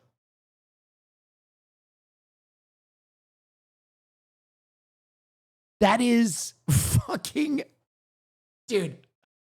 I have been doing a bit for like the last 10 minutes and that snapped me back to reality in a crazy way. Holy shit. The bit is over. What?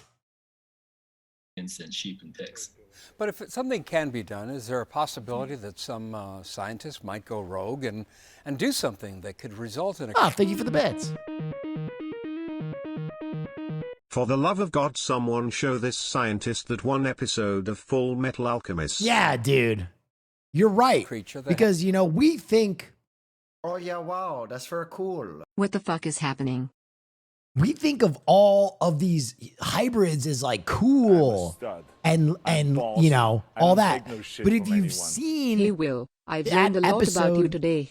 First, we need to domesticate bears. Yes. Then we need to create fuckable big titty cat girls while avoiding a real-life outbreak movie from people who want to fuck monkeys. That's right. You learn something every day. That's right. Everybody thinks of hybrids as these like, you know, cool, sexy thing that might happen. But if you see Full Metal Alchemist, it can be horrific. Like, take a look at this. This is from Full Metal Alchemist. Okay, that's the wrong tab. Hold on. I'm sorry. I don't know how that got pulled up. Let's go back to the video. Has some component of human consciousness. That's right. That is obviously a concern for everybody. And there are no guarantees, right? Even if we have strict rules and laws, people can always break them. People have been known to break rules in science. But the public needs to know that there is a pretty rigorous structure in place, both for animal research, full stop, okay, and also for research involving human stem cells. Ballsy. I don't take no shit. I'm trying to hear what's going on. Okay, but would you fuck a body-oid cat girl in the Luxor penthouse if you got to stay there for free? In the Luxor? No way. I don't know if you guys... okay, okay, the Patreon has just hit the tower because there was a segment in the Patreon that was one of the craziest things that Austin Show has ever done in his entire life. Austin Show, as part of a promotion for a football thing, was given... Okay, the Luxor is trash. Okay, yes. I hear you. But Austin Show was given the penthouse suite at the Luxor for an event he was doing.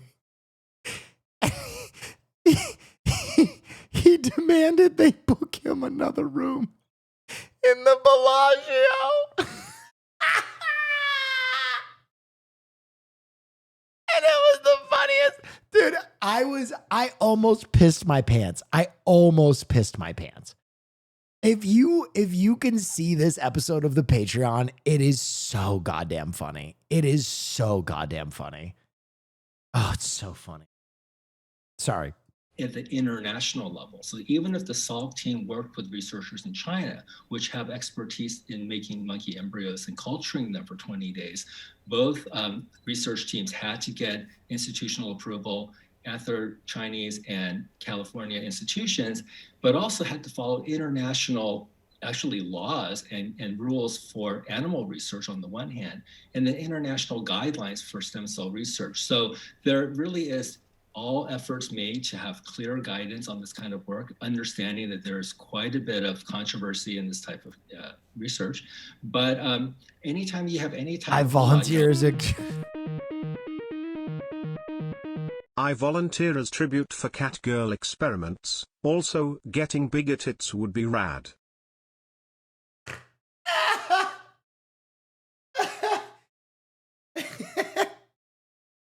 The laws do not actually 100% prevent bad behavior. Save us, China. Scientists that might go rogue and do this, I wouldn't even call them scientists, because there's no scientific reason to gestate a human chimera in a monkey model. He said it! He said a chimera! He said it! He did the line! He did the line from Full Metal! Oh my God, this is so real. He said chimera. Without a clear plan as to what the benefit to society is for doing that. Professor Heon, thank you so much for your insights. Fascinating story. We appreciate it. Thank you. Holy fuck. All right, real shit. All bullshit aside. If you had the chance to be stronger, better, faster, live longer, you would splice yourself with a duck-billed platypus, right? Like you would splice yourself with whatever. I'd be splicing up like crazy. You know what I mean? I don't give a shit. I don't like how I look that much that I wouldn't splice myself with a snake. You know what I mean? I would be spliced up. One's in chat if you would splice the shit out of yourself. And then tell me what you would splice with. Yeah, there are so few people that wouldn't splice. An ant? Okay, you wow for real on that one. Pigwood on a drone. That's crazy. An ant? You freaky as hell, dog. You freaky as hell. Like that about you. But that's crazy. A bull? Yeah, I get that one. Horns, giant cock. Yeah, that's a +1. Ant? I don't know. Exoskeleton? How does that work? One, your mom? Okay, fold up cup. All right. We're having a nice discussion about what we would turn ourselves into as a chimera, and you just want to fuck my mom. More have turned up dead. Have you ever seen it this We're going back to the bees. bad? Never, not even close. The data is showing us that this is the worst bee loss in recorded history. Blake Shook is one of the nation's top beekeepers. He owns Desert Creek Honey and several other beekeeping businesses. If this is a multi-year thing, it'll change the way we consume food in the United States. So they breezed over something real quick. He owns one honey and then other honeys. So a lot of people don't know this. Honey makers sell to honey distributors. There are a lot of people that make honey that don't bottle their own honey. Go ahead. You know what the difference between a donkey, a mule, and an ass is? Will show us donkeys and mules on stream all day, but he will never show us ass. Okay. Show Holland now. All right. Thank you for that. So my cousin has a honey business. That's very cool. So I know this. Thank you so much. But yeah, a lot of honey distributors buy their honey. So this guy probably makes his own honey and then has his own distribution, but also sells his honey to other distributors as well. This is a multi-year thing. It'll change the way we consume food in the United States. That's a pretty significant statement. It's huge. It's huge. I mean, So white labeling, that is huge in honey. we lose 80% of our bees every year. Gift from Nefcord.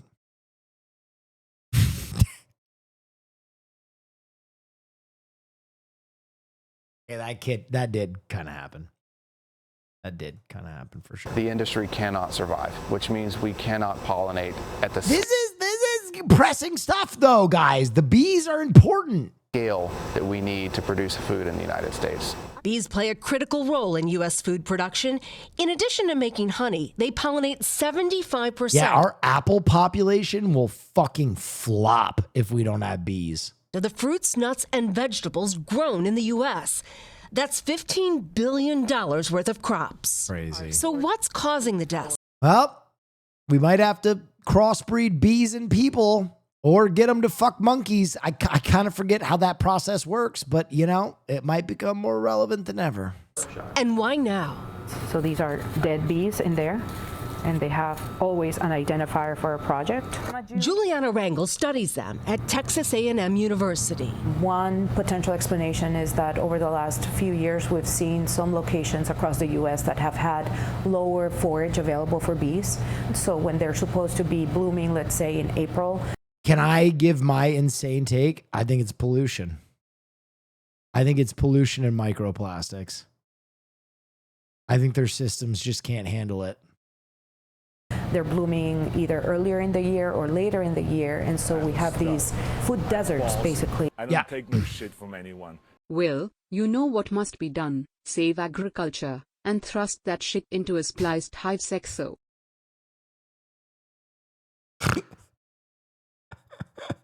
There's something so funny about a guy setting out with pure intentions to save the bee population. He's like, we have to splice.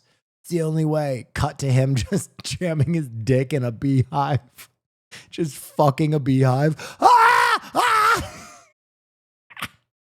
Will, what are you doing? It's the only way. I'm gonna be a hero. In the summer and fall that the bees sometimes cannot withstand. Back at Shook's Bee Farm, here we go with the hood. We suited up for a look at his commercial operation. Okay, you ready? Yep. All right, the first thing we do is smoke the entrance, and that calms the bees down. This is what a healthy hive looks like. Yep. And then in the center here. So this is what my cousin was talking about too, which is really crazy, is like men and women and MBs that know how to keep bees alive right now, like they're going to make a killing because like keeping bees alive is an art form right now. And the people that know how to do it are like, they're going to become like the new oil barons because bees are so fucking important in our agriculture. And you don't even know, you have no idea. This is where the oil barons? No, seriously. I know this sounds crazy, but if bees keep dying at the rate that they are dying, and if bees become a private resource, people that keep bees alive can basically like name their price for their knowledge just to keep bees alive. Like it's insane. Neff Capital, I'm a bee man producing. Like, and the other thing about keeping bees alive, beekeepers, is it's like, it's not like something you can go to school for. It's kind of like a folksy IQ that you get by doing it. And it's usually like a family thing. So like bee families are bee families. And they have these conferences. I bet you guys don't know this. There is like a beekeeping conference that happens once a year where all the bee families get together and like share secret bee knowledge. I'm not making this shit up. This is all real.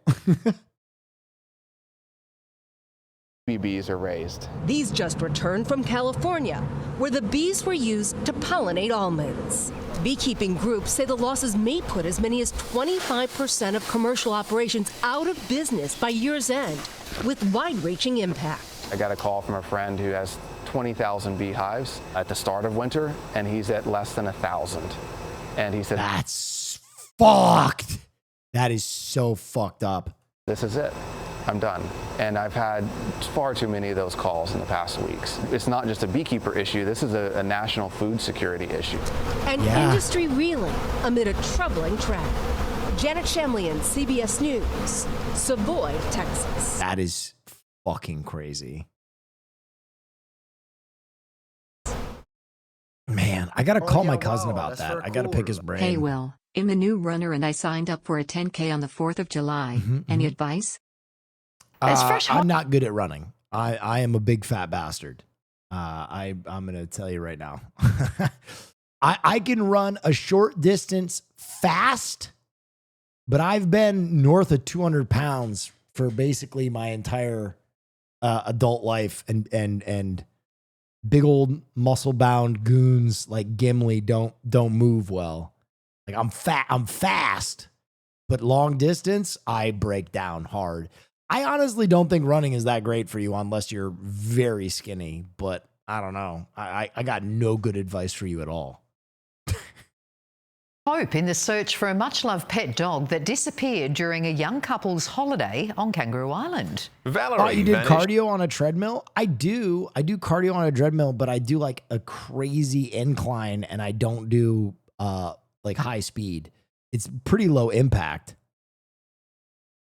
I can't run on a street.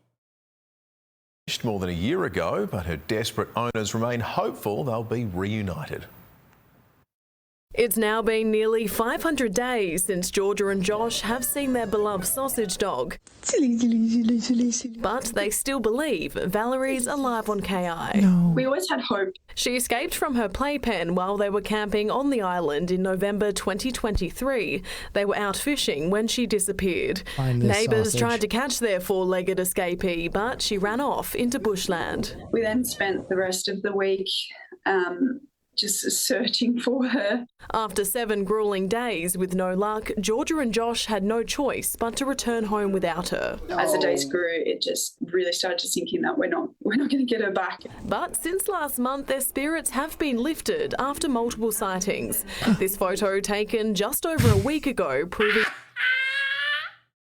It's like a Bigfoot photo of a wiener dog. Valerie might still be out there. For anyone who knew Valerie, she was the tiniest little princess of a dachshund. Like, she slept in our bed, she had a car seat. Now, she's a wildlife survivor. Island Wildlife Rescue Service, Kangala, is doing all it can to try and track down the sausage dog.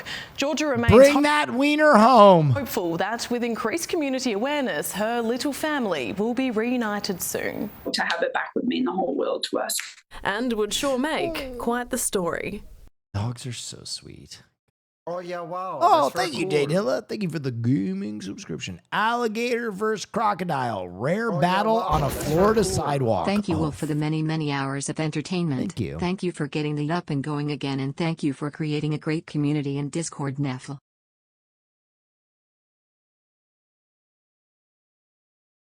Oh. Thank you for getting the YouTube up and going again. It sounded like thank you for getting it up and going again. I was like, whoa, hey now, that was... Thank you. What a kind thing to say.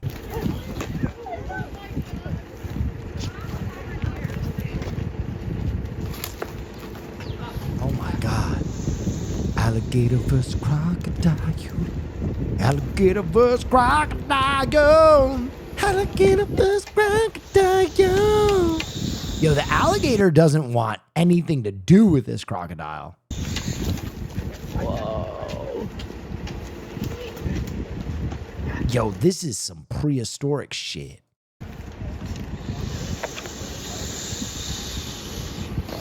Oh! Oh! The crocodile's going in. The alligator wants nothing to do with this crocodile. I'm not gonna lie, crocodiles look scarier than alligators, straight up. Oh! Oh! Oh! Alligator don't play that shit. Alligator don't play that shit. Comeback of the century. That was crazy. Swat. Oh, you fucked up now.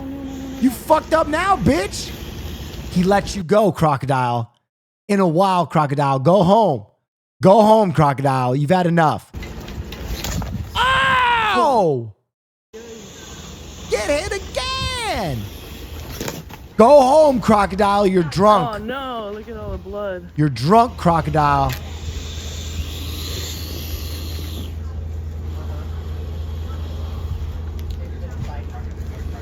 You're drunk. Yes. And then they just kind of ended the fight. And then they just went home.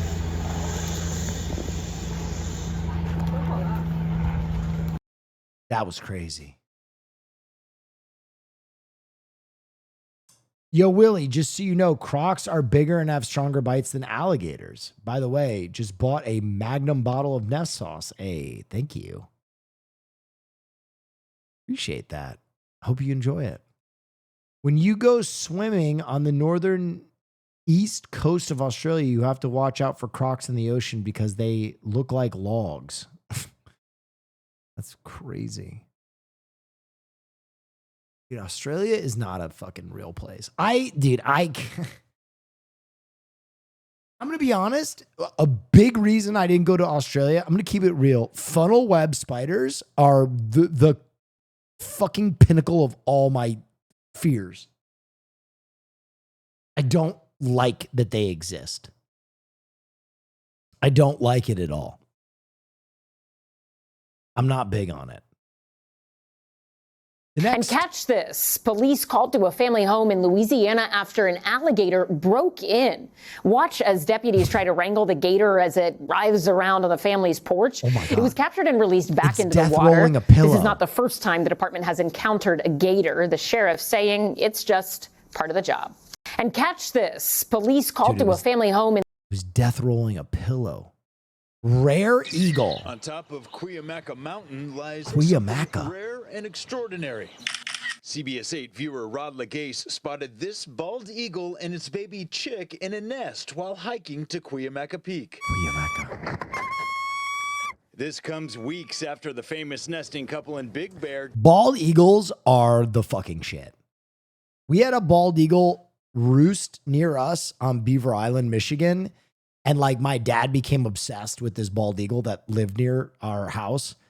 And they were so cool to look at with binoculars. They're just rad. Jackie and Shadow hatched eaglets of their own on a live camera feed. And now that same magic's been captured here in our own backyard.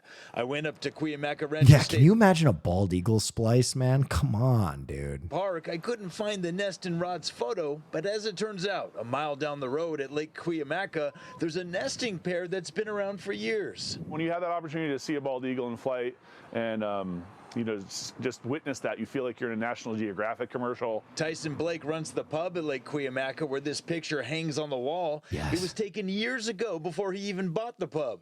But when he took it over in 2021, a year later, he captured his own amazing photo. I run from the kitchen, I get my phone out. I mean, they're come on. One of the top 10 coolest animals, bald eagle. Riding across our patio over the lake, and I got this great little picture. It had snowed days before, so there's inches of snow on the tables, just kind of framing this gorgeous, fully winged bald eagle. I mean, Super look special. at that.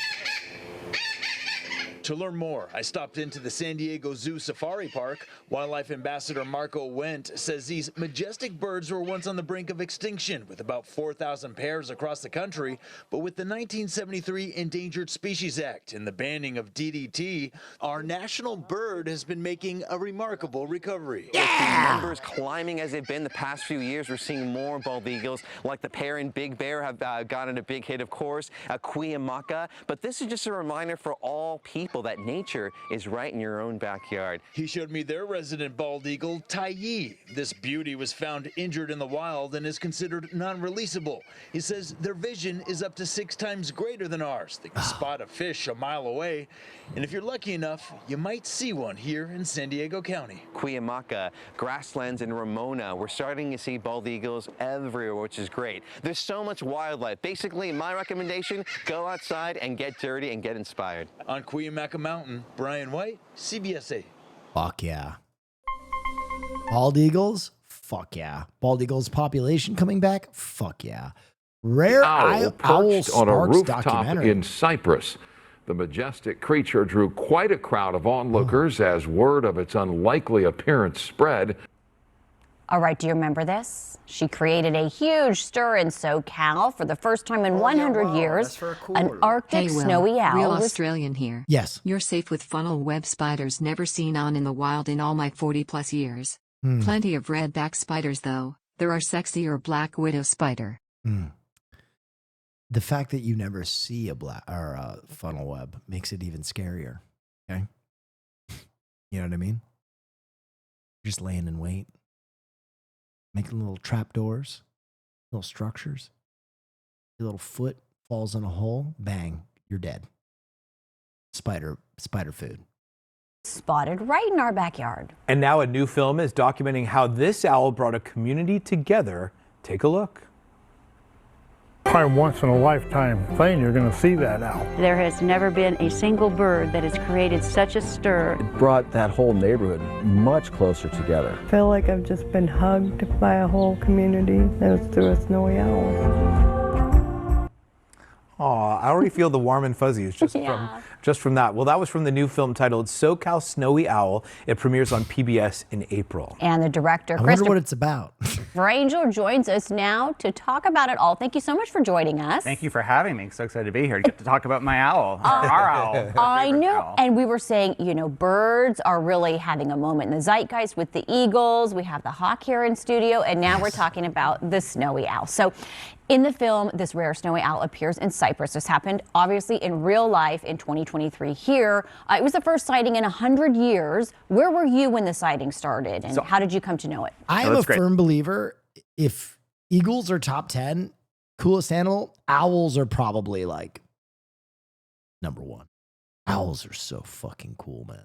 I've always been an owl guy. Owls are tight. They're just so fucking cool. So I live in Los Angeles, and I actually went to Bolsa Chica, which is in Orange County, to go bird watching. I have an annual tradition to do that around New Year's, and it makes me very happy to see these natural birds. But I read in the national newspapers. Are you a bird guy? Not really.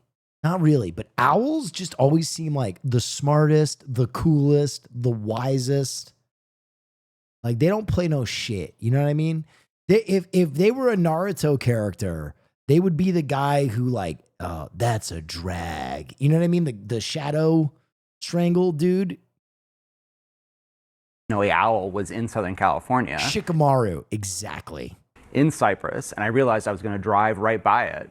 So after Bolsa Chica, after a bird watching walk, I decided to just stop and see if I could find this bird. Aren't owls actually dumb? I've never heard that. And I wasn't sure if, you know, a bird was actually going to just sit there and be available for me to see. But when I showed up in the neighborhood, there were hundreds of people looking at this bird, and it was sitting perched on a roof in plain sight, as if the people didn't even matter. Wow. And you've spoken with experts.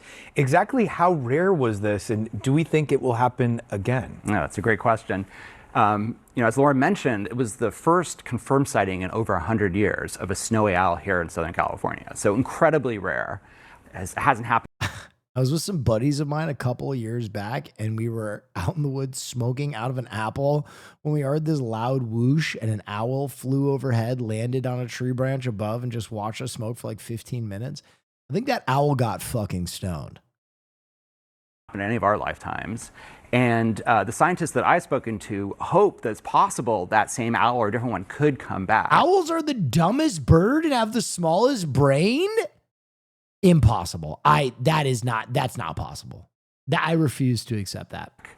These birds often will sort of take the same route and come back to the same place. But as of yet, we haven't seen another one. So it really was very special. Oh, that's intriguing. I know, because they live in the Arctic. They don't live in Southern California. Okay, what did the sighting do for the community? We saw how many people were out in the streets. You mentioned that. We heard that person talking about it bringing the community together. Did it become a global destination? It did. So yeah, it was amazing. On one hand, bird watchers from all over the world, and particularly in America, wanted to come and see this bird. I had personally never seen a snowy owl before. So there's a lot of birders who wanted to get the experience of seeing something that you would. They have very large eyes. It takes a lot of brain processing capacity, all that visual information that requires to sacrifice problem solving and pattern recognition. Okay, well, you know, they got a little bit of the neurodivergency. I refuse to believe that they're dumb. Would have to travel to the Arctic for. And then also for me, what really became apparent was that it brought the community together. And that was really special to see how a wild bird or wild animal could really change a suburb in Southern California. It's just not what you expect. But people kind of came out of their shell, neighbors got to meet each other, and it was this really feel-good story of a community uniting and not seeing any differences anymore, but sort of all supporting this wild animal, this visitor. I feel like in just the few seconds that we saw in that clip, it was really moving to see the community come together. Now, what are you taking away from the experience, and what's next for you? I know. Crows are the smartest bird. I've heard that before. Corvies, right? Corvies are the smartest animal. Like, they're crazy smart. Ooh, that's a great question. So for me as a bird watcher, I'm just excited to share this story with people, because for me it sort of explains why we should preserve Corvi night. Wild animals, you know, why nature is important. Obviously, these animals are beautiful in their own right, but also these aren't ravens corvids? I might be wrong there. creatures can really do something for human beings. So I'm also encouraging people, I guess, Yes, to go they are. out, go for a hike. Just look at, it could be a hummingbird. It doesn't have to be a big owl, but it could be anything. It really can kind of give you a sense of your place in the world. So for me, this is sort of my passion as a filmmaker, to get to share these sort of stories, and I would love to do more. Okay. And I'm gonna He made a documentary. Bird. We got it. Okay. Bear scared off by It's man a bear in a bear versus costume. bear confrontation. Watch as one of the beasts raises its arms to fight. Wait a minute. That's not a real bear. It's a dude in a costume. Which one? His name is... It's a bear and a bear? Rodney Clark. Bearception. He's a bear of a man himself at 280 pounds. He's getting suited up to scare away the black bear frolicking in his backyard in Asheville, North Carolina. After waving his arms frantically, Rodney busts a move, freaking out the real bear, who hauls off back to the woods. A short time later, the brazen bear returns. You son of a bitch! There's Rodney again, still in his bear suit for round 2. Rodney? Bust a move. His gambit works a second time. Is this an effective bear deterrent? It is.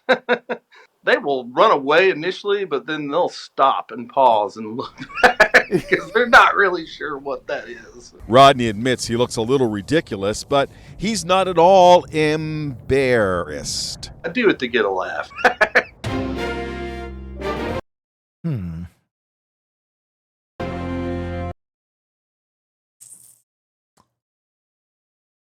That guy fucking those bears.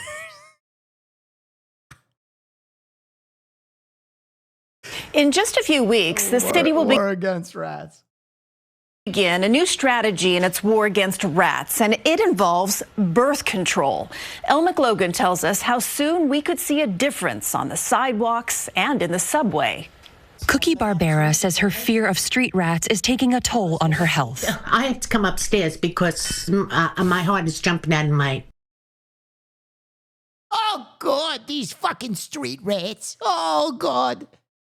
I can't go outside. Every time I used to go out to the corner store and I would get 2 slices of pizza, right? I would eat the first one and I would leave the second one out in the sun because I like the way it gets a little crunchy. And now the rats are grabbing the pizza, Oh, God, every time I go out there, there's street rats. chest. My blood pressure's probably 240. But you can't let these rats run your life either, Cookie. Oh, but Debbie, I can't help it. I'm so afraid of them. I know. Oh, God, I miss old women from New York so much. God, I miss old women from New York. They're such comedy.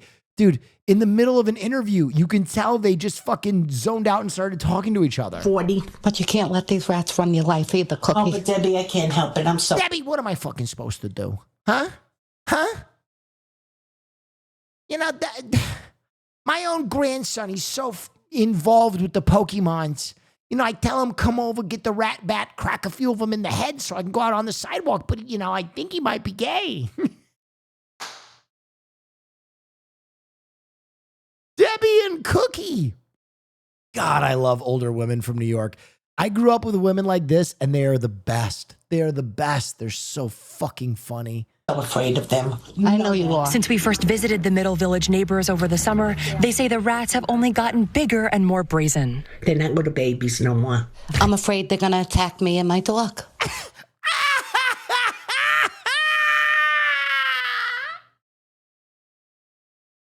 What are you talking about?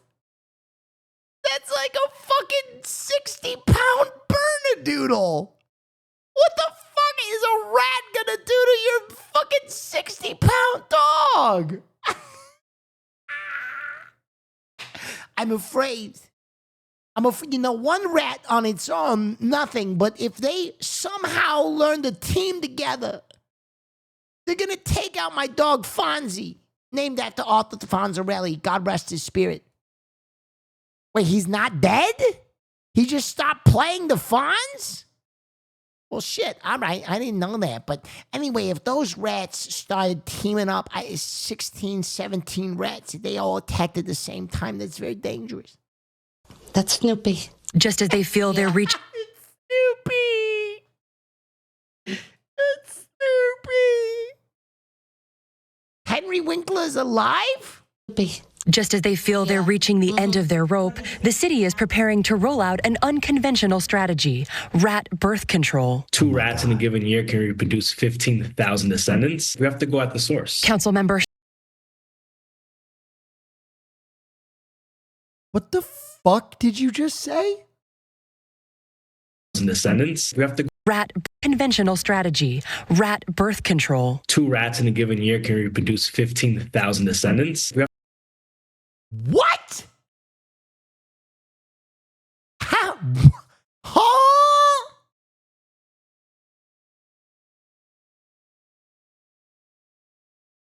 That's crazy.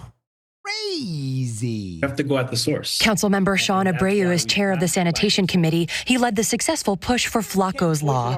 Okay, so hear me out. 15,000 rats, that's a real problem. We can't let these women's dogs get killed by this rat tide, this vermin tide. Now is the time for cat girls.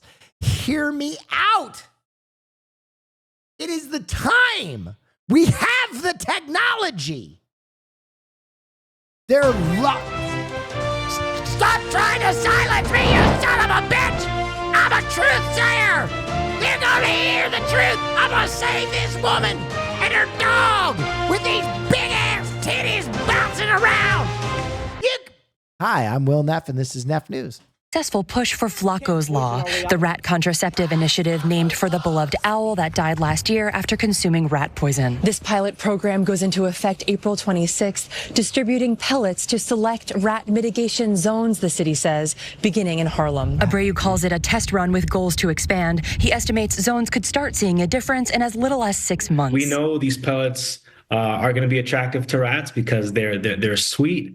There's a compound in it called triptylide that targets ovarian function in female rats and sperm reproduction in male rats. Animal groups, including PETA, are on board, hoping to keep poison out of the mouths of pets and wildlife. The health department tells us Flacco's Law will work in tandem with existing containerization Flacco?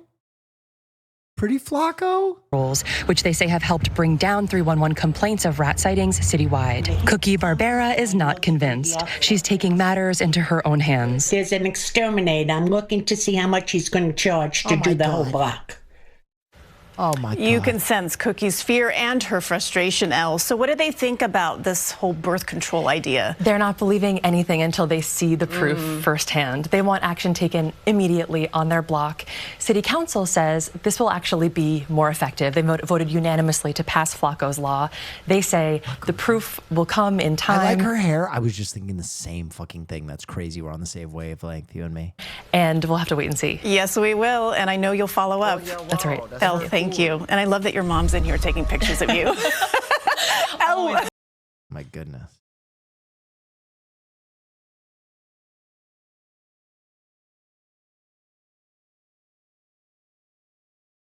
Wait, I need to find more on this Flacco's Law. Hang on. Here we go. This is. She said she loved me, whatever that no.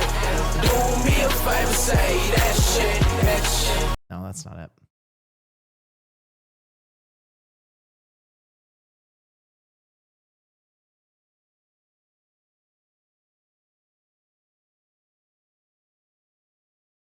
Hang on.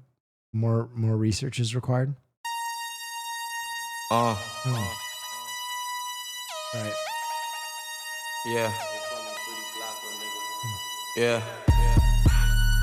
Yeah. Yeah. Yeah. Yeah. Who the jiggy nigga with the gold links? Got me reminiscing about my old days. 3-6 sucker nigga dick, no foreplay. All day, booming out the trap through the hallway. Tell me what you niggas know about. Auntie saying turn it down, or she finna call the cops. Interesting. I wonder if it'll work with rats though. That's A Golex. Interesting. Most pull-ups underwater in one breath. This seems stupid. This is the world record roundup. This is dumb. This is so stupid. What the fuck?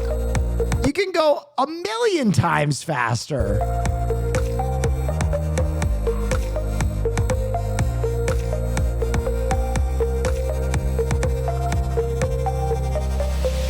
I feel like I could just bang those out.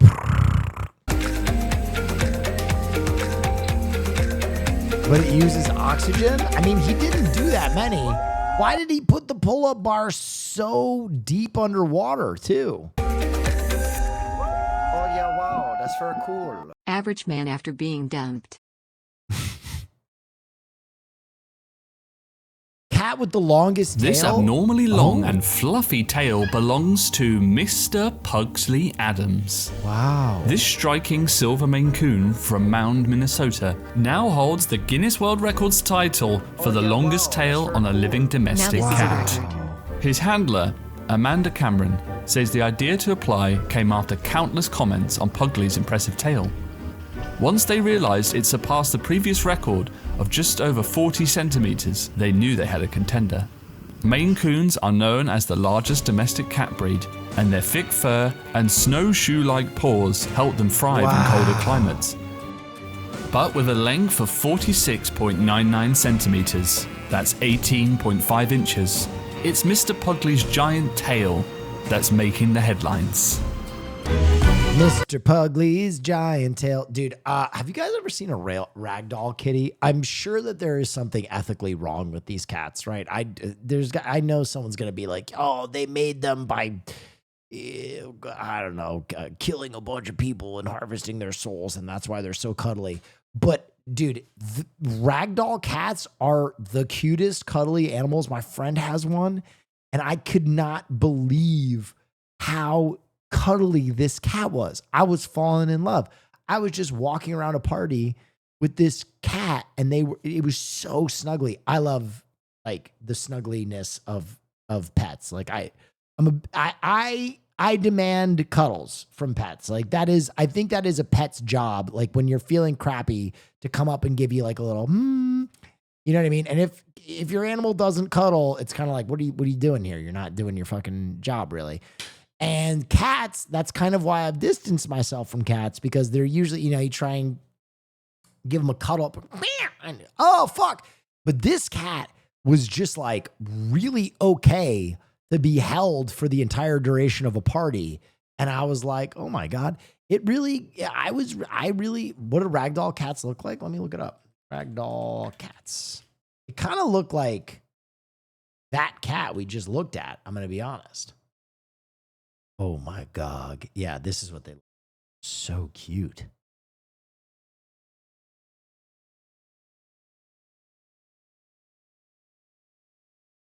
Now, the cat we saw is a Maine Coon, very different. Yeah, but they kind of look similar. I'm just saying. I'm just expressing my feelings about cats. Australian father and son complete 45 consecutive loops in a hang glider. That seems 10,000 feet in the air, 45 loops in a row. Loops in a row. I was a fraction nervous and a little bit worried. I didn't tell anyone about that, of course. A challenge not for the faint of heart or the weak of stomach. Back 12 months ago or so, I decided to do 50 different things for my 50th birthday, so 50 challenges or inspirational ideas. And so passionate aviator and police officer David Scutchings set his sights high on a Guinness World Record. The number of consecutive loop-the-loops in a glider. I have 5 cats. 2 of them hate cuddles, 2 of them love them, and 1 of them is on and off. Yeah, but the ragdoll cat is like specifically bred to cuddle. Am I crazy? That's what their breed is about, right? That's what they told me. That's what my friend told me, is like ragdoll cats, they're bred to be cuddlers. It stood at 24. We were aiming for 50, but unfortunately we ran out of height to complete the loop, so we flew back after 45. 16-year-old son Max by his side, recording each loop with an old cricket counter in hand. That's good, Dad. That's rad. That's a Guinness World Record. Well done, mate. This is so dangerous. I can't. Dude, I don't know about this. We can't ask for much more than that. Remarkably, despite all the spinning around, the pair didn't once feel dizzy. But this wasn't just done for fun. Through this adventure, David has raised $20,000 for SA Police Legacy, supporting families of fallen officers. When we decided to do the loop challenge, I immediately thought of how I can actually... Breeding things to do certain things just seems so gross to me, but with that attitude, I'll never see a cat girl, so morals be damned. There you go. That was the whole range of emotions right there. Capitalise on the actual Guinness World Record to support a charity. And smashing a world record isn't the end. The pair are now planning the next adventure in the sky. I don't think it's quite sunk in yet, but I'm very proud to be part of it and can't wait to see where gliding takes me in the Cop future. charity? Well, I don't know a fucking thing about Aussie cops. Are Aussie cops problematic? 50's just... I don't fucking know. They don't even have guns, right? They got cricket paddles or some, I don't know. All cops? Well, I don't know about that. I feel like there's got to be some areas where cops are less problematic, right? Like, what about fucking, I don't know, Icelandic cops? You know what I mean? Do we have a problem with Icelandic cops? I feel like they got to be kind of big chillin'. American cops, you know, we don't even have to explain that. What about Icelandic cops? I'm ballsy. I don't take no shit from anyone. Aussie cops don't want you to have a succulent Chinese meal. Oh, I can that tell is you true. that much. Damn, that is true. That's right. You're right as hell. I do have an experience with an Aussie cop, and they definitely don't want you to have a fucking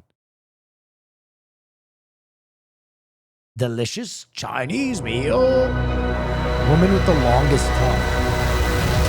What the fuck?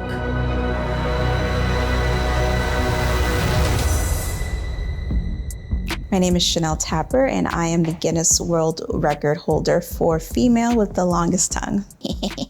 I like little fun, silly, or what have you, things like that. That's what makes my tongue, I feel, the most fun, when I could do things that are outside the box with it.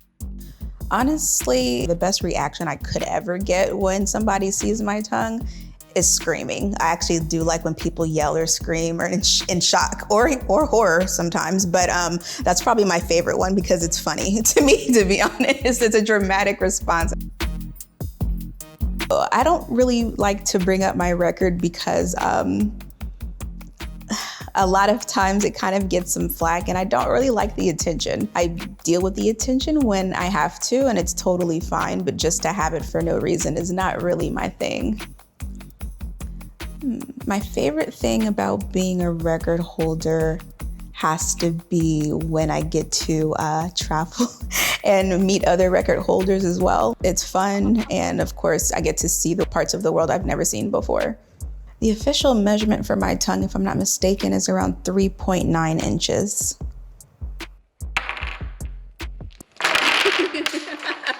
That's challenging.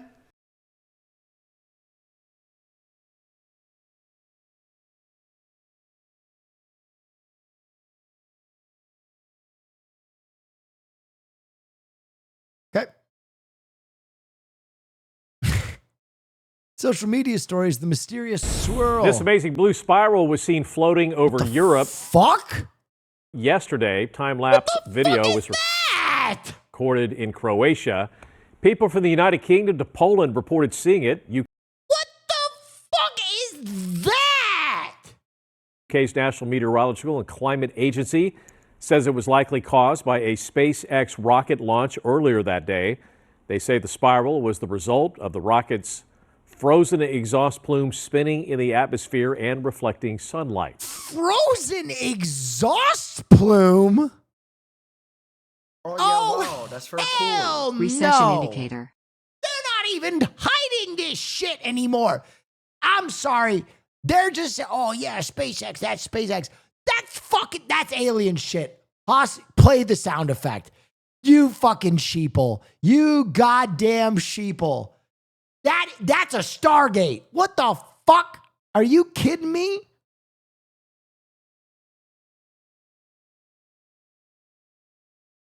That's crazy.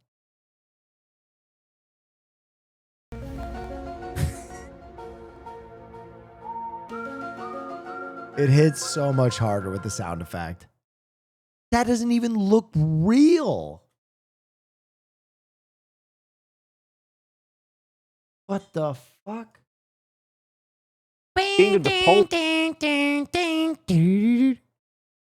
In-N-Out removes loophole order. Okay. Is raising prices on a popular secret menu workaround. The move officially closes a loophole. In a memo, the chain's chief operating officer said the price of individual slices of meat with cheese will increase to match the cost of the secret menu item, the Flying Dutchman. Savvy Wait, the Flying Dutchman's delicious. In-N-Out goers found that they could DIY the Flying Dutchman to save a couple of bucks. But now the chain has caught on, and the cost of both will be $5.50. Boo! Boo! I don't understand. That's my Please order. explain to me. Okay, Flying Dutchman is where you can get it onion wrapped. So the onions, whole grilled onions, act as the buns. Okay. And you just get meat and cheese. So Okay. essentially protein style, but without the lettuce. So people were ordering the patties individually, which was a little cheaper than ordering a Flying Dutchman, which together came at a certain cost. Oh, so I people were at DIY. This guy does not give a fucking shit about this story. He went to school to be a newsman, and he's like, I'm talking about a fucking $1 people are saving on a fucking hamburger. Oh, great. It's like, that's so much work. So you would say, I'll have I'll have 3 patties with cheese. Right. And then you and put then them they together. just give them, and then you. Yes. People were, yes. And you know Okay. what? I didn't even- Wait, listen to that. Okay, one more time. Then Put 'em they just give together. them, and then you. Yes. People were, yes. And you know Okay. what? I didn't even know Okay. Okay. that was a thing. I blame social media because people love to share their hacks online I on these see. social accounts. Yeah. People then go and do it. It becomes a trend. And then the folks at these restaurants go, excuse me. And that's different than the lettuce wrap because That's protein style, yeah. Oh, that's protein style. Right. Mhm. Okay. I love how heavy this chick fucks with In-N-Out. Not only is she beautiful, she knows her way around a fucking hamburger. I like that. Animal Why do style, I you know can't so go much? wrong. Yeah. But you don't. She even mentioned it. She said, why do I know so much? Listen to the little thing under her breath. Style, you can't go wrong. Why do I know so much about In-N-Out? Fuck. Yeah. But you don't do animal style fries. No. But you should try. Have you tried? You know what? I'll try it. Try it. He's not going to try it. I tried it when I was younger. I'll do it again now. I hear you, sister. I think you're fantastic. Don't worry about this guy who doesn't care and this snarky gay man who will never eat at an inn. Try it. We're here for you. Business prepare for the NFL There are draft. Oh, nice. Okay, an NFL draft story. Of the NFL draft footprint starting to pop up in and around Lambeau Field. And for months, local cheese shops, bakeries, and meat markets have been preparing for the big event too. We started our preparation probably 2 or 3 months ago, just making sure that we have additional product for our distributors and our businesses to pull. We've got a lot going on at Uncle Mike's. We want to be involved. Tell me about the hat. With the draft just because there's people that don't know about a Kringle. While people are coming to the draft for football, they'll What the fuck is a Kringle? Like Chris Also be Kringle? Kringle? A rope, a ring of rope formed in the edge of a sail.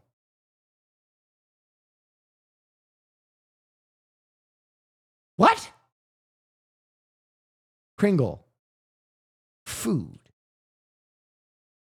Oh, it's a Danish pastry in this. Oh, I know what a Kringle is. I've had a Kringle before. I did not know it was called a Kringle. I've had this one at a Trader Joe's. wow, that's very It cool. says Kringle on it. I had no idea. Wow. You learn something every day. Looking for iconic Wisconsin flavors too. So super unique, really known throughout the Midwest, but also from the state of Wisconsin. We have a wide variety of meat markets, so we're really excited to showcase, our facility. What do you think about Summer the possibility of outlawing the tush push?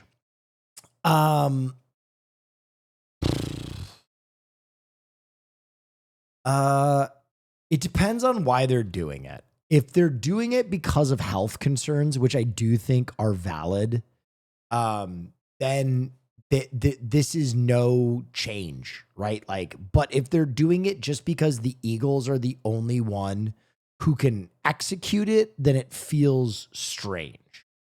But like, this would not be the only football move or play or thing blocked because it's dangerous, right? And to his credit,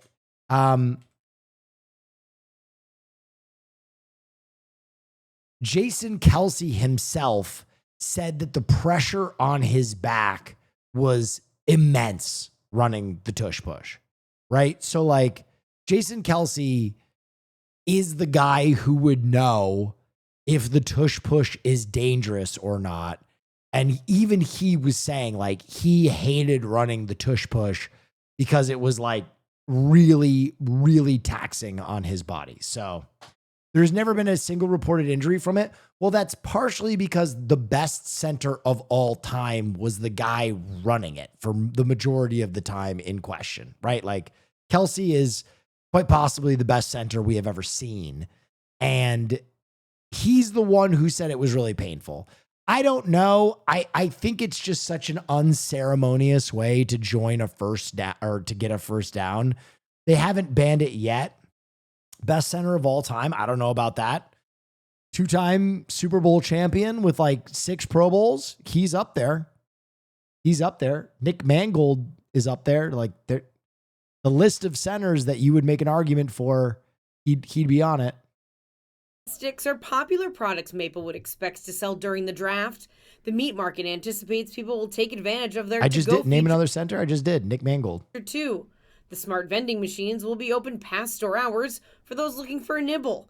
But it's the store itself that is a destination. It's not just the products that we sell, but it's the service and the experience of coming to Maplewood. So it's a very unique experience, and we really want to make sure that we continue to provide that through an event like this. Renard's Cheese expects to see draft crowds make their way to their Door County shop. We get a little lonely during the winter months, so I guess our summertime and our busy season will just come a little bit sooner this year. They plan to have thousands of pounds of extra product available. I'm not going to lie. The draft in fucking Green Bay is going to go crazy. Like, this shit is absolutely going to go berserk. This shit is going to go berserk.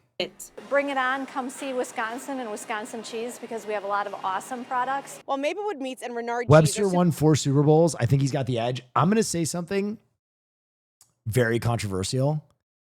Any football player in the last 15 years probably has an edge on any historic football player if you want to talk about the quality of their play. I'm just going to put that out there. Simply preparing for the extra foot traffic that is coming for the draft. Uncle Mike's Bake Shop plans on bringing its flavor directly to especially linemen. Especially linemen. I'm going to tell you right now, not one lineman from the 70s or 80s would probably start now. They'd all be undersized. Stadium District. We're also going to have a booth at the bar on Holgram Way. They plan to sell Kringle, coffee, donuts, and cookies. Yeah, I think it's going to be a lot of fun. There'll be a lot of people around, and we got to go to them. If they can't get to us, we'll go to them. Whether people visit these shops and stores or just seek out Wisconsin flavors during the draft, no one will go home hungry. In Northeast Wisconsin, Emily Matesic, Fox 11 News. Even Namath or Montana? No, especially Namath or Montana. You think Namath or Montana could start in the NFL now? Are you insane? Are you nuts? I don't even think they could be backup quarterbacks now. Dude, definitely Namath. Namath couldn't play on a fucking college team anymore.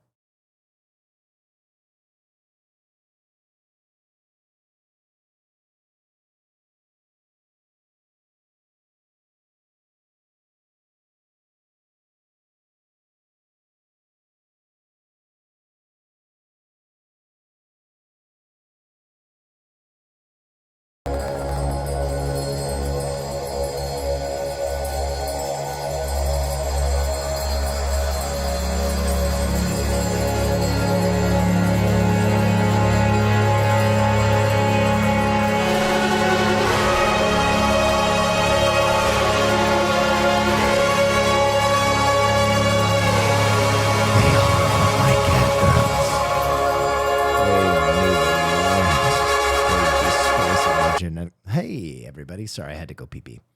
No, I mean, there are athletic freaks in the NFL from back in the day that could still like play now. Bo Jackson is a great example, but he's like, his RAS score was like a perfect 10. You know what I mean? Like he's a freak of nature. But by and large, a lot of the guys that played in the Oh yeah, wow, that's very cool. NFL years ago could not play anymore. Vincent, thank you so much. And linemen especially, it's just the science we have around like keeping big boys upright and putting weight on them. Like in the 80s, a 300-pound lineman was unthinkable. A 300-pound lineman was unthinkable. In the fucking combine this year, there is a 422-pound defensive tackle. That is fucking insane. Insane, bro. Insane. Like you wouldn't be able to deal with that. What's his 40? It was like 6 seconds. It was like, he's like a freak. He's like a fucking freak. He's out of Florida. All right, sorry about that. Stop feeding babies batteries. It's the battery with a taste that's hard to swallow.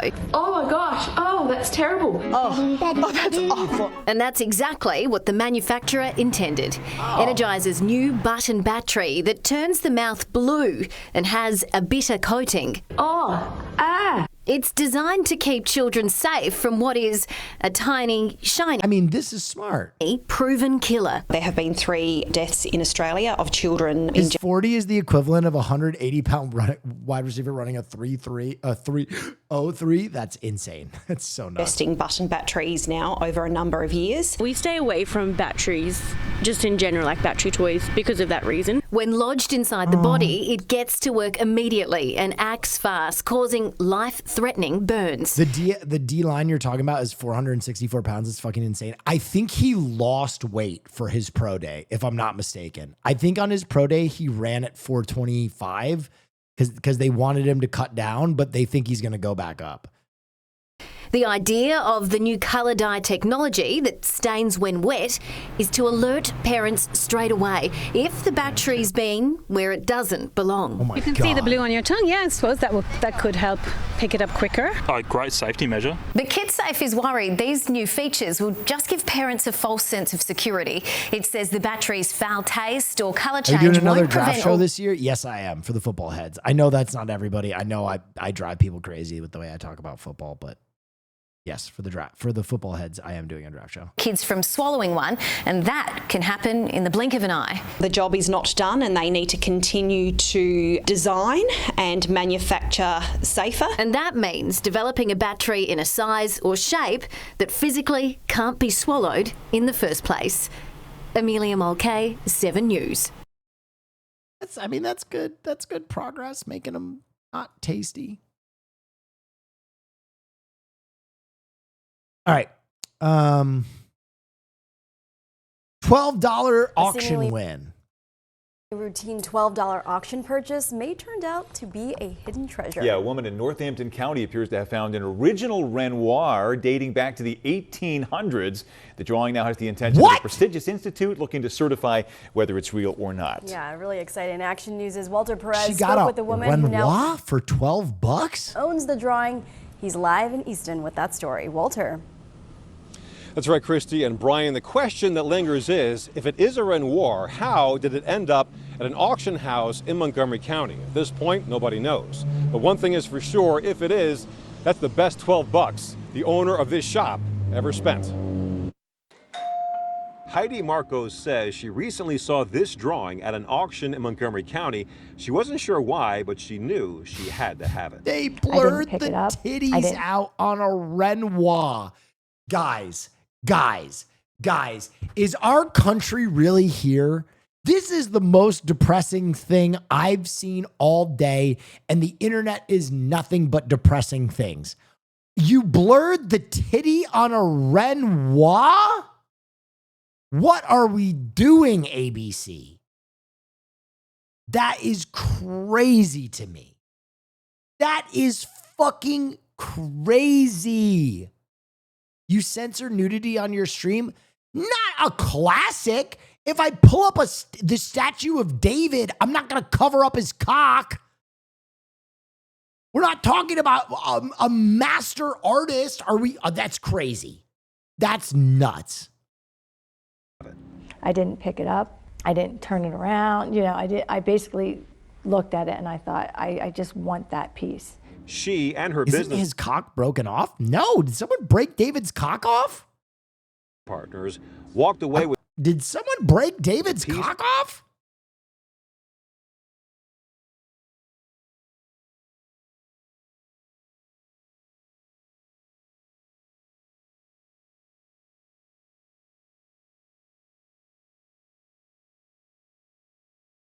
No.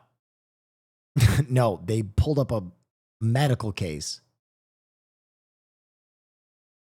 Wait, replica of Michelangelo's David's penis has been cut off?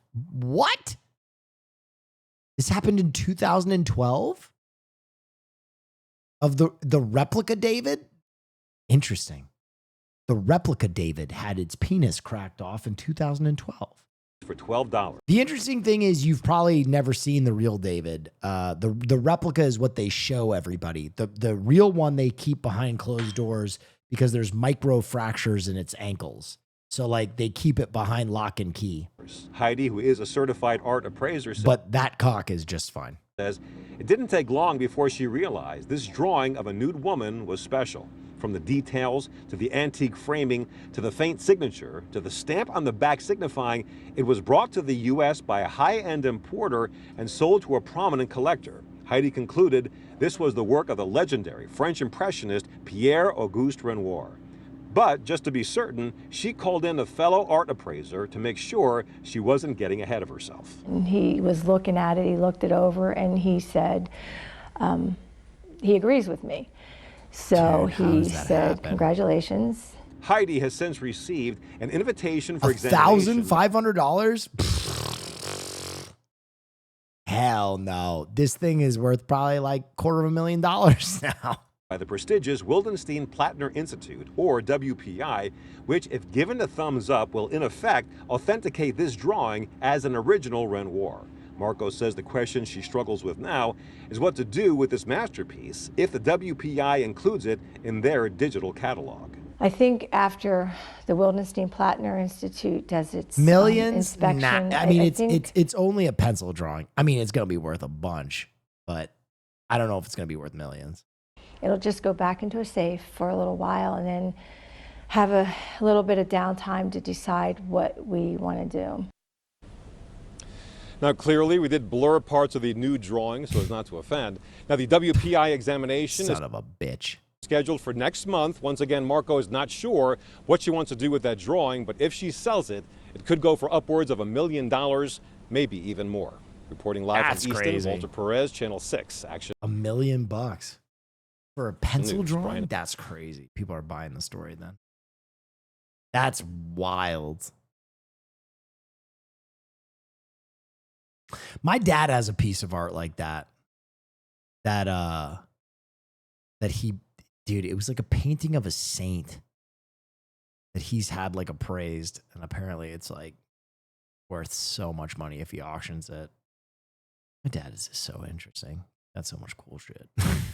I have nothing like that. I'll never be cool.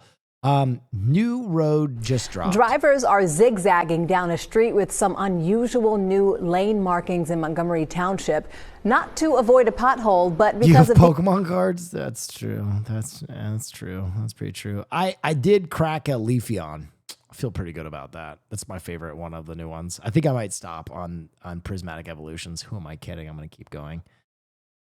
Prismatic Evolutions has got me in a stranglehold. these white and yellow swiggly lines that have been put down on Gray's Lane. Our Ray Strickland tells us that some neighbors aren't thrilled about this situation. This new road Journey together, though, ass.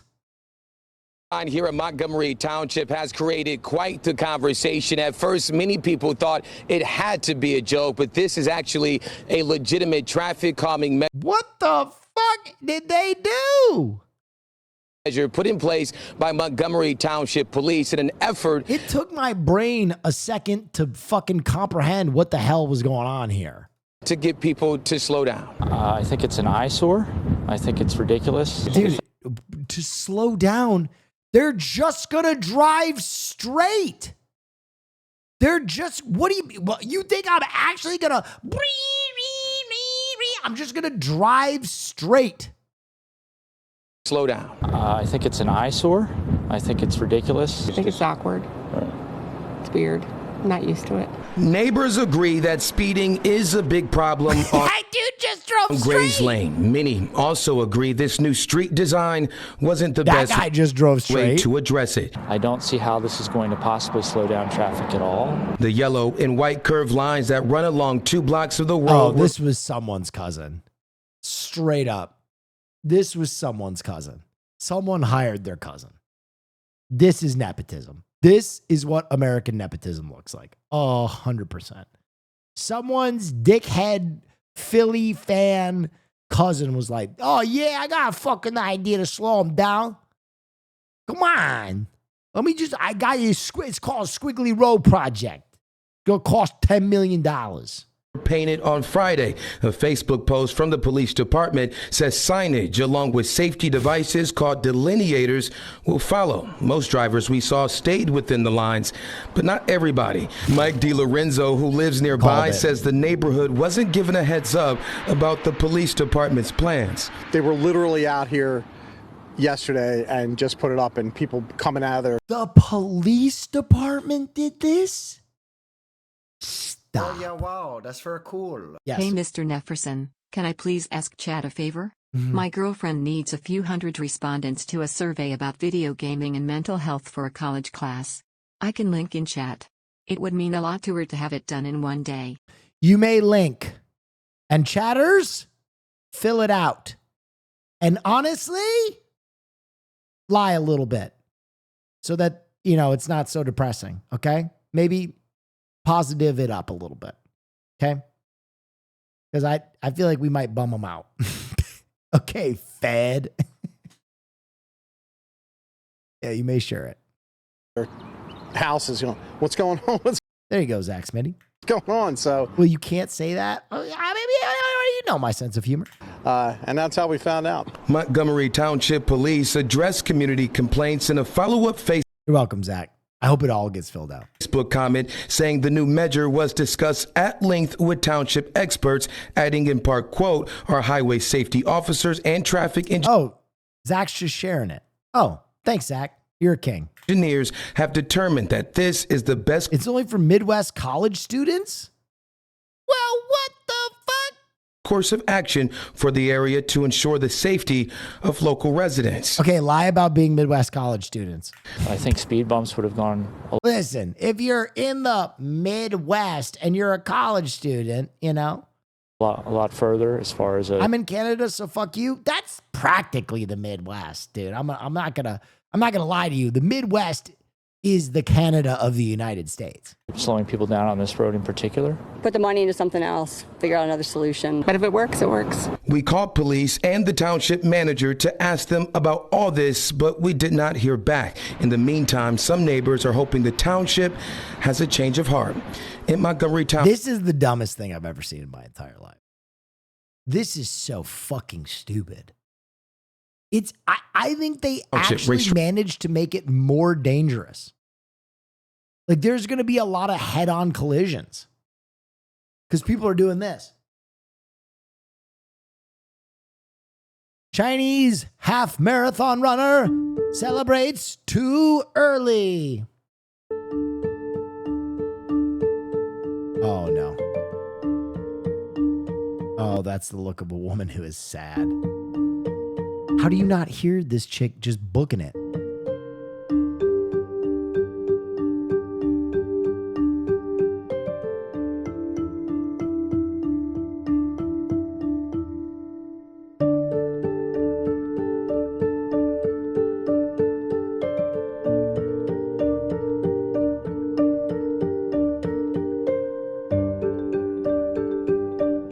得，哎呀，也没什么大不了的。这一次没爬好，然后提前开香槟了，下次重新来过，继续黑练，加油加油。 Was this for first place? Was that for first place? Yes? Wow. So do they not like allow minorities to run in their marathons or what?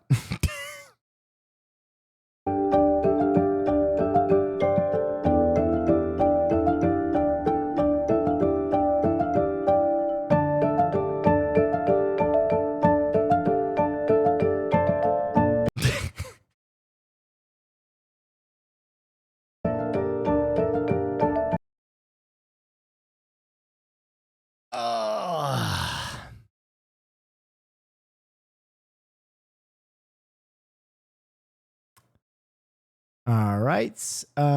Rare archaeology find.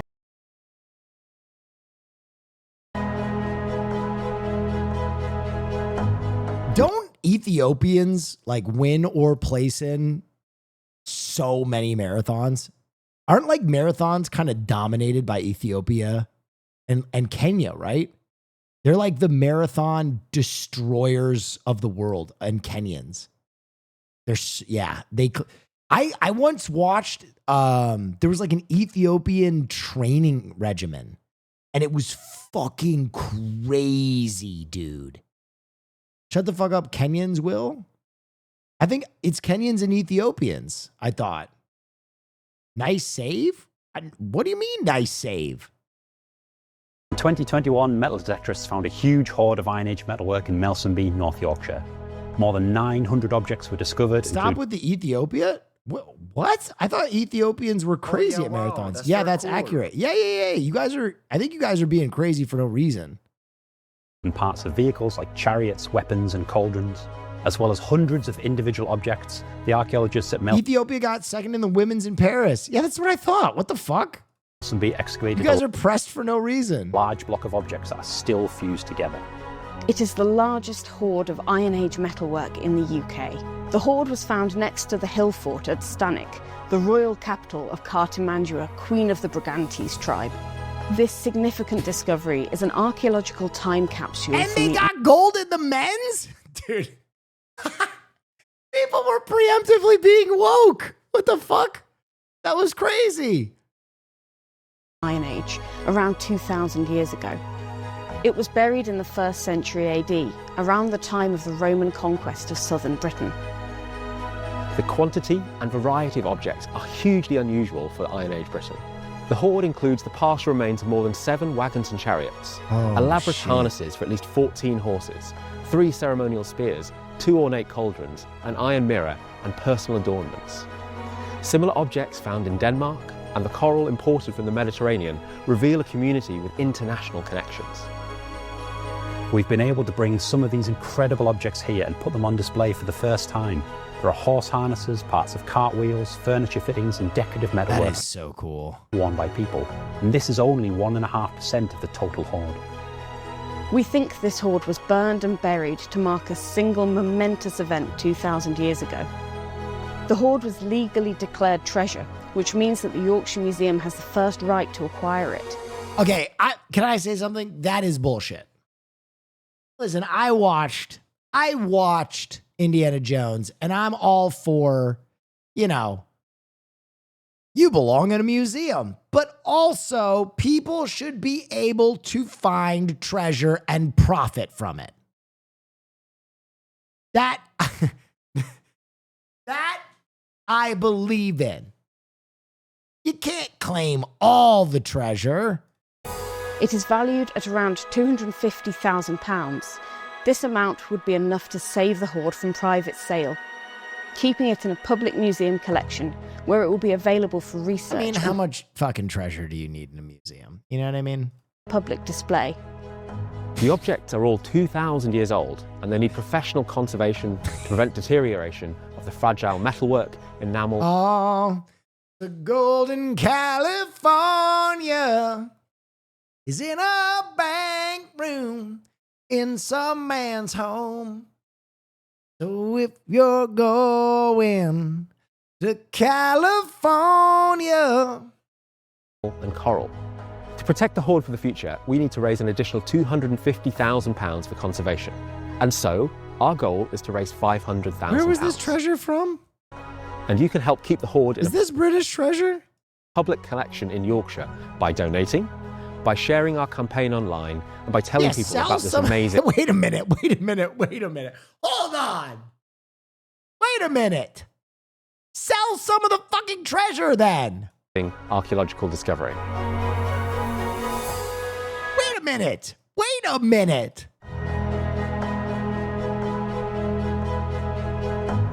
In 2021, metal detectorists found a huge hoard of Iron Age metalwork in Melsonby, North Yorkshire. More than 900 objects were discovered, including parts of vehicles like chariots, weapons, and cauldrons. As well as hundreds of individual objects, the archaeologists at Melsonby excavated a large block of objects that are still fused together. It is the largest hoard of Iron Age metalwork in the UK. Okay. The hoard was found next to the hill fort at Stanwick, the royal capital of Cartimandua, Queen of the Brigantes tribe. What are Brigantes?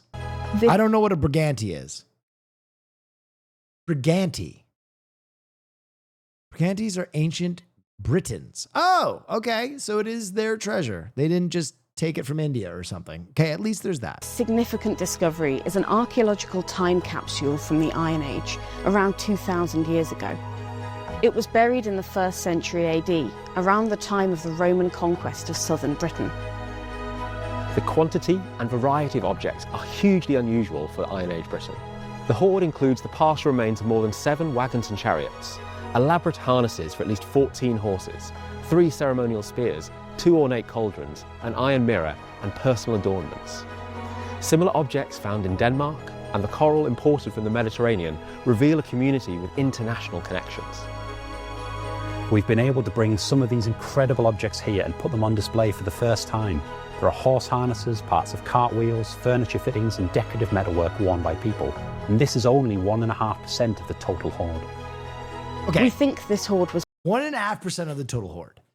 You only need $250,000 to protect the hoard. Sell the shit that you found for $250,000 and go get the rest of the hoard. You know what I mean? Sometimes you got to make a sacrifice. You don't get all the treasure. Sell a little bit of the hoard to go get the rest of the hoard. There's some zany collector out there that'll give you $250,000 for an ancient spear. £1,000. This amount. Well, this isn't Baldur's Gate. Okay. Listen, I'm just trying to solve problems here. Okay. Does anybody else have an answer? It's simple treasure math. They say everything old can be new again. That is true at a store in Roseville that celebrates everything retro. From vintage vinyl to classic video games, Mr. Zeros has it all. Maury Glover shows us why nostalgia is the store's top seller. Oh, what should we... It is a retro store. Walking into Mr. Zero's in Roseville is like taking a step back in time. That James Brown is wild. Get up off of that thing. That do you feel better? Taking a step back in time. You know what I wanted to call it? The dinosaur store.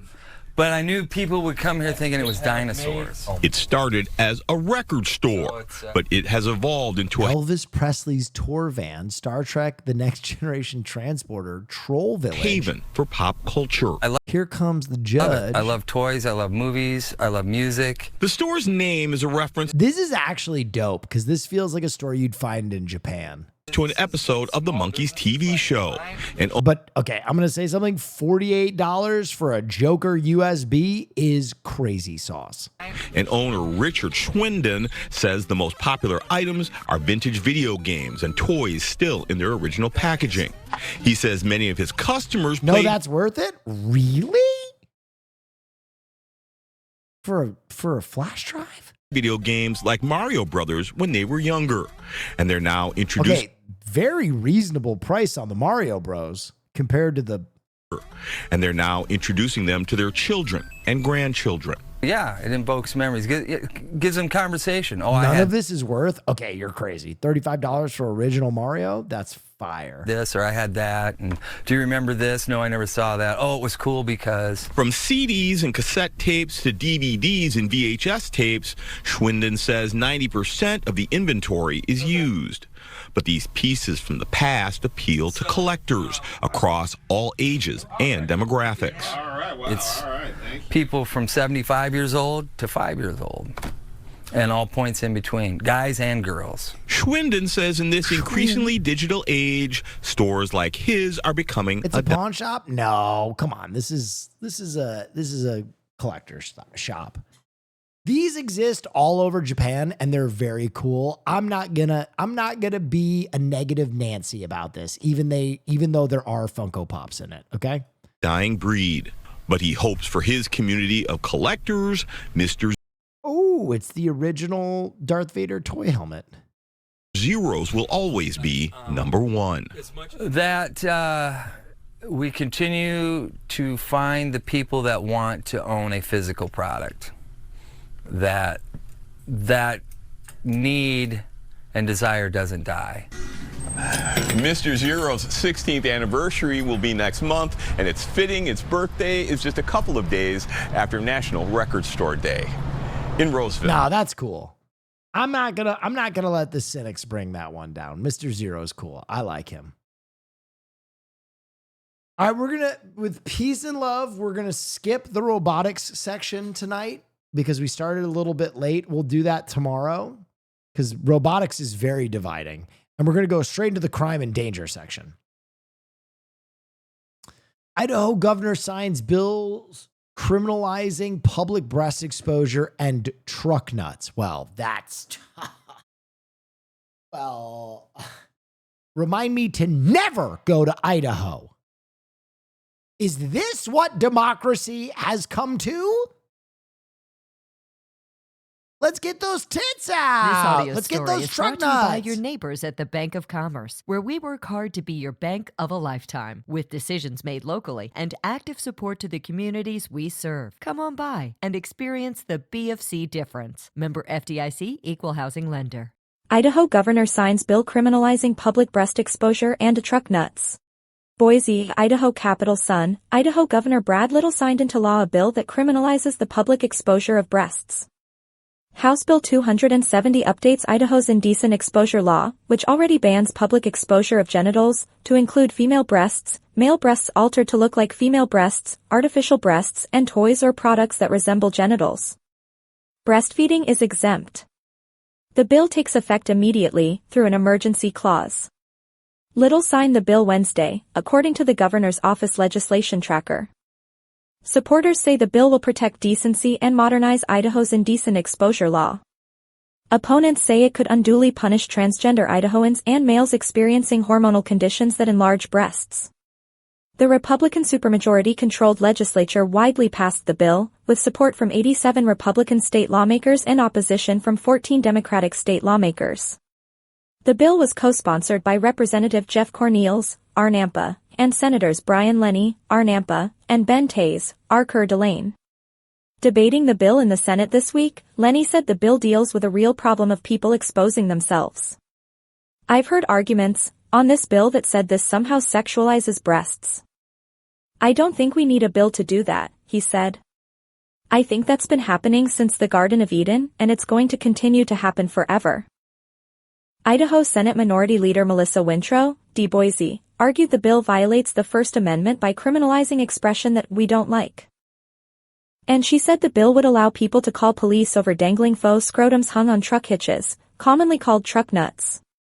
They're gross, they're offensive, and kids on the road see them. So why wouldn't the police get a call and say, that offends me, pull it off the truck? Wintrow said. Because now this bill will allow it. And I talked to police and they said, indeed it would. Nampa City Council member Sebastian Griffin helped craft the bill, telling lawmakers that the bill stemmed from him seeing a topless woman at an event at Lakeview Park in Nampa, where Canyon County Pride was held. He testified to police. Oh my God, this is literally targeted to Pride. That is crazy. They literally said the quiet part out loud. The officer he approached at the time said the person wasn't engaging in illegal behavior. That's because it is not illegal for a man with breast enhancements to walk around topless. Oh my God, it's literally targeted. The officer said, according to Griffin. A first violation of Idaho's indecent exposure law is a misdemeanor crime. A second offense within 5 years is a felony. Idaho Capital Sun is part of... A felony? For some titties? No. Hell no.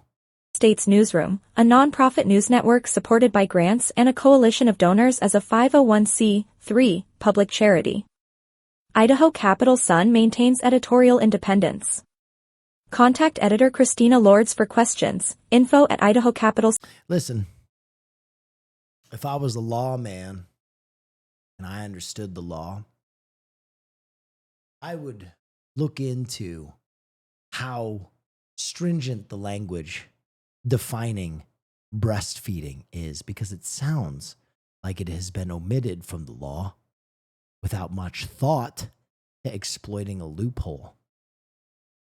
And if that language is ambiguous and you live in Boise, I would say go to the street with a friend who's got titties, be the man, woman, or NB, and you go out there and you start sucking on them.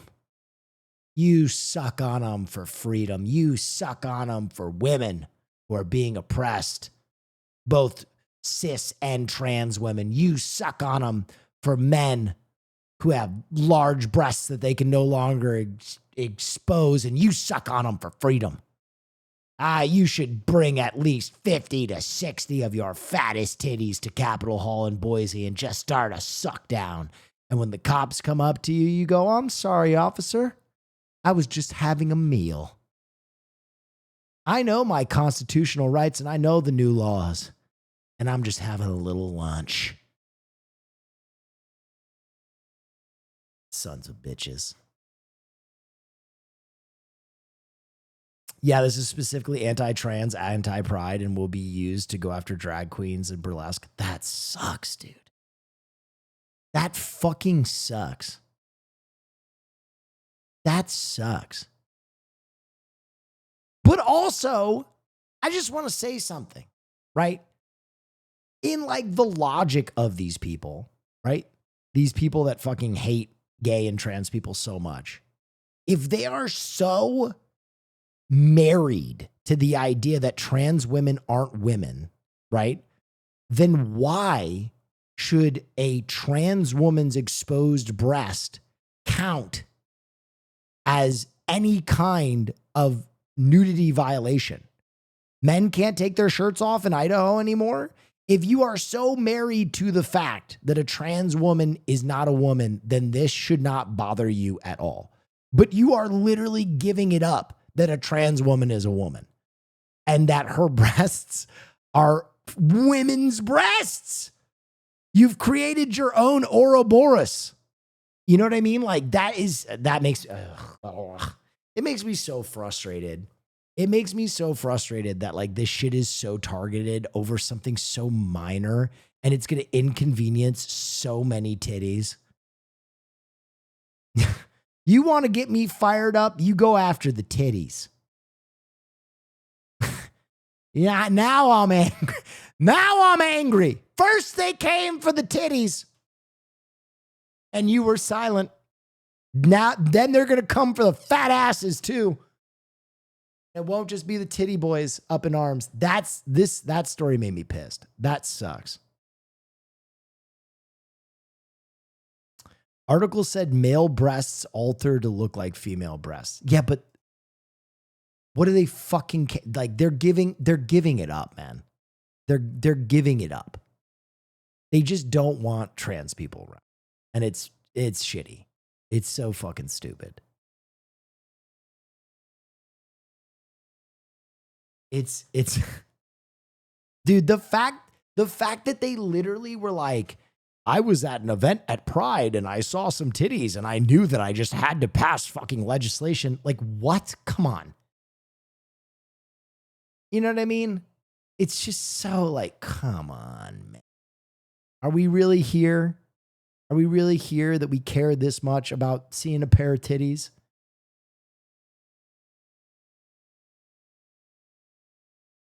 I guarantee you, if he saw those titties at a NASCAR race, there would be no legislation. I'm just saying. That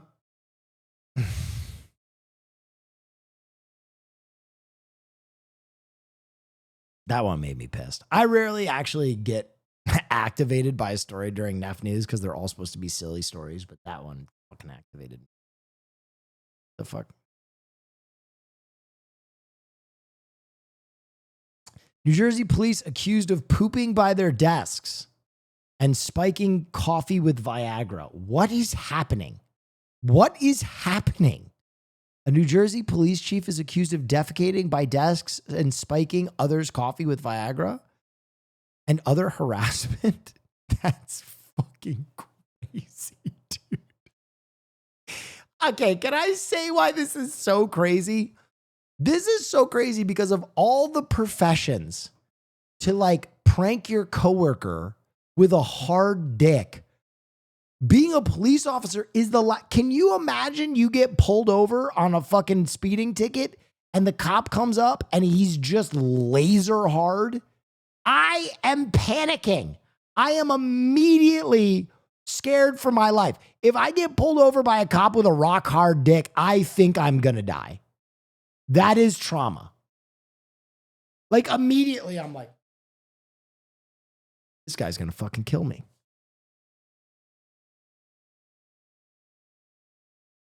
Oh my God. Oh, sorry. My neck is going a little bit. NYC Easy Pass crime. It's crazy. That's how one woman reacts to the Easy Pass and state police problem she's facing. You might have the same reaction when you hear her story. No doubt. The problem is rooted in the fact that there is a state police car. You don't understand. What if he likes those titties of a trans person? That would make him gay. You'd be forcing him to think gay thoughts. That's right. We're passing this legislation so there can't be any witchcraft done with trans titties. Get back, Satan.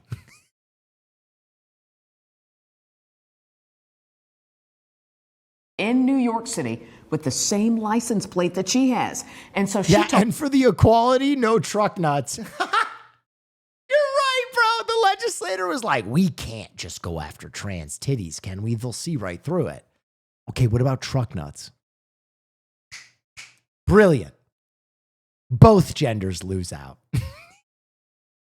Told Chief Investigative Reporter Berkeley Breen that every time that trooper drives into the city, she pays for it. At first, I didn't even think about it. Okay. Barbara Lipsky started seeing the Easy Pass charges on her credit card.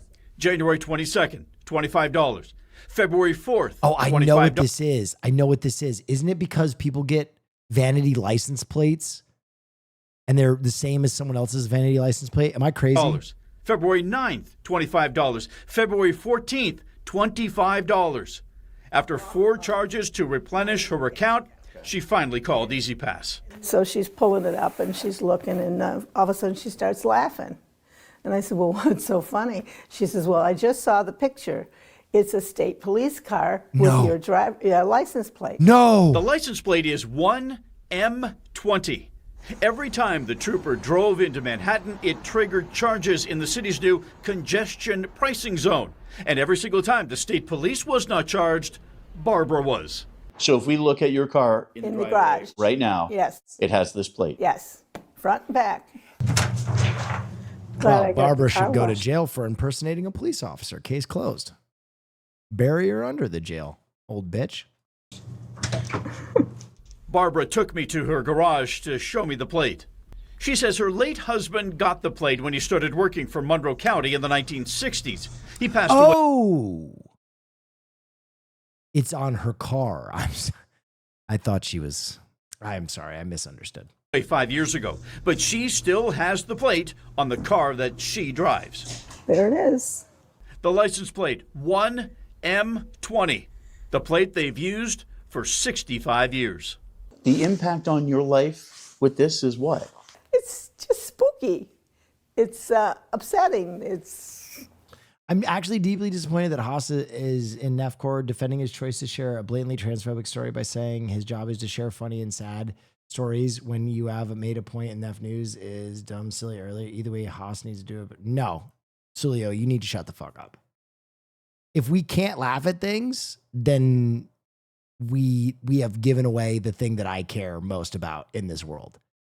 And honestly, the fact that that story was they ban public nudity and truck nuts in the same bill, that's hilarious. And if you can't see the humor in that, or you want to attack a guy that works his fucking ass off making this community great, you can fucking leave. Straight up. That's ridiculous. Honestly, that is ridiculous. That is fucked up, man. You know that Haas is an ally and that you would even attempt to pin something like being a transphobe on Haas for sourcing stories for a segment I do every Monday. Like, honestly, fuck off. You are one of the reasons we had to stop doing Nef News, because people would get so upset by me doing fucking comedy to take the sting out of how fucked up reality is every week. That's the point of this, right? It's supposed to be like the fucking any of the silly news shows, Weekend Update, whatever, to make you laugh, and maybe some of the news is relevant, right? But like, come on, man, that's crazy. Don't do that. Don't do that. I'll be honest. If some shitter comes in here and calls me a fucking F slur or goes at me for whatever, that's one thing. But when someone who's a member of the community goes after me or Haas for being like a transphobe, that makes me hot. That, shame on you. Real shit.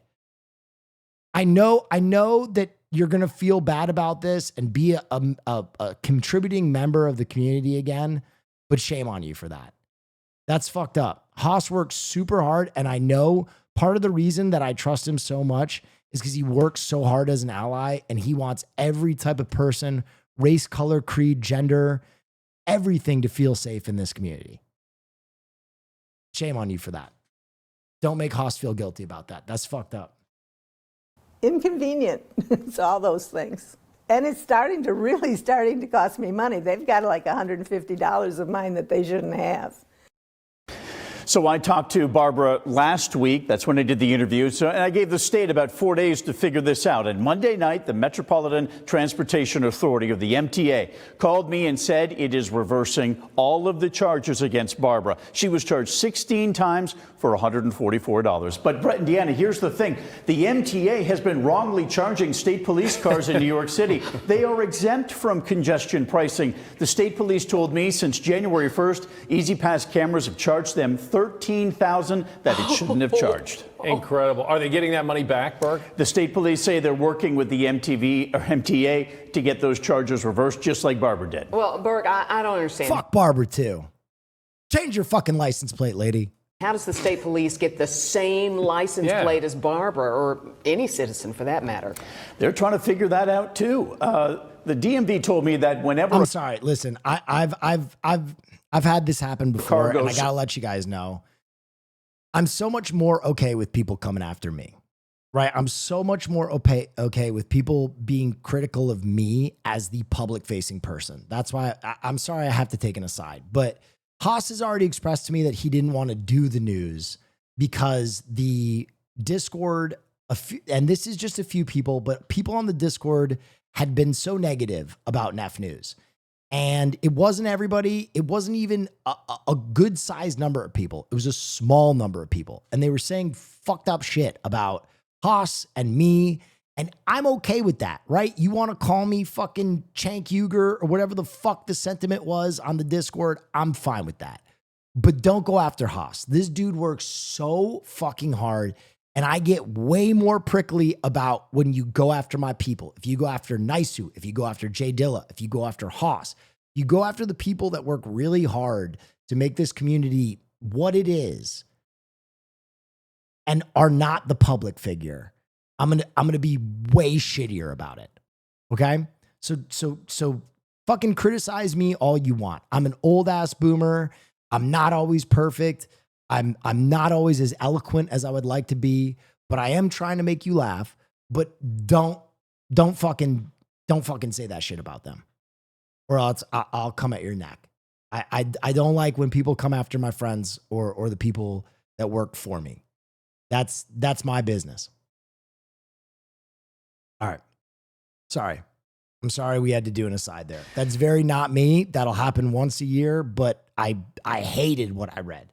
I hated that. 2 RAF engineers have admitted breaking a statue of Paddington Bear in Newbury in Berkshire. Daniel Heath and William Lawrence removed the bear while drunk on a night out earlier this month and took it back to their RAF base.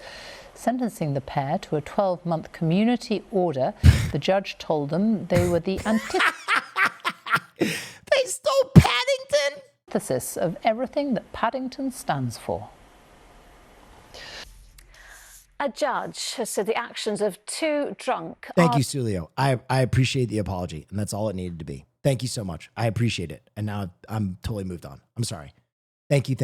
I really appreciate the apology. I do. RAF engineers who stole a statue of Paddington Bear is the antithesis of everything the beloved character stands for. CCTV footage. Okay, but Haas on Twitch has really bad takes on tier lists sometimes. Oh, yeah, for sure. I mean, he's a fucking Disney guy. Nah, fuck that guy. He's still coming at me on Discord. Oh, Jesus. All right. Showed Daniel Heath and William Lawrence ripping the statue off a bench in Newbury before taking it back to their base. Well, Paddington is now being restored. The men were given 12-month community orders. Charlie Frost has more. Drunk at 2 o'clock in the morning, 2 RAF engineers pick on an unsuspecting bear. Kicking and pulling at the statue, they don't give up until they've torn it in half. Well, sorry. Will the people are there for me now on YouTube have a look at the top comments? We still have some right wingers going after me in the comments every now. Jesus Christ, man. That's fucking bullshit. Now I'm all worked up. Why can't people leave my fucking team alone? Carrying it away to take back to their base in a taxi. This is where Paddington... Why the fuck did they kidnap Paddington? These are the same people. They go after Shy and they steal Paddington. There's nothing sacred in it. Once sat proudly eating a marmalade sandwich in the hometown of his creator, author Michael Bond. Now all that remains is a mark and a sign that simply says, "Please look after this bench." Police recovered the lost half of Paddington at the RAF base the day after the attack earlier this month, arresting 22-year-olds Daniel Heath and William Lawrence, who today in court both admitted to criminal damage. But sentencing them, the judge condemned their actions, saying Paddington represents kindness. His little marmalade sandwich. Tolerance and promotes integration and acceptance in our society. You know what? I would have laughed at this at one point, but Paddington is dope. The Paddington movies changed my brain chemistry. Paddington fucks. Your actions were the antithesis of everything Paddington stands for. A beloved cultural icon, the Peruvian bear is known for getting into scrapes, but this fight was through no fault of his own. Heath and Lawrence both given 12-month community orders and fined almost £3,000 each to pay for repairs. Oh my God. No. They ripped him in half? The famous label on his duffel coat reads, "Please look after this bear." And that ripped Paddington in half? That's what the people of Newbury plan to do when Paddington makes his restored return. Charlie Frost, ITV News.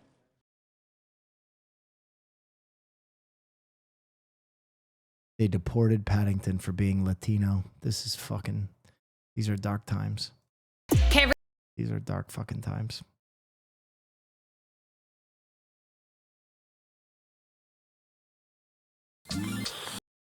These are dark.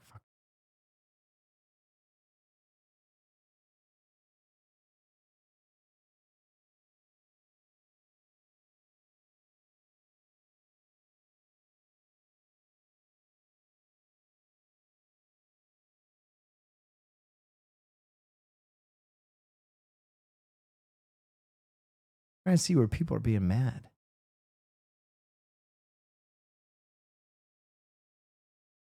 We'll see where people are being shitty to Shy.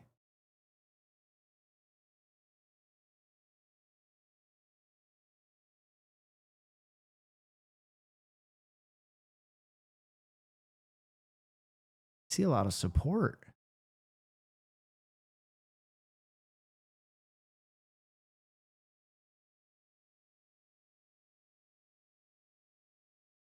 Huh. Was it the robot one?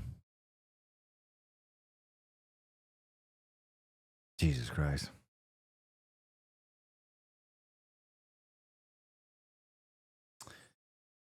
I think we have another piss bandit. Well, this is something we can all come together on.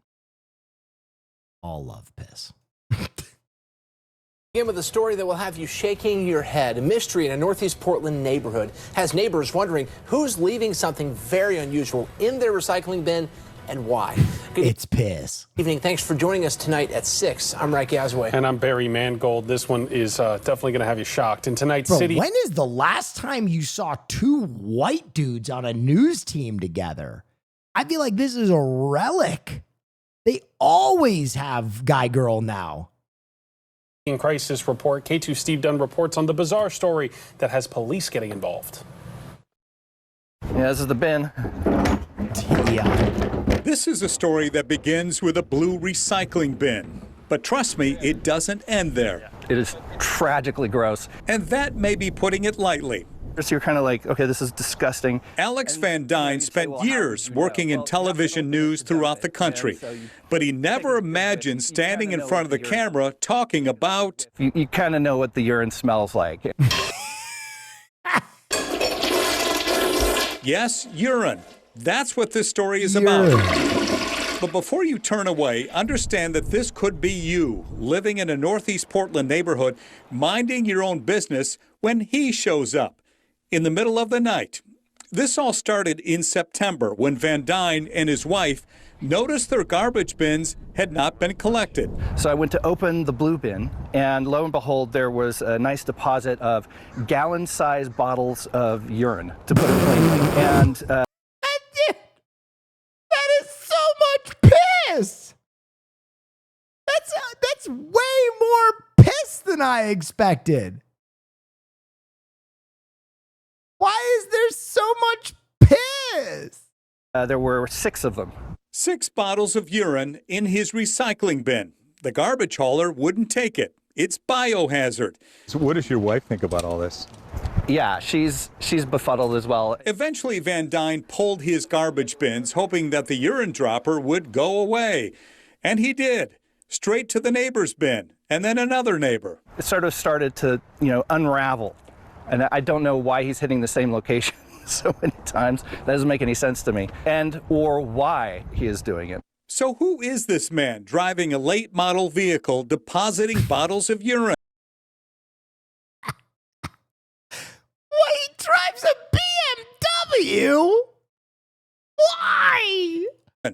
This grainy video shows him pulling up, getting out, and leaving the jugs behind. Van Dyne has shared his ordeal on the social app called Nextdoor. He's been flooded with theories as to the reason behind it all. Somebody was like, maybe it's a ring that they've kidnapped some people and they're trying to get rid of their fecal matter, in the most bizarre way possible. He has filed the police report. He says he was told that if the urine had gone in the regular garbage bin, it wouldn't be a crime. But because it's in the blue bin, it is. So now Van Dyne is on a mission to find out who this is. Getting his license plate will be crucial. And I've actually, started putting my bins back out again the night before. and putting him in a different position just to see if I could get a better video of him. He doesn't plan to move, nothing like that. He loves the neighborhood, has lived here since 2006. But he does have a message. Maybe he's watching, I don't know. Please stop. Please, just... That is such a fucking genuine appeal. Please, please stop. Stop what you're doing. It doesn't have to be like this. Oh my God. Just don't do it anymore. And through it all, Van Dyne has managed to find some levity in the situation. It's a lot of pee. I mean, and you just had the feeling he couldn't wait to say this. I mean, this guy's really pissing me off. Steve Dunn, K2 News. Well, Van Dyne plans to keep a watchful eye on his recycling bins with his cameras.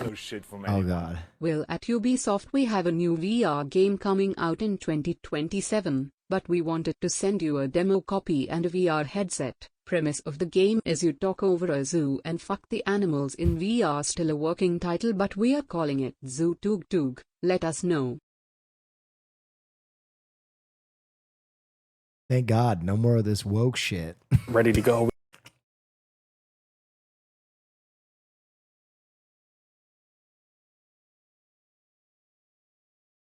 Yeah, now that's the gaming I've been looking for. That's what the gaming.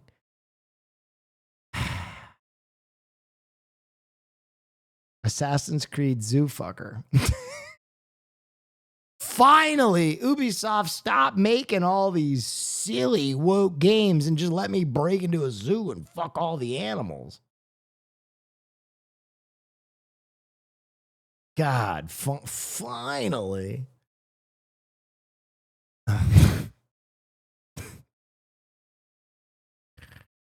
Oh, shit. What do we do? What do we do? What do we do? What do we do? Listen, at the end of the day, I think all you can do is laugh. That's why I'm so adamant about laughing at everything.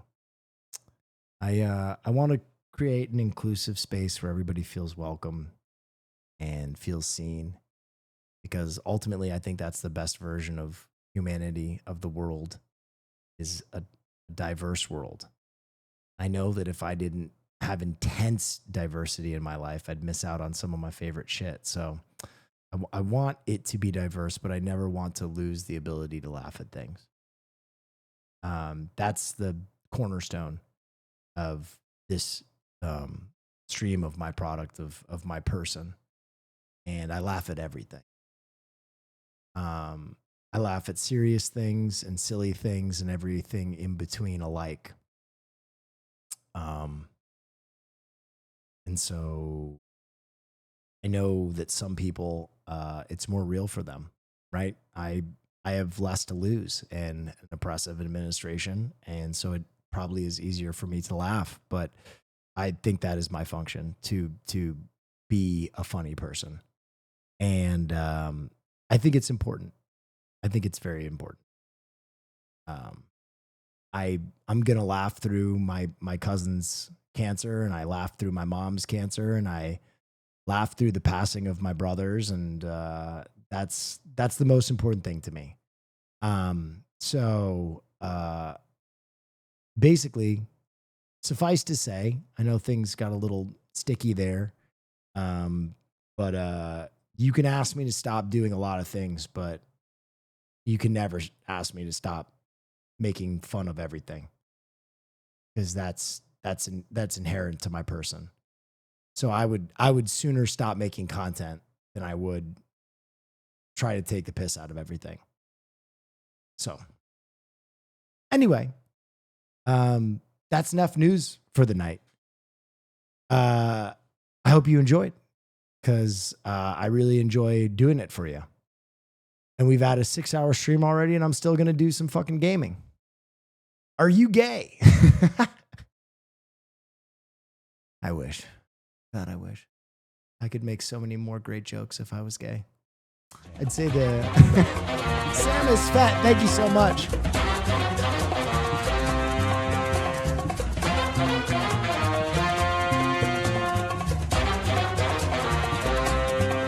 Thank you so much, Sam.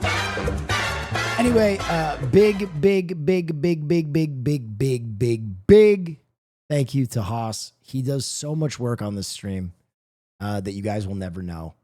And he's been such a fucking a boon to what I do. And I don't know if I could do it without him anymore. And big shout out to Naisu and to Shy Thembo and to Matt Stupid Art and to everybody who works on this stream. I fucking love you guys. So thank you. Oh yeah, wow, that's very cool. Tootie_McButtfarts gifted a tier 1 sub to Mozilla 4L. Not Tootie McButtfarts. It's Tootie. Man, God, please don't ever become a fucking doctor.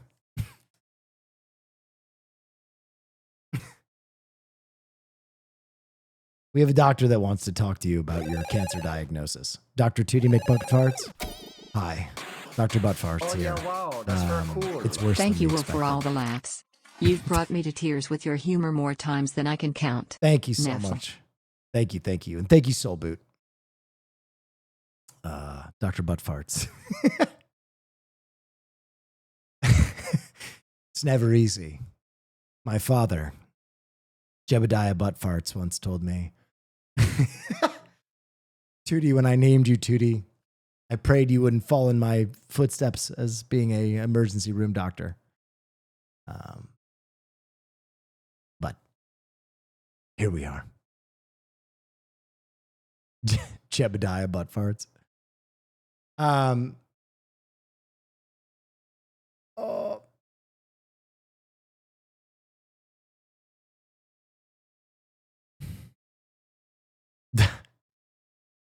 Tootie McButtfarts. Appreciate you, Will. Appreciate you too. Thanks, guys. I was gonna do a little bit of Look Outside because that game is fantastico. Fantastico.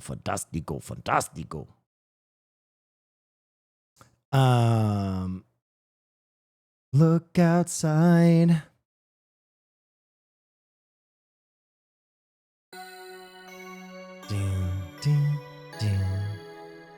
Love this game. Schedule 1. Dude, I have to finish this second run. I have to. Did you see my message about Mr. Zeros? Didn't you know Mr. Zeros in real life? Zach Smitty, thank you so much. I made a dono, but it didn't show up. Have you watched Sunny Boy Shinichiro Wanabe? Yes. Thank you so much, Zach Smitty.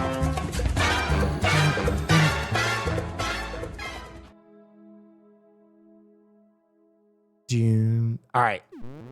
I'm actually pretty far in this. So no drugs. I'm going to do a full Schedule 1 run at some point.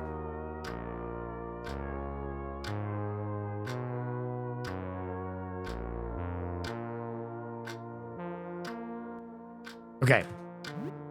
So, one thing that is pissing me off a little bit about the game is I don't know how to get new characters. There's a bunch of other characters that I just can't find. And I wanted to try different characters this run, but I think it's random who shows up at your door. And so I have the creep and the punks again. But I need a 4-person party, so I'm playing with them. I know how to get the janitor. Oh yeah, wow, that's very cool. Zach Smitty gifted a tier 1 sub to Veronica. All right. They have given 41 gift subs in the channel. Let me do this. If you guys haven't been watching this game, it's maybe one of my favorite games of all time. I'm fucking in love with this game. The soundtrack is incredible. We're going to turn the volume up a little bit. There we go. You play off stream? I do. I wanted to catch up. So I basically caught up to where I was in run 1. The only thing I've changed is I did the negative correctly this time. So I have a negative of the one photograph, and I have the painting. I'm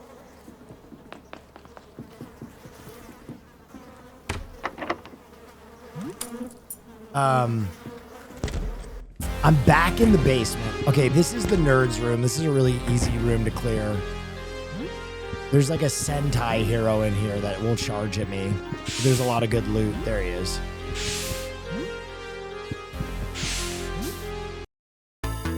Okay, so one thing I have figured out, if you are playing this game, that is crazy, is Montgomery is maybe the most overpowered character in the game, and I'm going to show you why.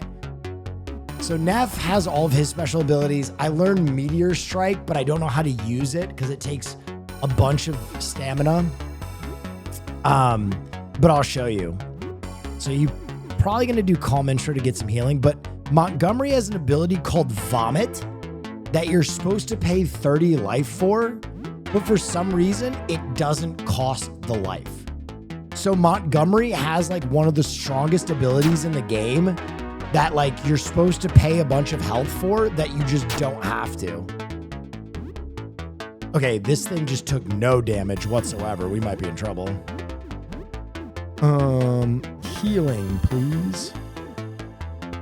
All right, he's scared, so he can't use his special. So let's just attack. Oh my God, she's out of range bullets. Jesus Christ.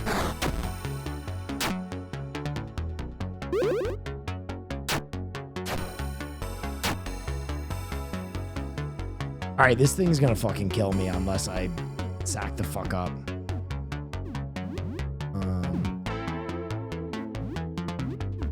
Jesus Christ, bro.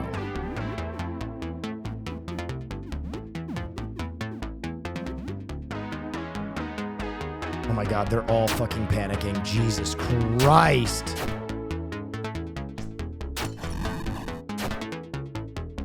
All right, this might be a quick run, guys.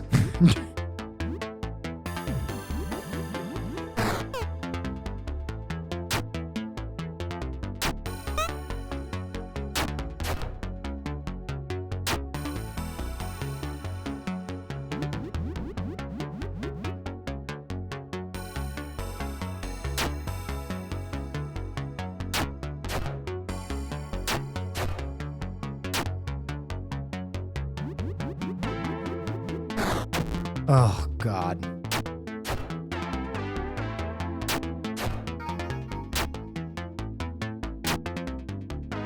Jesus Christ.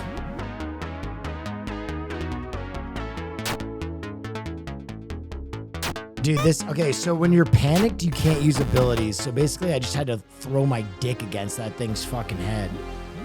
All right. Do I have any healing? I have a little bit of healing. Ooh, I got a chicken sandwich. I can slam that instead. No, I gave it to the wrong person. Oh my God, I'm actually so shocked. That didn't happen. Nor what just happened. Vintage game console. Very good. Very, very much treasure. Okay.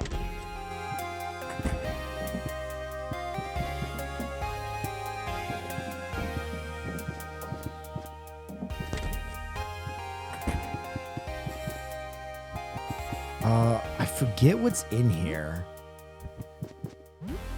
Dude, this game is so good. It's been a while since I like played a game and immediately... Fuck. Okay, here we go.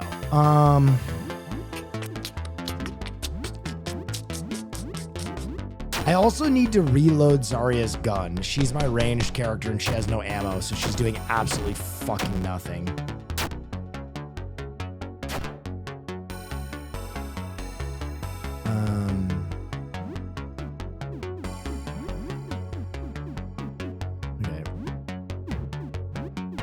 Healing, please. Vomit, please. We're just gonna guard with you. God damn it. Ah! God. These fucking characters have so many status FX now. Is my healing doing anything? I don't understand.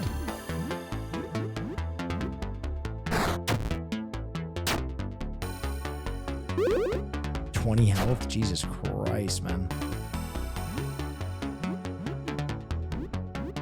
Healing, please. There we go. Holy fuck. Dude, why is he hitting for 0 damage? What is happening? Did my weapon break?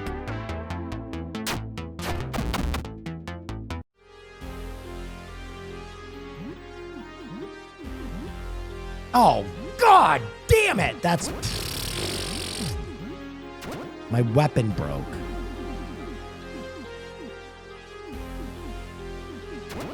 So stupid. Okay, he's using Chill Touch. Cracked Mop. That's gonna break any second. I need to buy better weapons. This is fucked. What? You're using a pin. Okay. And we don't have more bullets. Okay, that's fucking chalked.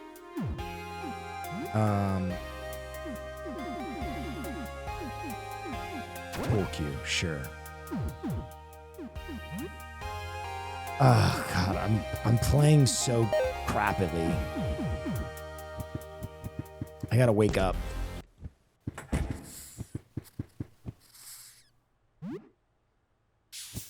What the fuck is that?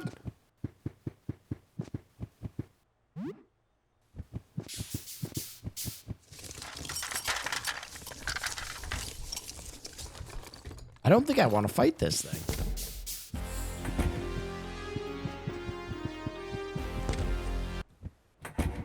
Jesus Christ. We need that first aid kit. Those are so valuable. Fuck! Oh, shit. When it says you feel an urge to run away, it's a really hard fight. Fuck this shit. Fuck everything. I'm going in.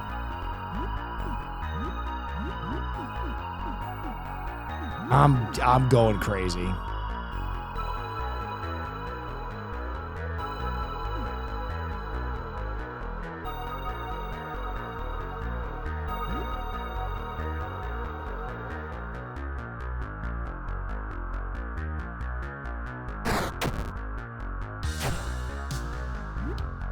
Okay. Hack and slash, bitch. Mass heal. That's what we need. Vomit. Yeah, freak out. Yeah. Yeah, yeah. Oh, dude, that mass heal hit for... Oh, blah, blah, blah, blah, blah. How is that its weakness? Brother, it's tanking. Okay, it's bleeding and it's panicked. That's very good. Okay, mass heal is not hitting hard enough.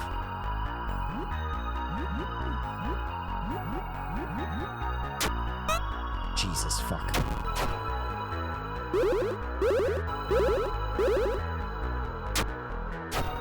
Yes, okay. Okay. That was... Okay, we need to give him some juice. No, juice is not enough. All right, we can just pump heals with the creep. Because the creep isn't really good for much else. The creep is... I'm going to be honest. The creep is such a bad character. Like, the crazy thing is, I think I had such an easy time with, like, the... Well, not easy. It was still a really hard game. But compared to my run this time, I don't have the female Jason chick. And she, like, kind of fucking carried my ass. Forget how to get into there. Oh, I don't think we can get into there yet. Helen. Yeah, Helen was an absolute fucking bruiser. Okay. Ooh, junk. I think if I have enough junk, the junk merchant shows up. And if the junk merchant shows up, I am immediately getting rid of the female punk. She is useless. Number 16. Which planet has 16 moons?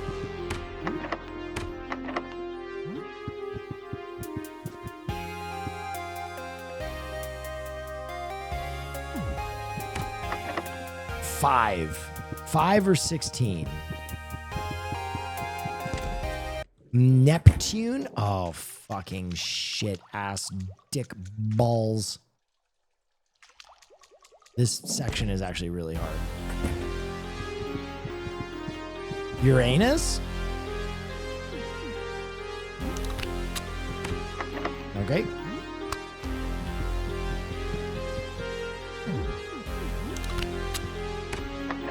Not Uranus. Okay.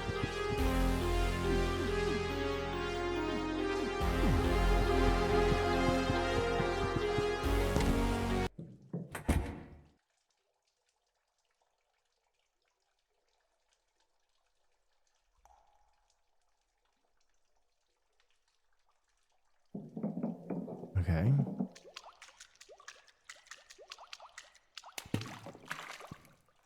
God, this section is actually super hard. Fuck.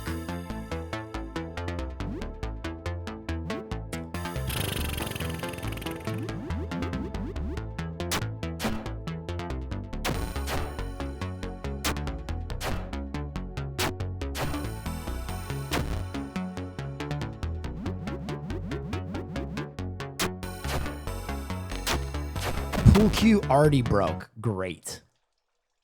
You have a healer, so it's fine. But he's a healer with a wind-up, A, and his healing is fucking dog. Like, he can heal like 10 health maximum, which is dog water. This game is not like other games where the healers are your most broken character. The healers in this game are kind of fucking... Okay. I remember how to do this. We have to go to all the different pipes and fucking kill the different these.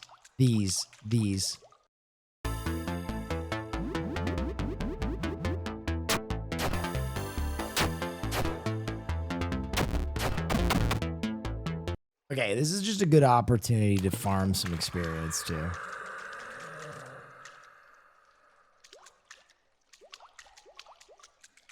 Ooh, nice. 4 bandages. Oh, suck me, Sally. That's really big. Okay, last time we did this, we couldn't see the fucking little mites on the pipes.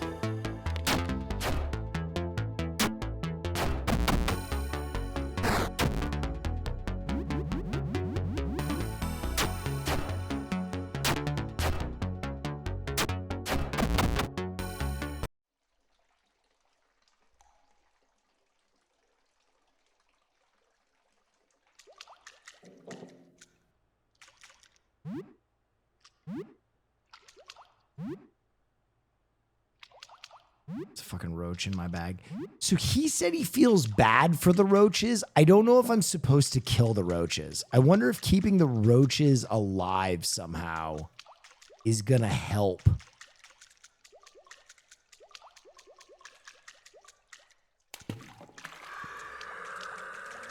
What the fuck was that?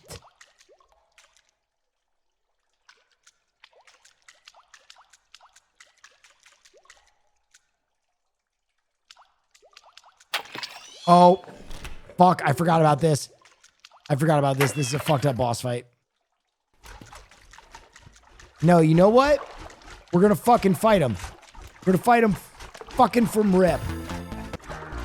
Because we're not going to run.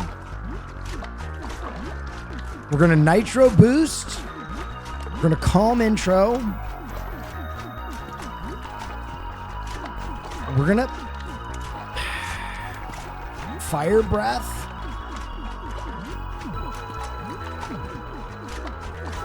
We're just going to go all in on this motherfucker. We're going to go all in on him. Yeah. Nitro boost helps so much.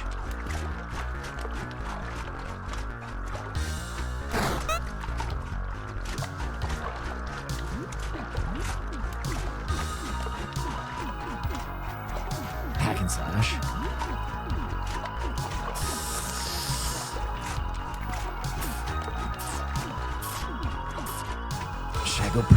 position. Nah, go Massiel, go Massiel, go Massiel. Freak out. Big.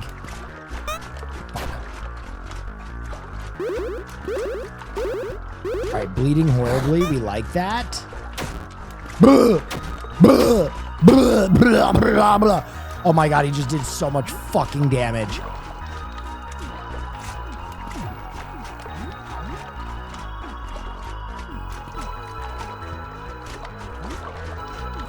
Oh god. Massiel. Okay, we're keeping our head above water.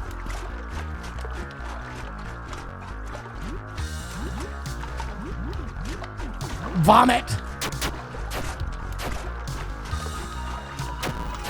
Vomit! Yes! Oh my god, this thing has so much fucking health.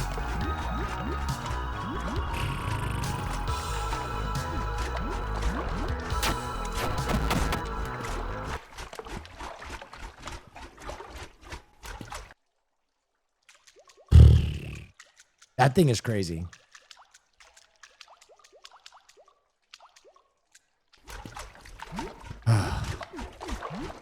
Okay, we got giga bandages.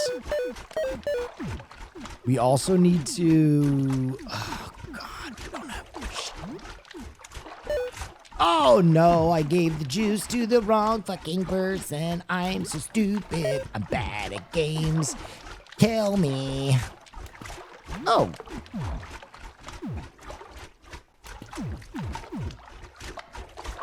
Feel a bit itchy. Yeah, I know. There's a roach. Oh, God, it's almost night. It's almost night. Nope, we're not going to fight Pipehead. We're not going to concern ourselves with the follies of fools.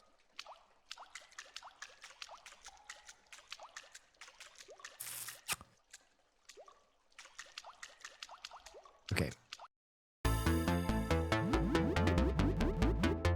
Happy April Fools, technically? Yeah.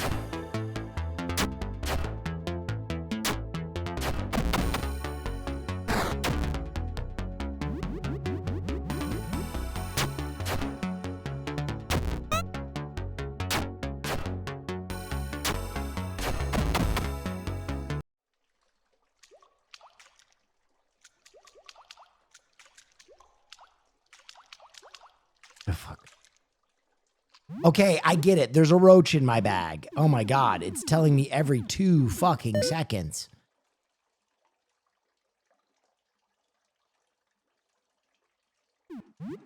Get out of here.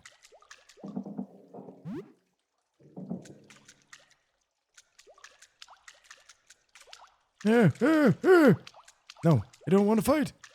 I don't want to fight. Leave me alone. Oh, fuck.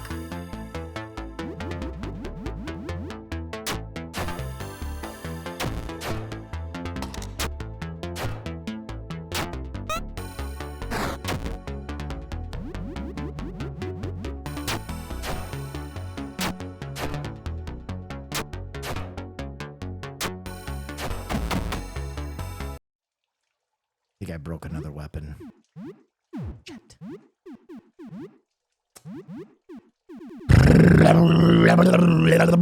You break so many weapons in this game.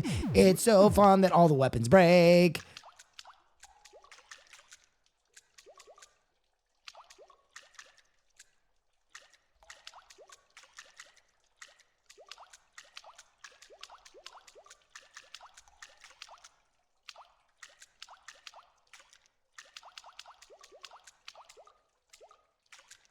Blah, fuck! I can't believe that. Just.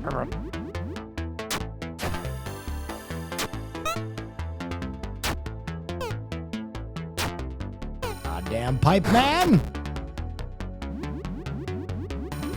Music is so sick. Dude, the music in this game is fucking incredible. You haven't even heard any of the banger tracks. For some reason, this section of the... Oh, no!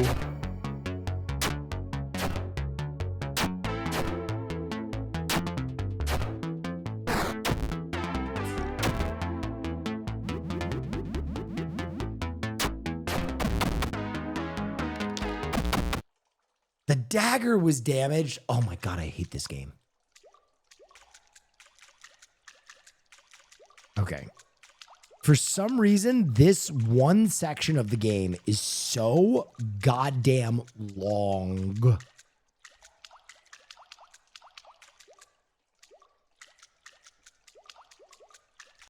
What the fuck? What the Is that Dr. Sub-Zero from fucking The Running Man? I don't remember this guy.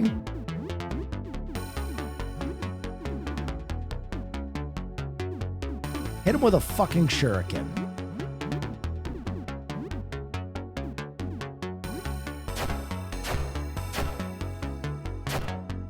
Wait, the shuriken attacks 3 times? Oh my God, that's so broken. Oh my God, he just did 55. Oh, what the fuck? Okay, this dude is not playing. What the fuck?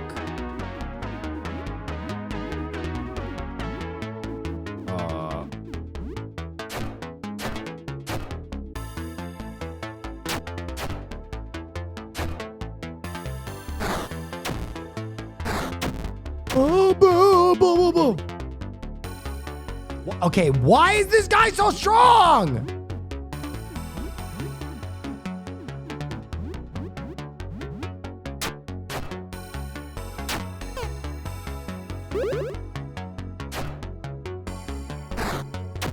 Oh my God! Okay, what the fuck?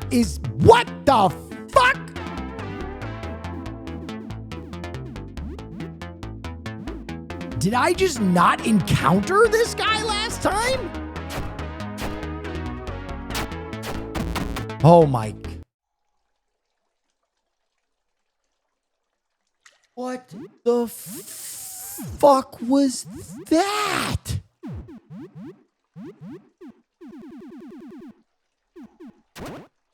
Dude absolutely fucking clapped my goddamn cheeks. That was crazy. Oh my God, I am shocked. Okay, we need to get you a real weapon. I'm sorry. This is lunacy. You don't have anything on your feet? Brother. You don't have any. What the fuck is happening? Have you not been optimized? Oh.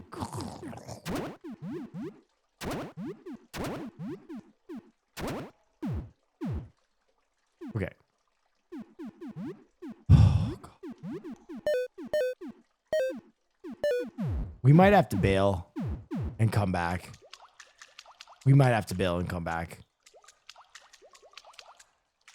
My team is all fucked up.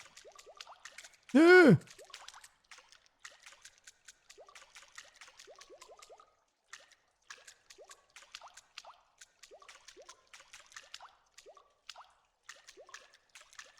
well, let me kill this thing.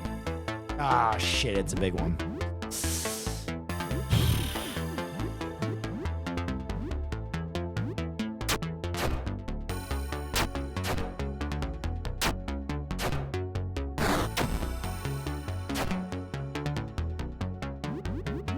Good. All right. Great. Oh, medical supplies, please. Please, medical supplies, Daddy. Oh, God, they're all gone.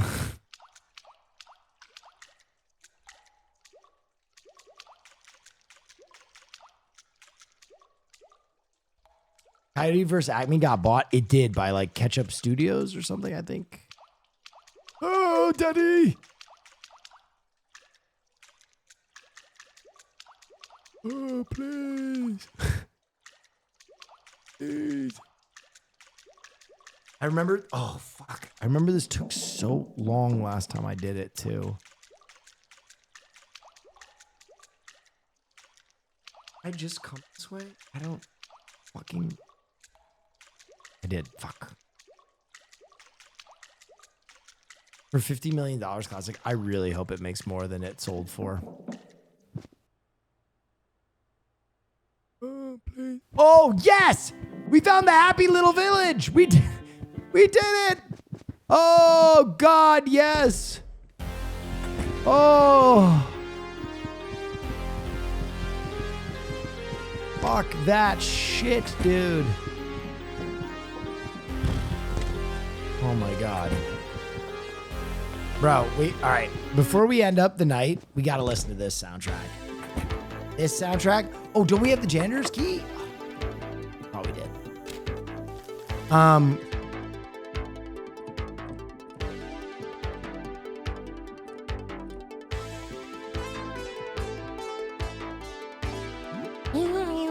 Okay, we need whatever is in here. An elixir.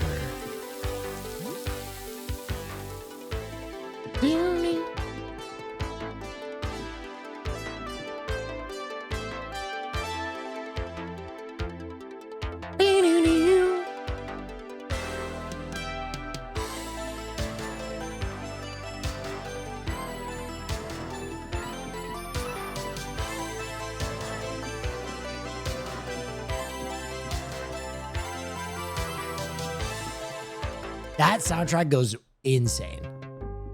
There's no reason that goes that hard. All right, I have all of his cassettes. So we need to get stronger. Crown of Fingers.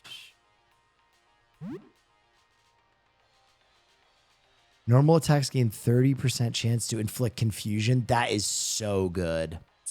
We're going to take that.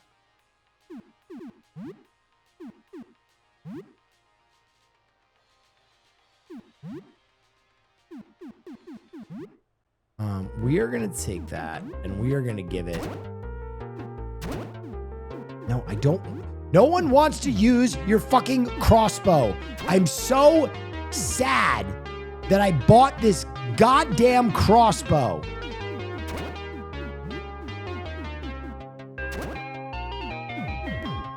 All right. Do I have batteries?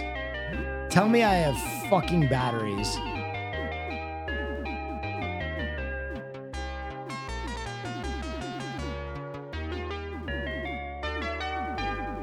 So much I can sell.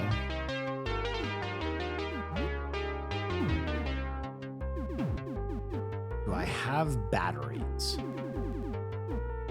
I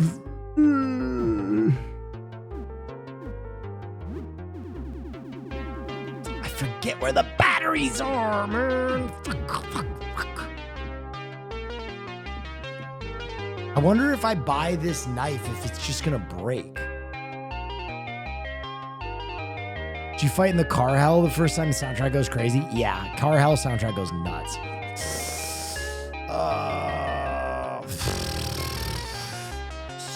Shit. Fuck it. I need a good weapon. I just need someone doing some fucking damage.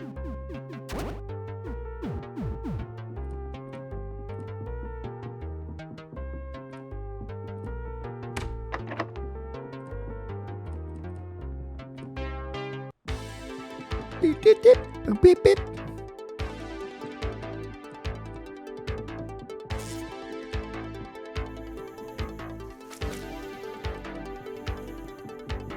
I love this game so much. I love this game unreasonably much. Okay, someone who's played the game before, can I ask a question? I, on one run where I died, gave the stationery and the paper to the pipe, and I got the guy to go talk to her, and she just rips his fucking eyeball out and makes him into a monster. Is that something that's I'm supposed to do? I didn't understand that. Woo! A mace. Yeah, we're buying that. We're buying some fucking weapons. Fuck, that laser sight. A machete? I got the same thing. I don't know either. Yeah, and they're like hard to find. 6 Molotovs? I'll haggle. I'll take that.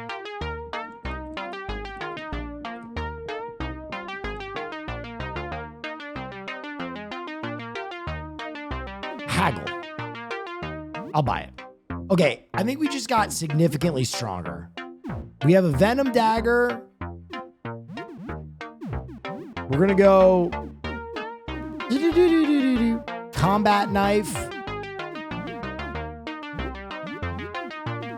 and Mace.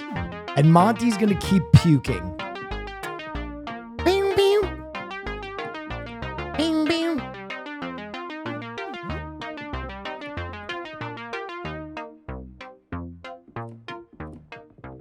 Yo, is this cool? It's my favorite game this year, which is crazy to say. I do not know what happened to Sophia. I gave Sophia... Ow! The fuck? I gave Sophia back to her mother, and she was like, yeah, come knock on our door at any time.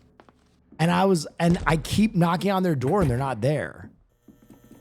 Over Kingdom Come, I hate to say this, but 100% this game is more fun than Kingdom Come. I loved Kingdom Come. I think it's a great game, but this game is like a rare, it's like fun, it's funny. It's just like a perfect game for me, but that's me. How would you describe this game? It's like Earthbound. It's like really smart humor with like turn-based combat. I don't know. It's just like you want to explore everything, and all your decisions can radically affect the outcome of the game.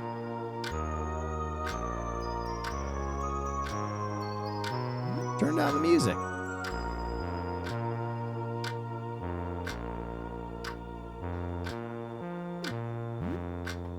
Yeah, whatever, man. Whatever. Fuck you guys. I'll turn down my video games. Bitches.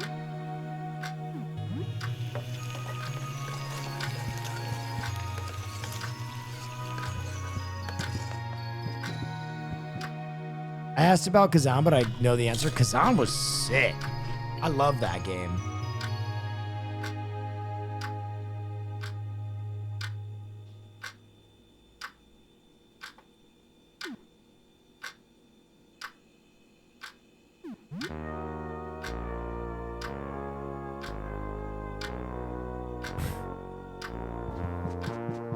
Did you finish Kazan? No, but I plan to after this.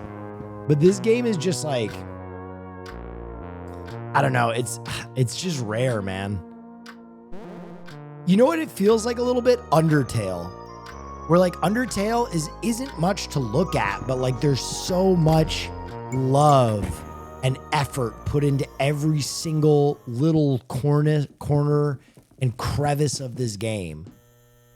And you just want to explore like every little weird thing that they put in here. Like, okay, for example, there's one guy who comes to your door who's a video game salesman, and he has like 8 different video games. If you buy the most expensive video game, he'll say, hey, I didn't mean to sell you that. Can I have it back? If you say no, he will go, oh, and then he'll offer to buy it for twice what you bought it for. And then if you still say no, he'll pull a sword on you and he'll be like, do you want to fight? And if you say yes, he's like, all right, you called my bluff. I will give you this rare sword for the game back. And that's what I did the first time.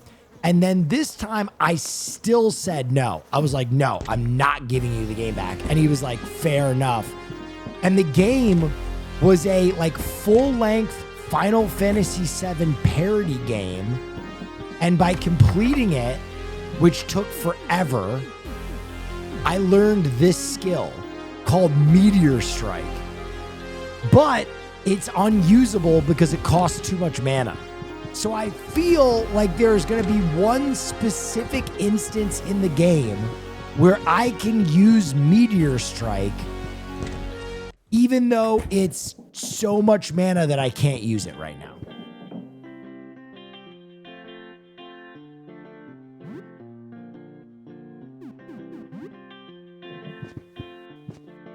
forget if I'm supposed to talk to any of these weirdos. I know it goes on to car hell. So I can finish car hell, or I can do car hell, or I think I can finish the sewers. Oh God, or I can do the Dude, all right. Let's do the mushroom subplot because this is actually fucked up. They put a bunch of fake characters in the game and it's so aggressively fucked up. Watch. Oh yeah, and if you walk over the mushrooms, you get your brain infected. How many times have you played this? This is my second time. So I played it through immediately and then I stopped because I got the worst ending. And then I was like, oh, I got to play it again.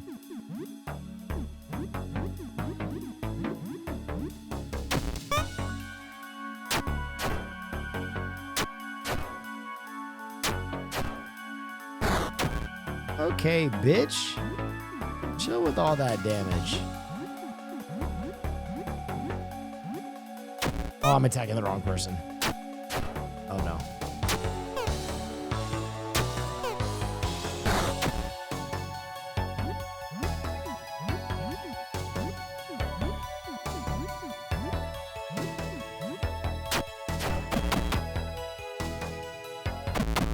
Okay.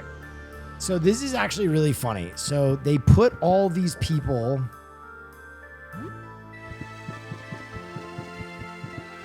in the game that need to be saved, right? Watch this.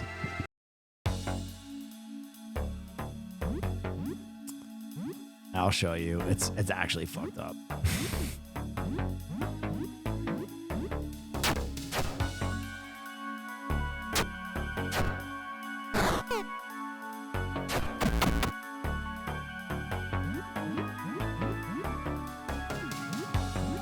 Dude, Vomit is so overpowered. It's the most overpowered move in the game. Hit him with the Vomit. Yeah. All right, so peep this. This guy goes, oh, I'm here to help you. Like, I'm one of the people that's stuck in these mushrooms. But all the people stuck in the mushrooms are actually mushrooms, and they're just here to fuck you up.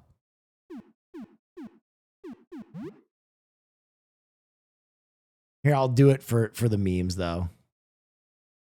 Let's team up. So he does this all to fuck you up. And his name is Felipe.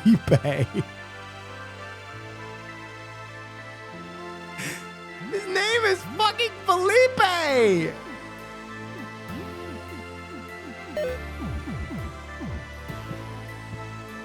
Wait a minute. What's in this room? So watch this. This is the... Okay. So obviously this is a big puzzle. But watch. They put these characters... This is so fucked up. I'm going to show you how fucking dastardly this game is.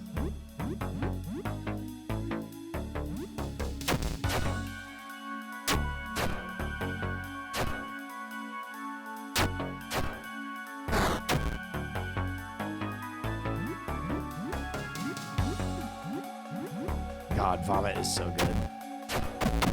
All right, watch this.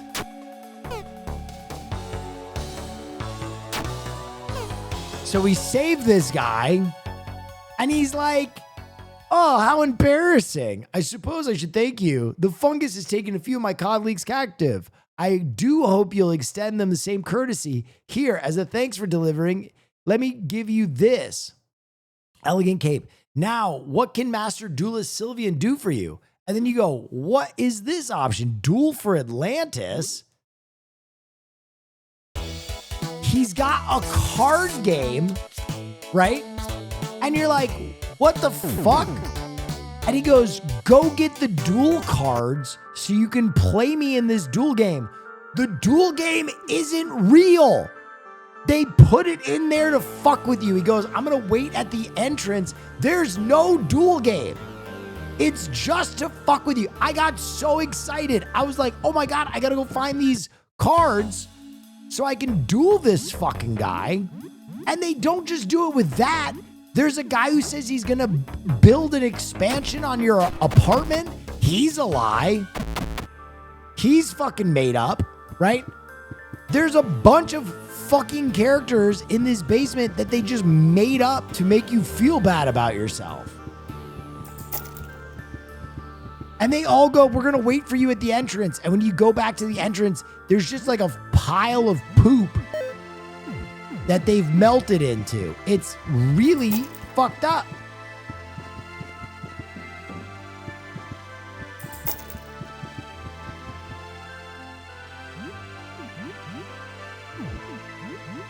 What is that elegant cape, though?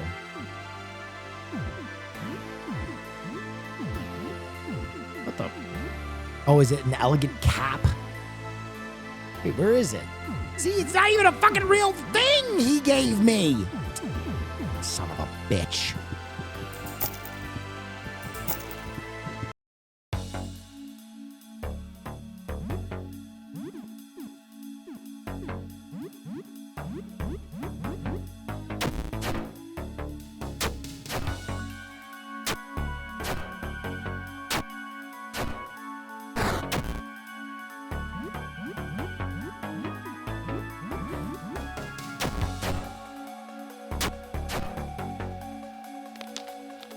The Venom Dagger was dagger. It's a rare item. Why does it break after 3 fucking fights? I hate this game.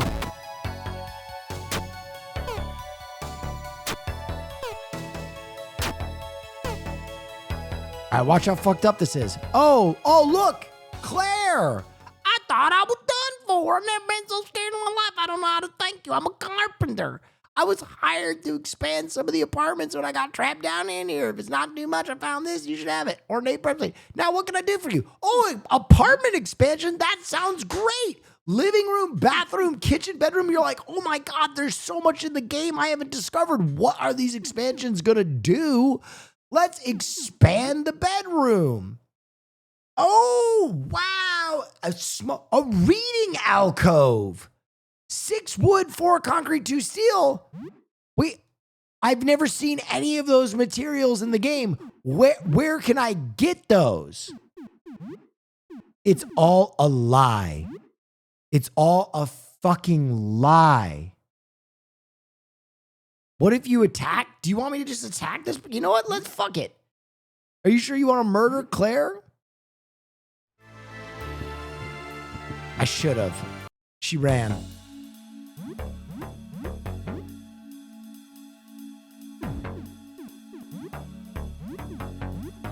Oh my God, this thing is...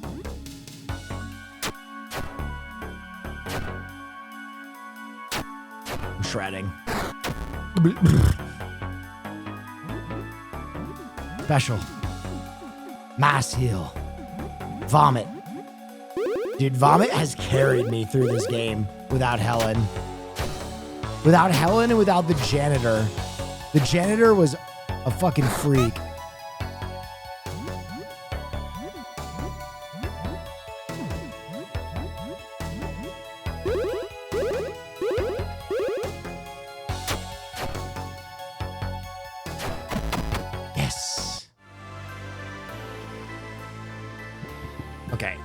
Now, the last secret guy is up there, and I think he actually gives you something good. Oh, dick my butt. I fucked this up. Oh, dick my butt. No! I fucked up!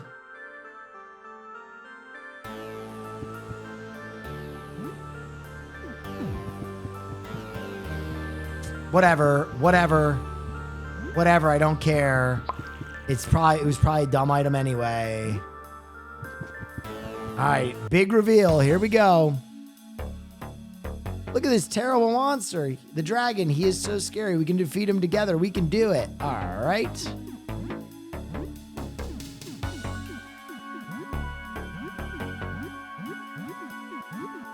Why don't you throw this fucking Molotov then, Felipe?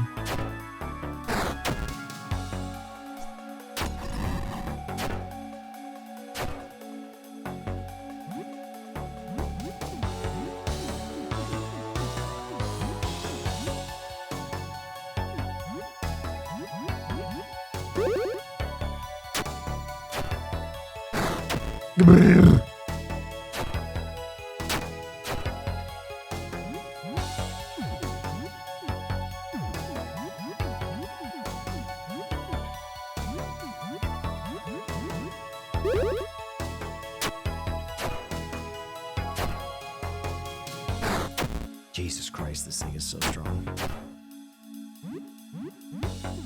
It's not even the real fucking boss.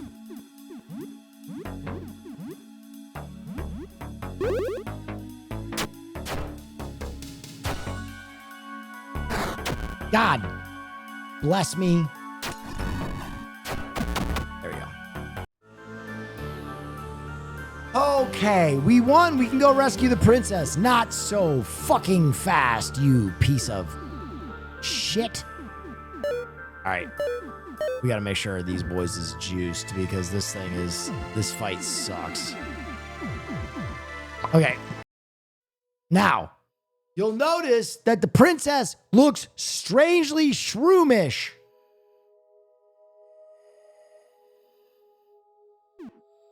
May I get a kiss from the princess? Oh, hold on. We won. Why so glum? We saved everybody. Something doesn't add up. What do you mean? All adds up to me, but I'm no good at math. Math is a lot for a bug. Humans can cheat when they count on fingers.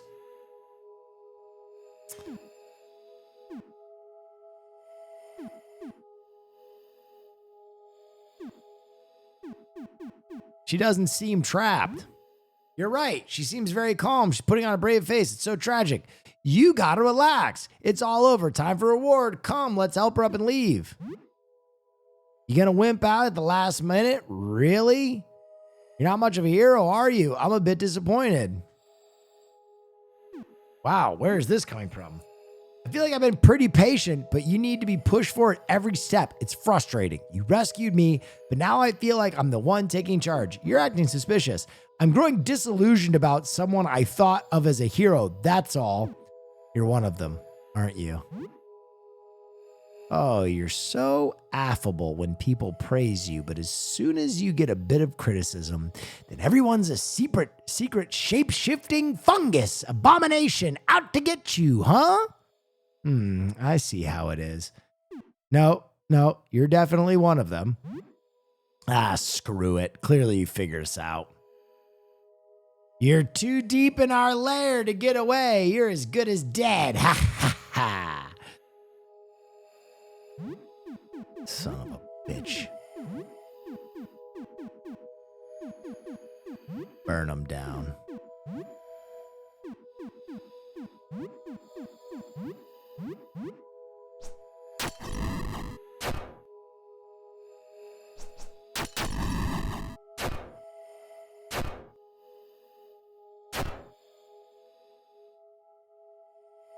Be honest. Did you buy it at all? Did I push it too far? I need criticism if I want to improve.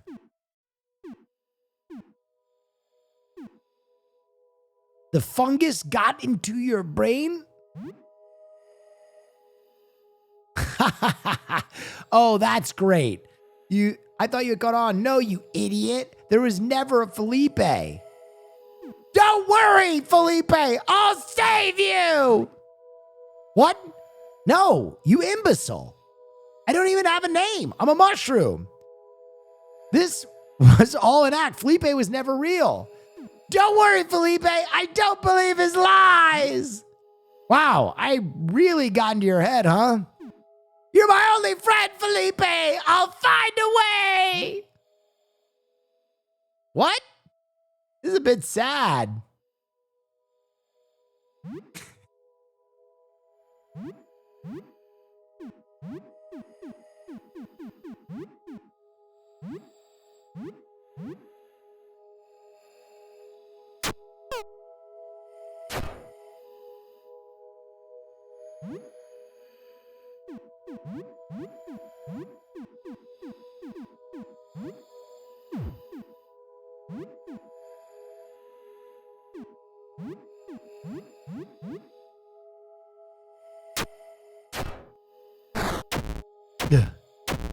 Jesus Christ. I'm trying to keep Felipe alive because I want to see what happens if I kill her and keep him alive. Am I out of mana? Oh, you bitch. If I just...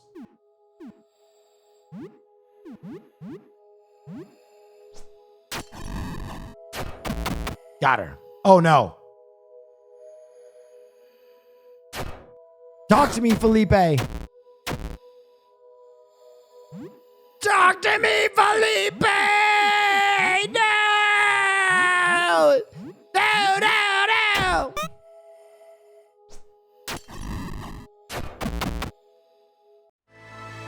All right, this is the funniest part. Is if you kill them, you collect what remains of your friend Felipe, a disgusting rotten lop. Tears roll down your cheeks. You'll find a way. It's so unfair. You must bring him back. So I think that item exists only if you choose the exact conversation options I chose, where you fell in love with Felipe. I don't think the item does anything. I think it has no purpose in the game other than to be silly.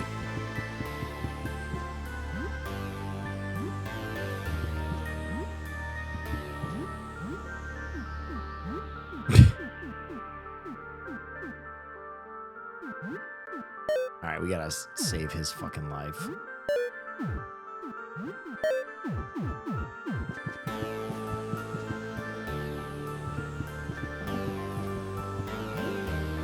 Did you ever play Undertale? Yeah, I loved Undertale. I got something new. A mycelium cloak? Whoa! Well, dick my butt.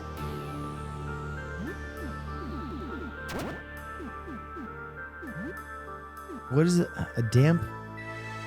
Protects from stun and paralysis? Oh, that's so good.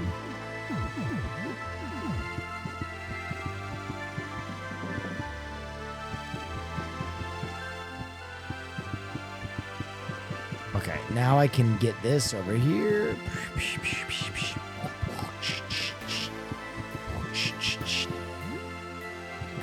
Neptune disc. The art is so good for this, by the way, dude, and the soundtrack. All right, and now when you go back to the beginning, all three of those people you saved are just dead.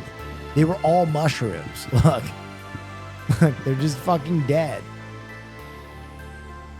Was the card game even real? I wanted to duel him. Dude, on my first playthrough, when that happened, I was shook. I was like, why would they go through all that effort?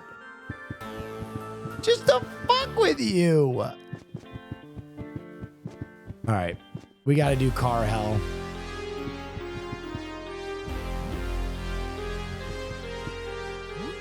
Oh shit, I only have 2 members of my party. I think I got to go back first.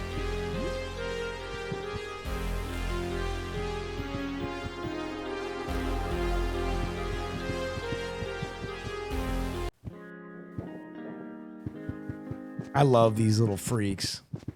They're so cute. I think one of these is the Neptune disc, if I'm not mistaken. Yep. Nice. Ooh! Please! Go away! Please! Throw that Molotov. You should play Lisa. It's right up your alley if you like stuff like this. Fuck yeah. I'll play it. Yeah, I'll fucking play it.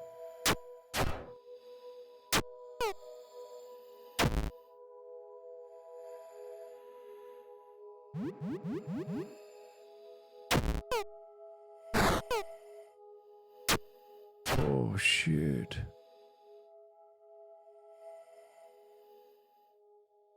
Oh, fuck. Oh, shit. You get the Neptune disc from the frozen room. It bricked my game because I didn't use the frozen salts. Wait, the Neptune disc?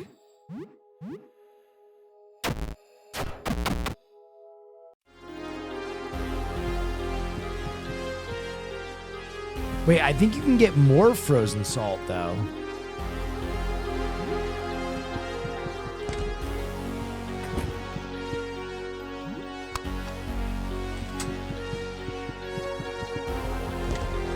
I don't think your game is bricked. I think there's more salt much later in the game that you can get.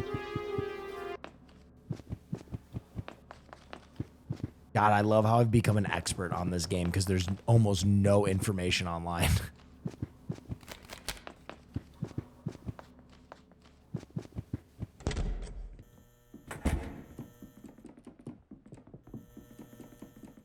Okay, one other thing I have to check is the fucking shit. I have to check what is going on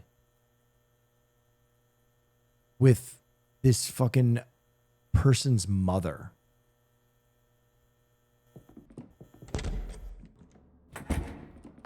Because I gave them back their daughter and then they were supposed to be able to answer the door.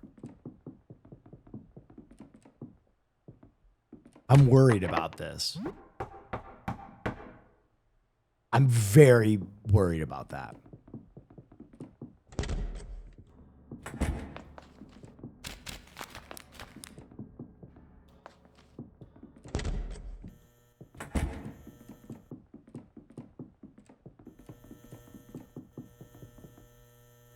Okay, the other thing is, anybody who's played this game, there are supposed to be 4 sacred objects, right? There's the negative paint, there's the negative picture, there's the painting, there's the manuscript, and what is the 4th item? That is one of the things that I cannot figure out. What the 4th item is.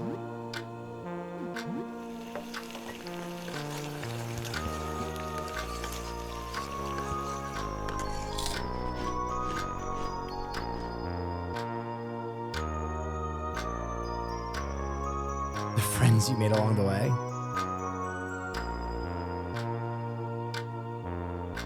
We have some real bargaining power. You bought snacks? Get out of my house.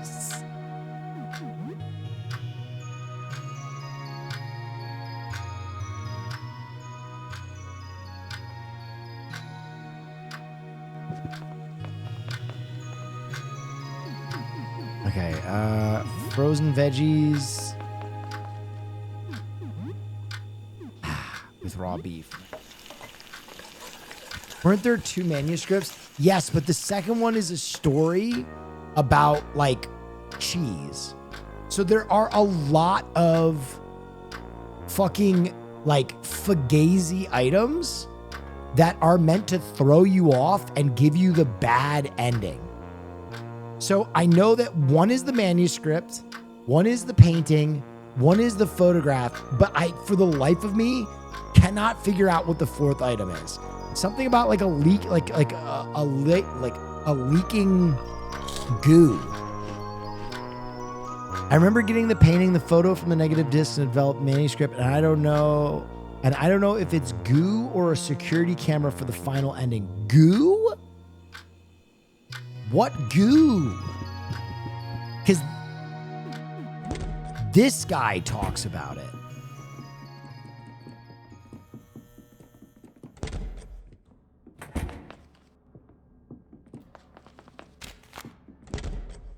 This guy talks about it. Because they all have a hallucination.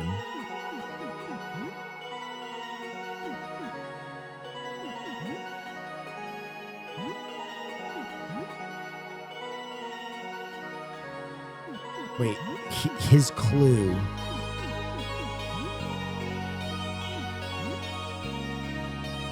Strangest dream. In my dream, there was a shimmering liquid pouring from a dark tube.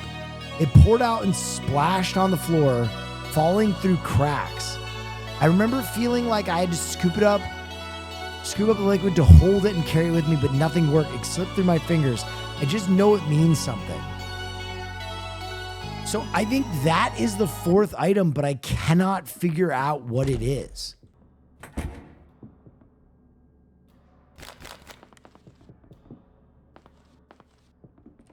Sounds like blood.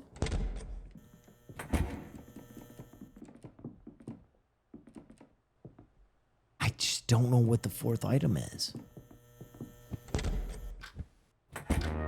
Yeah, that guy says he saw goo in a dream, but it could be a fake clue. What? Fake clues?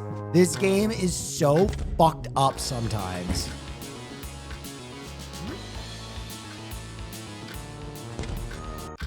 That's actually unhinged, if that is real. The pipe monster is my guess, but don't sacrifice Nestor. Well, then how do I get the pipe monster out of the pipe?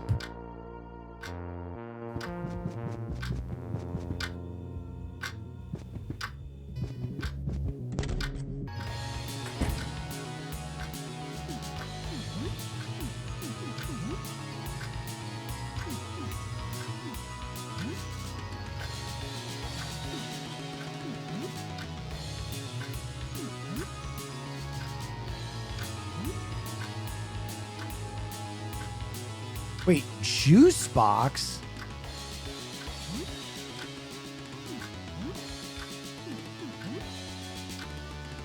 Wait, who's juice box?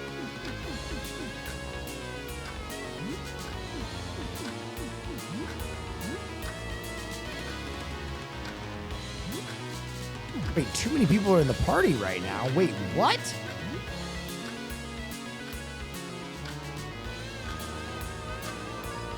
Oh.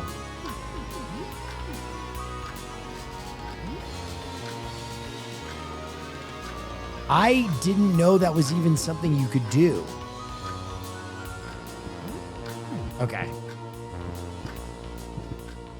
Who is Juice Box?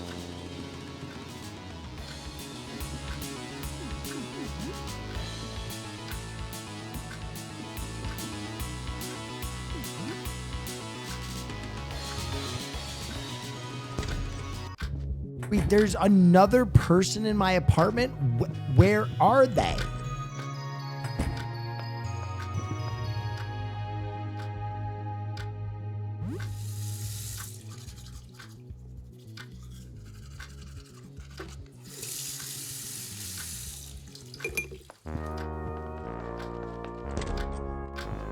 All right, I'm going to sleep. Fuck this shit. I just brushed my teeth. 6 days left. All right, I gotta fucking step on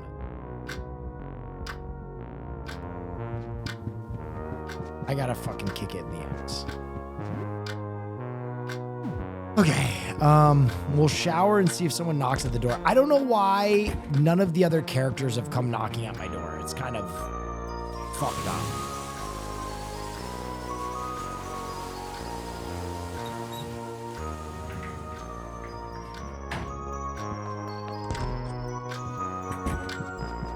There's a time limit? Yes, there's a time limit.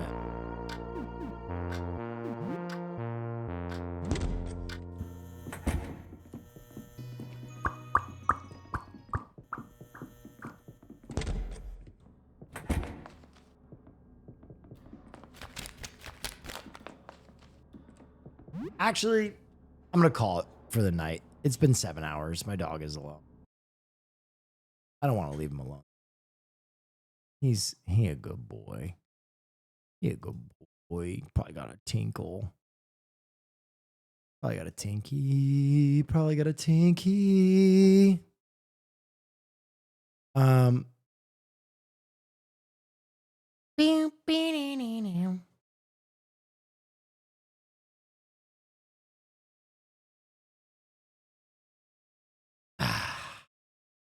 hope you had a good time.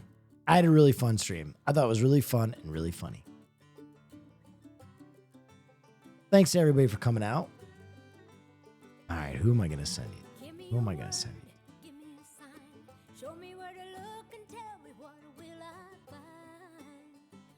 What will I find? Oh. Will I find? What will I find? Yep. Yeah. Oh, Pink Ward's on. How do I get to my lock? I haven't rated Pink Ward in forever. Heaven, let your light shine. Thanks for keeping me company, guys. I hope I entertained you. I'll be back tomorrow. Same bat time, same bat place to do my best to entertain you. Love is in the water, love is in the air. Show me I hope you have a wonderful night, guys. Thanks for all that you do. Thanks for letting me be me. Stay dangerous. Have a wonderful evening and good night. Teach me where to go and tell me will love be there? Will love be there?